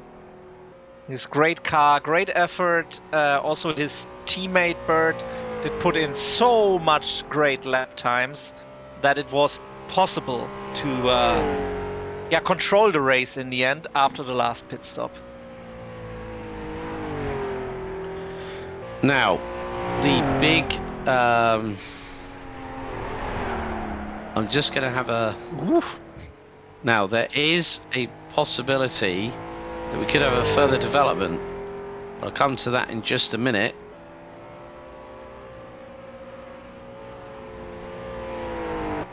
But if memory serves me correctly, yeah.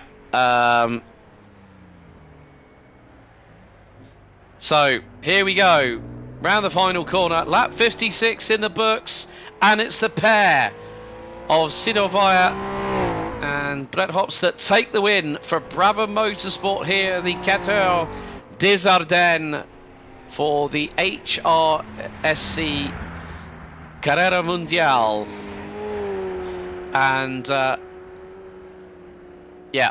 we've just had confirmation that it's going to be that Martin Bayer is going to come across the line, win the S3000 class.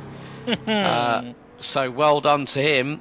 Further development, Steph Hermans has just said that it's going to be the case that, well, Neil Senkowski crosses the line in 8th. Jerry Ferry is about to come round the final corner and take 2nd in in the 1500 class.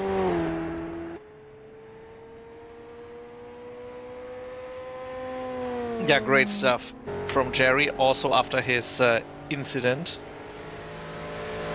And also from Ross, to keep it on the track, we could see how he has to even manage the steering on the straights to get his car going. So yeah, no doubt he losing some time there, but he went over the line, or he is now in approach of the line, and finally makes it with this damaged car to a P2 overall. And with it, provisionally comes the HRSC Carrera Mundial 3000 plus title with a total of 27 points. But what can you say? We have had confirmation from Stefan Poundmans that if someone has retired before the 50% mark of the race, they do not get any points. Which means, well, I think it's going to be the case that, well, looking at 1500 class, I think it has been wrapped up with Darren Andrews and Riley Wyans. Adam Komorowski comes across the line, will finish in 13th place, as Lari Salminen will take P3 in the P3 overall. That'll be another 4 points. Ted Ho in the number 45 will come across the line and take the win in the 1500. But, well, what can you say about this race? Maddie Shepherd looks like the 2000 title is also possibly going to be in the bag, because with a 2nd win in a row, Maddie Shepherd brings the Vulcan Racing number 34 across the line here at Spa to take the win. And what's more, by a country mile. She's going to win by north of a second ahead of Austin Birchfield in 2nd. Yeah, great driving, of course. I'm a little bit scared that Jory Smith has a DNF now in the timetable. Maybe because he pulled out of the car? Hopefully. Well, not 100% sure. So, yeah, so here we go with the results for this. So, Sidovaya takes the win for Brabham Motorsport across the line, winning by over a considerable margin over Ross McGregor from the Rafa Racing Club, partner with Jone Simoncic, Lari Salmonen in 3rd, ahead of Robin DeVos, with Jonathan D showing in 5th, Mike Honcho, Nicholas Hilbrand, David Bakker Celadon, and Nicholas Kirsten rounding out the top 9 strong in the 3000 plus class. Martin Beyer, the only driver to finish the distance, to go the full distance in the S3000 classification. Danny Furman and Max Schapper both retiring before the halfway point of the race itself.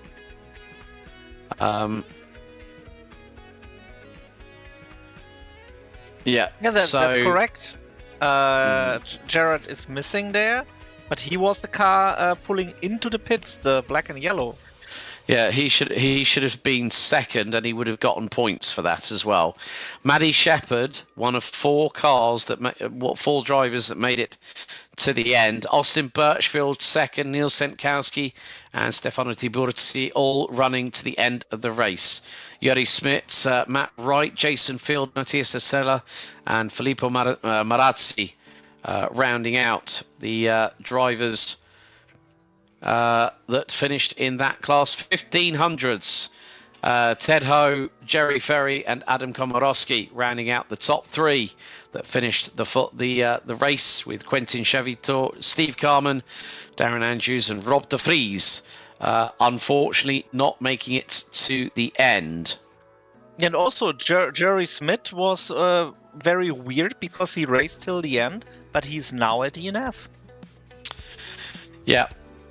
Okay, well, let's bring in our first driver in for post-race interviews for the Carrera Mundial 4 Hours of the Ardennes. Martin Bayer, congratulations, our winner in the 3000 class. A pretty testing race, wasn't it? Yeah, thank you. It definitely was. So first half of the race was an amazing fight with the Ferrari crew there, with Danny.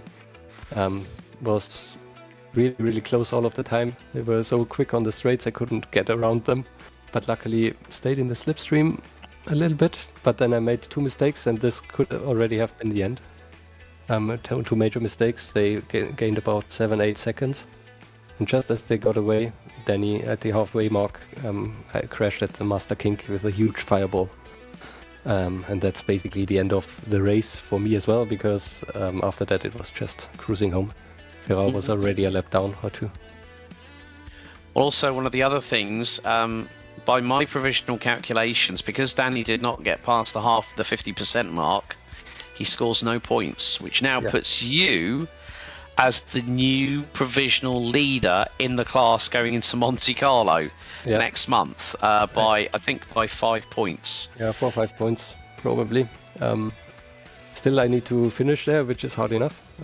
They are quick always, so let's see how that goes. But of course, it was huge for the championship today. It was going to be the make or break round. But congratulations on the W, Martin. Anyone you'd like to thank before we let you go? Basically, everybody that was with me in the chat in my live stream today was pretty good. A lot of people. Was quite fun. They kept me alive for the final 2 hours. So that was good to keep up the concentration.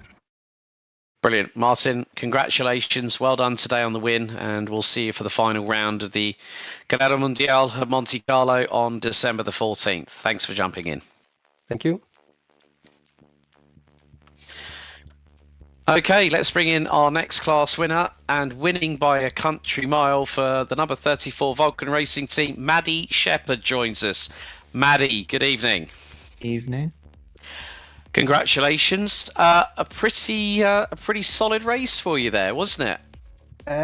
Yeah, it was. I wouldn't call it straightforward. There was the thing with the fuel. We were about 2 laps short, so we had to do a little quick stop near the end, and there was a few offs where it was just getting tunnel vision because it was so long the race and nothing was happening. But I was pretty happy with the pace. I don't know what happened to Matt Wright. I need to look back through the race, but apparently crashed out. So yeah, we did have quite a few big crashes. To be honest with you, it's not been an easy race out there at all. I think we had over 50% of the entire field, if I'm completely honest with you, decimated. I was saying to Darren Andrews a little bit earlier on when he came in to have a chat. I said to him, it's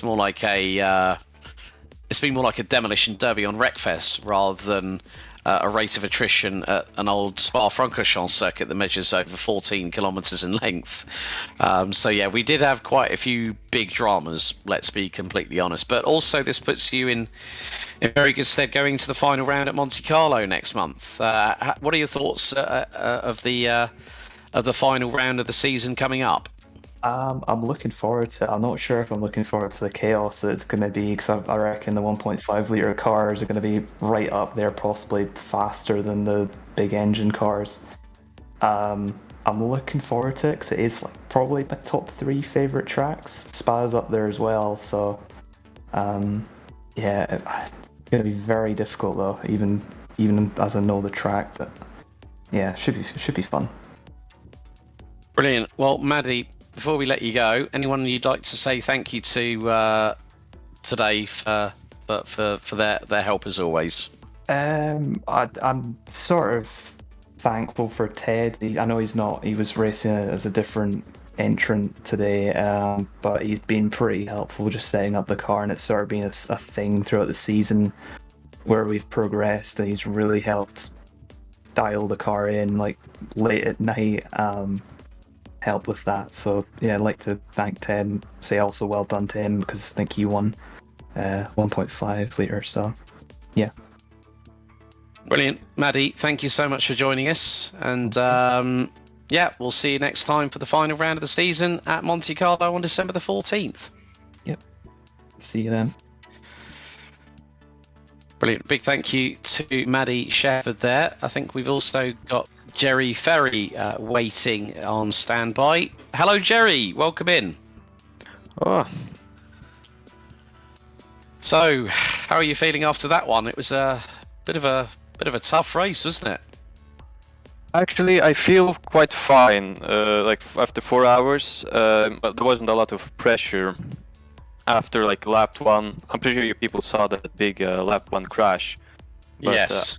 It was awful. So after that, was just, try to get the pace, keep up with Ted. But after an hour, I just realized there was I did not have the pure pace and consistency to just keep up with him. So I just kind of relaxed, chilled, and from my attitude, this race was just finish this, get some solid points, don't do anything special, and all that stuff. And it did go well. No big mistakes, no damage on the car, and just boring race. Still, you got pretty good points at the end of it all anyway, though, so you can't... At least there's always an upside to a race that you managed to get through. I think in total, you actually made up 8 positions from your starting position on the total grid to finish 12th overall. But still, nevertheless, a pretty good way to see out the penultimate round of the season. But of course, we've got Monte Carlo on the 14th of December, which is the shortest route on the calendar, but also one that could bring a lot of chaos to the season finale. Yeah, that is very true. But this just shows how much consistency matters. This happened in Longford and Le Mans. As you see, like if you don't crash, you will have good position. For me, like lowest class, if I do good, I'm consistent, I will be in the middle of the pack just because of natural attrition. And well, with Monaco, that will be a bit more crazier because everyone will be very mixed up, and will be very interesting to see how it will be in the next race. Brilliant, Sherry. Well, congratulations on your second place here at Spa-Francorchamps. Anyone you'd like to thank before we let you go? Actually, I want to thank Steph because and other guys at Paddock voice chat, because it's very hard to keep focus when you're alone. So being with other people helps a lot with focus and concentration and just not going mad. So I want to thank those people at Paddock voice chat for today. Brilliant, Jerry. Thanks so much for joining us, and we'll see you for the season finale on the 14th of December at Monte Carlo. Yeah, it will be my pleasure. So, big thank you to Jerry Ferry. Let's bring in our next class winner, Ted. Ted Ho from the 1500 class for Midwest OSA. Congratulations on the W, my friend. Well done. And thank you very much for the pronunciation of your surname in chat. Very much appreciated. Sorry, I've been called everything that isn't Ho. I've been called Huff, Hugh, How, Hog. I've heard a bunch of them. Luckily, mine's easier. Normally, it's a downgrade to say it right. Yeah, exactly. When it's 2 syllables as well, it just makes a lot more sense. Correct. And yeah, so pretty much a pretty good race. 9 places gained, finishing in the top 10 as well. 10th place behind Stefano Tiburzi in the 2000 Automobili Cavalcanti. I mean, it was a difficult race for the 1500s out there, considering the 40-click kph speed differential, but you made it work. Yeah, I in regards to the attrition, I think that unfortunately Darren got caught up in a tangle with a higher class car on the first lap. And just by the nature of the 1.5 liter cars, being slower than everything else on the circuit, when we start in a big wave, when you get towards the end of the first, 1 to 5 laps, if there's going to be an incident that happens in that orange zone, and it happens, the 1.5 liter cars are going to arrive at it at speed, right? All the other car classes will be ahead of it, so they won't get caught up in it, but we're going to be the ones that show up at the scene of the accident, right? So that's really, really unfortunate, because I think just the nature of the 1.5 liter cars being so light, so low on power, so excellent handling, they're very, very fun to, get in a draft pack and race each other back and forth and make moves. The brakes don't fade as bad as the larger cars, like the Maserati 2 liter I was racing with Vulcan and Battlefield. And I had a ton of fun, but I really feel bad for everybody else. Yeah, we found that to be a over 50% attrition rate over the course of the broadcast by the end of it. But yeah, to still come through it, all smiles. Of course, Monte Carlo's next on the calendar, December the 14th, last round of HRSC Carrera Mundial. It's going to be another chaotic race. We know that for sure. I've been speaking to so many drivers saying, yeah, there's going to be chaos. I think also Seb was speaking to Nico Hilbrand a bit earlier on, saying, well, maybe you might end up in the local infrastructure or maybe in the waterbed, which could happen. But the 1500s, so you're going to be deciding to go back behind the wheel of the 1500s for the final round? Could be a good shout there. I really, really like it. I think the advantage that the 1.5 liter platforms have over the other middle classes, like the 3 and the 2, I've noticed with the OSA in specific that its differential is fairly strong compared to the 2 liter Mazzantini and the 3 liter Gordini that I was testing when I was considering doing a car swap. And so what you're going to have with a lot of low-speed corners at Monaco is corners where, you're backing the car into the corner on the brakes, and because the fuel tank is over the rear wheels, as the fuel burns off, all of these 1954 Carrera Mundial cars like to get very tail-happy, and then, you start having rear wheel locking from braking and the differential not having enough force to keep the inner wheel from locking when cornering. So you're accidentally, hand brake entry the car into the corner quite often. And when you turn it up on the OSA, the platform is really, really nice. So I find that I can get it into slow speed corners without the car wanting to come around on me. And the torque curve is wide enough that you can use second and third and fourth gear, even though it's a 4-speed gearbox most places. So I honestly think I'm going to be pretty quick at Monaco. I think I might be doing faster lap times than in me and Maddie's Vulcan Racing 2 liter car, personally. So I'm really excited for that. Brilliant. Well, Ted, thanks very much for jumping in for post-race interview. Anyone you want to thank before we let you go tonight? Oh, yeah, obviously, Maddie and Jason for letting me drive the larger class cars earlier in the season. I wasn't used to them, and I was really, really struggling. I think today was probably my first clean race for the entire time. So them tolerating me and let me experiment with setups and try things out and race some of the cars and just get more seat time, right? The fact I could get a whole race by co-driving 2 cars earlier in the season was awesome. Obviously, the organizers for making the pack and giving us the variety and being able to do the little historical role play aspect of sitting here smoking one of my cigars while I drive a 50s race car is very, very nice. It's a great way to spend a weekend. Sounds like a good plan. Well, Ted Ho, thank you so much for joining us. And we'll see you at the season finale on December 14th at Monte Carlo. Thank you, sir. See you in a couple weeks. Well, one final interview, and let's bring in one of the drivers from the team that is provisionally the 3,000 plus champions for this season of Carrera Mundial. From Rafa Racing Club, Ross McGregor joins us. Ross, it's been a while, my friend. Firstly, provisional congratulations are in order for you, Yerne, and of course, birthday boy and fellow Scotsman, John Munro. Well done. Yes, old man Munro. Yeah, nice to speak to you again, Alex. It has been a while. I know. But how does it feel? How does it feel now that provisionally you guys have wrapped up the title with a round to spare? Yeah, it's really good. We did this championship as like a bit of fun. And it's like the cars have been really great up till this point because I really didn't enjoy this track at all. I hadn't driven it before, unbelievably, because it's been out for like more than 10 years. So I really struggled, and Yerne wasn't having a great time either. He only did maybe a night of practice or something like that beforehand. So anyway, he did the first stint and did like a great job to mix it at the front. But it was quite clear that our car just isn't suited to this track as much as it is to like Le Mans and Longford. Yeah. But he kept us in it really, and then obviously our opponents sort of did the job for us. It just sort of like went left, right, and centre off the track.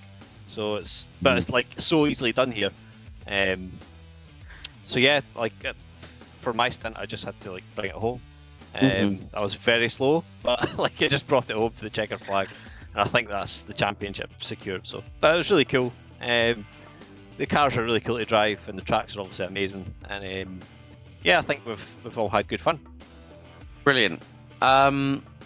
It's so nice because, like, for me as a commentator, you know, catching up with, you know, usual people that I've known for quite a time. We've known each other for quite a few years personally, before the traction days and all that kind of stuff.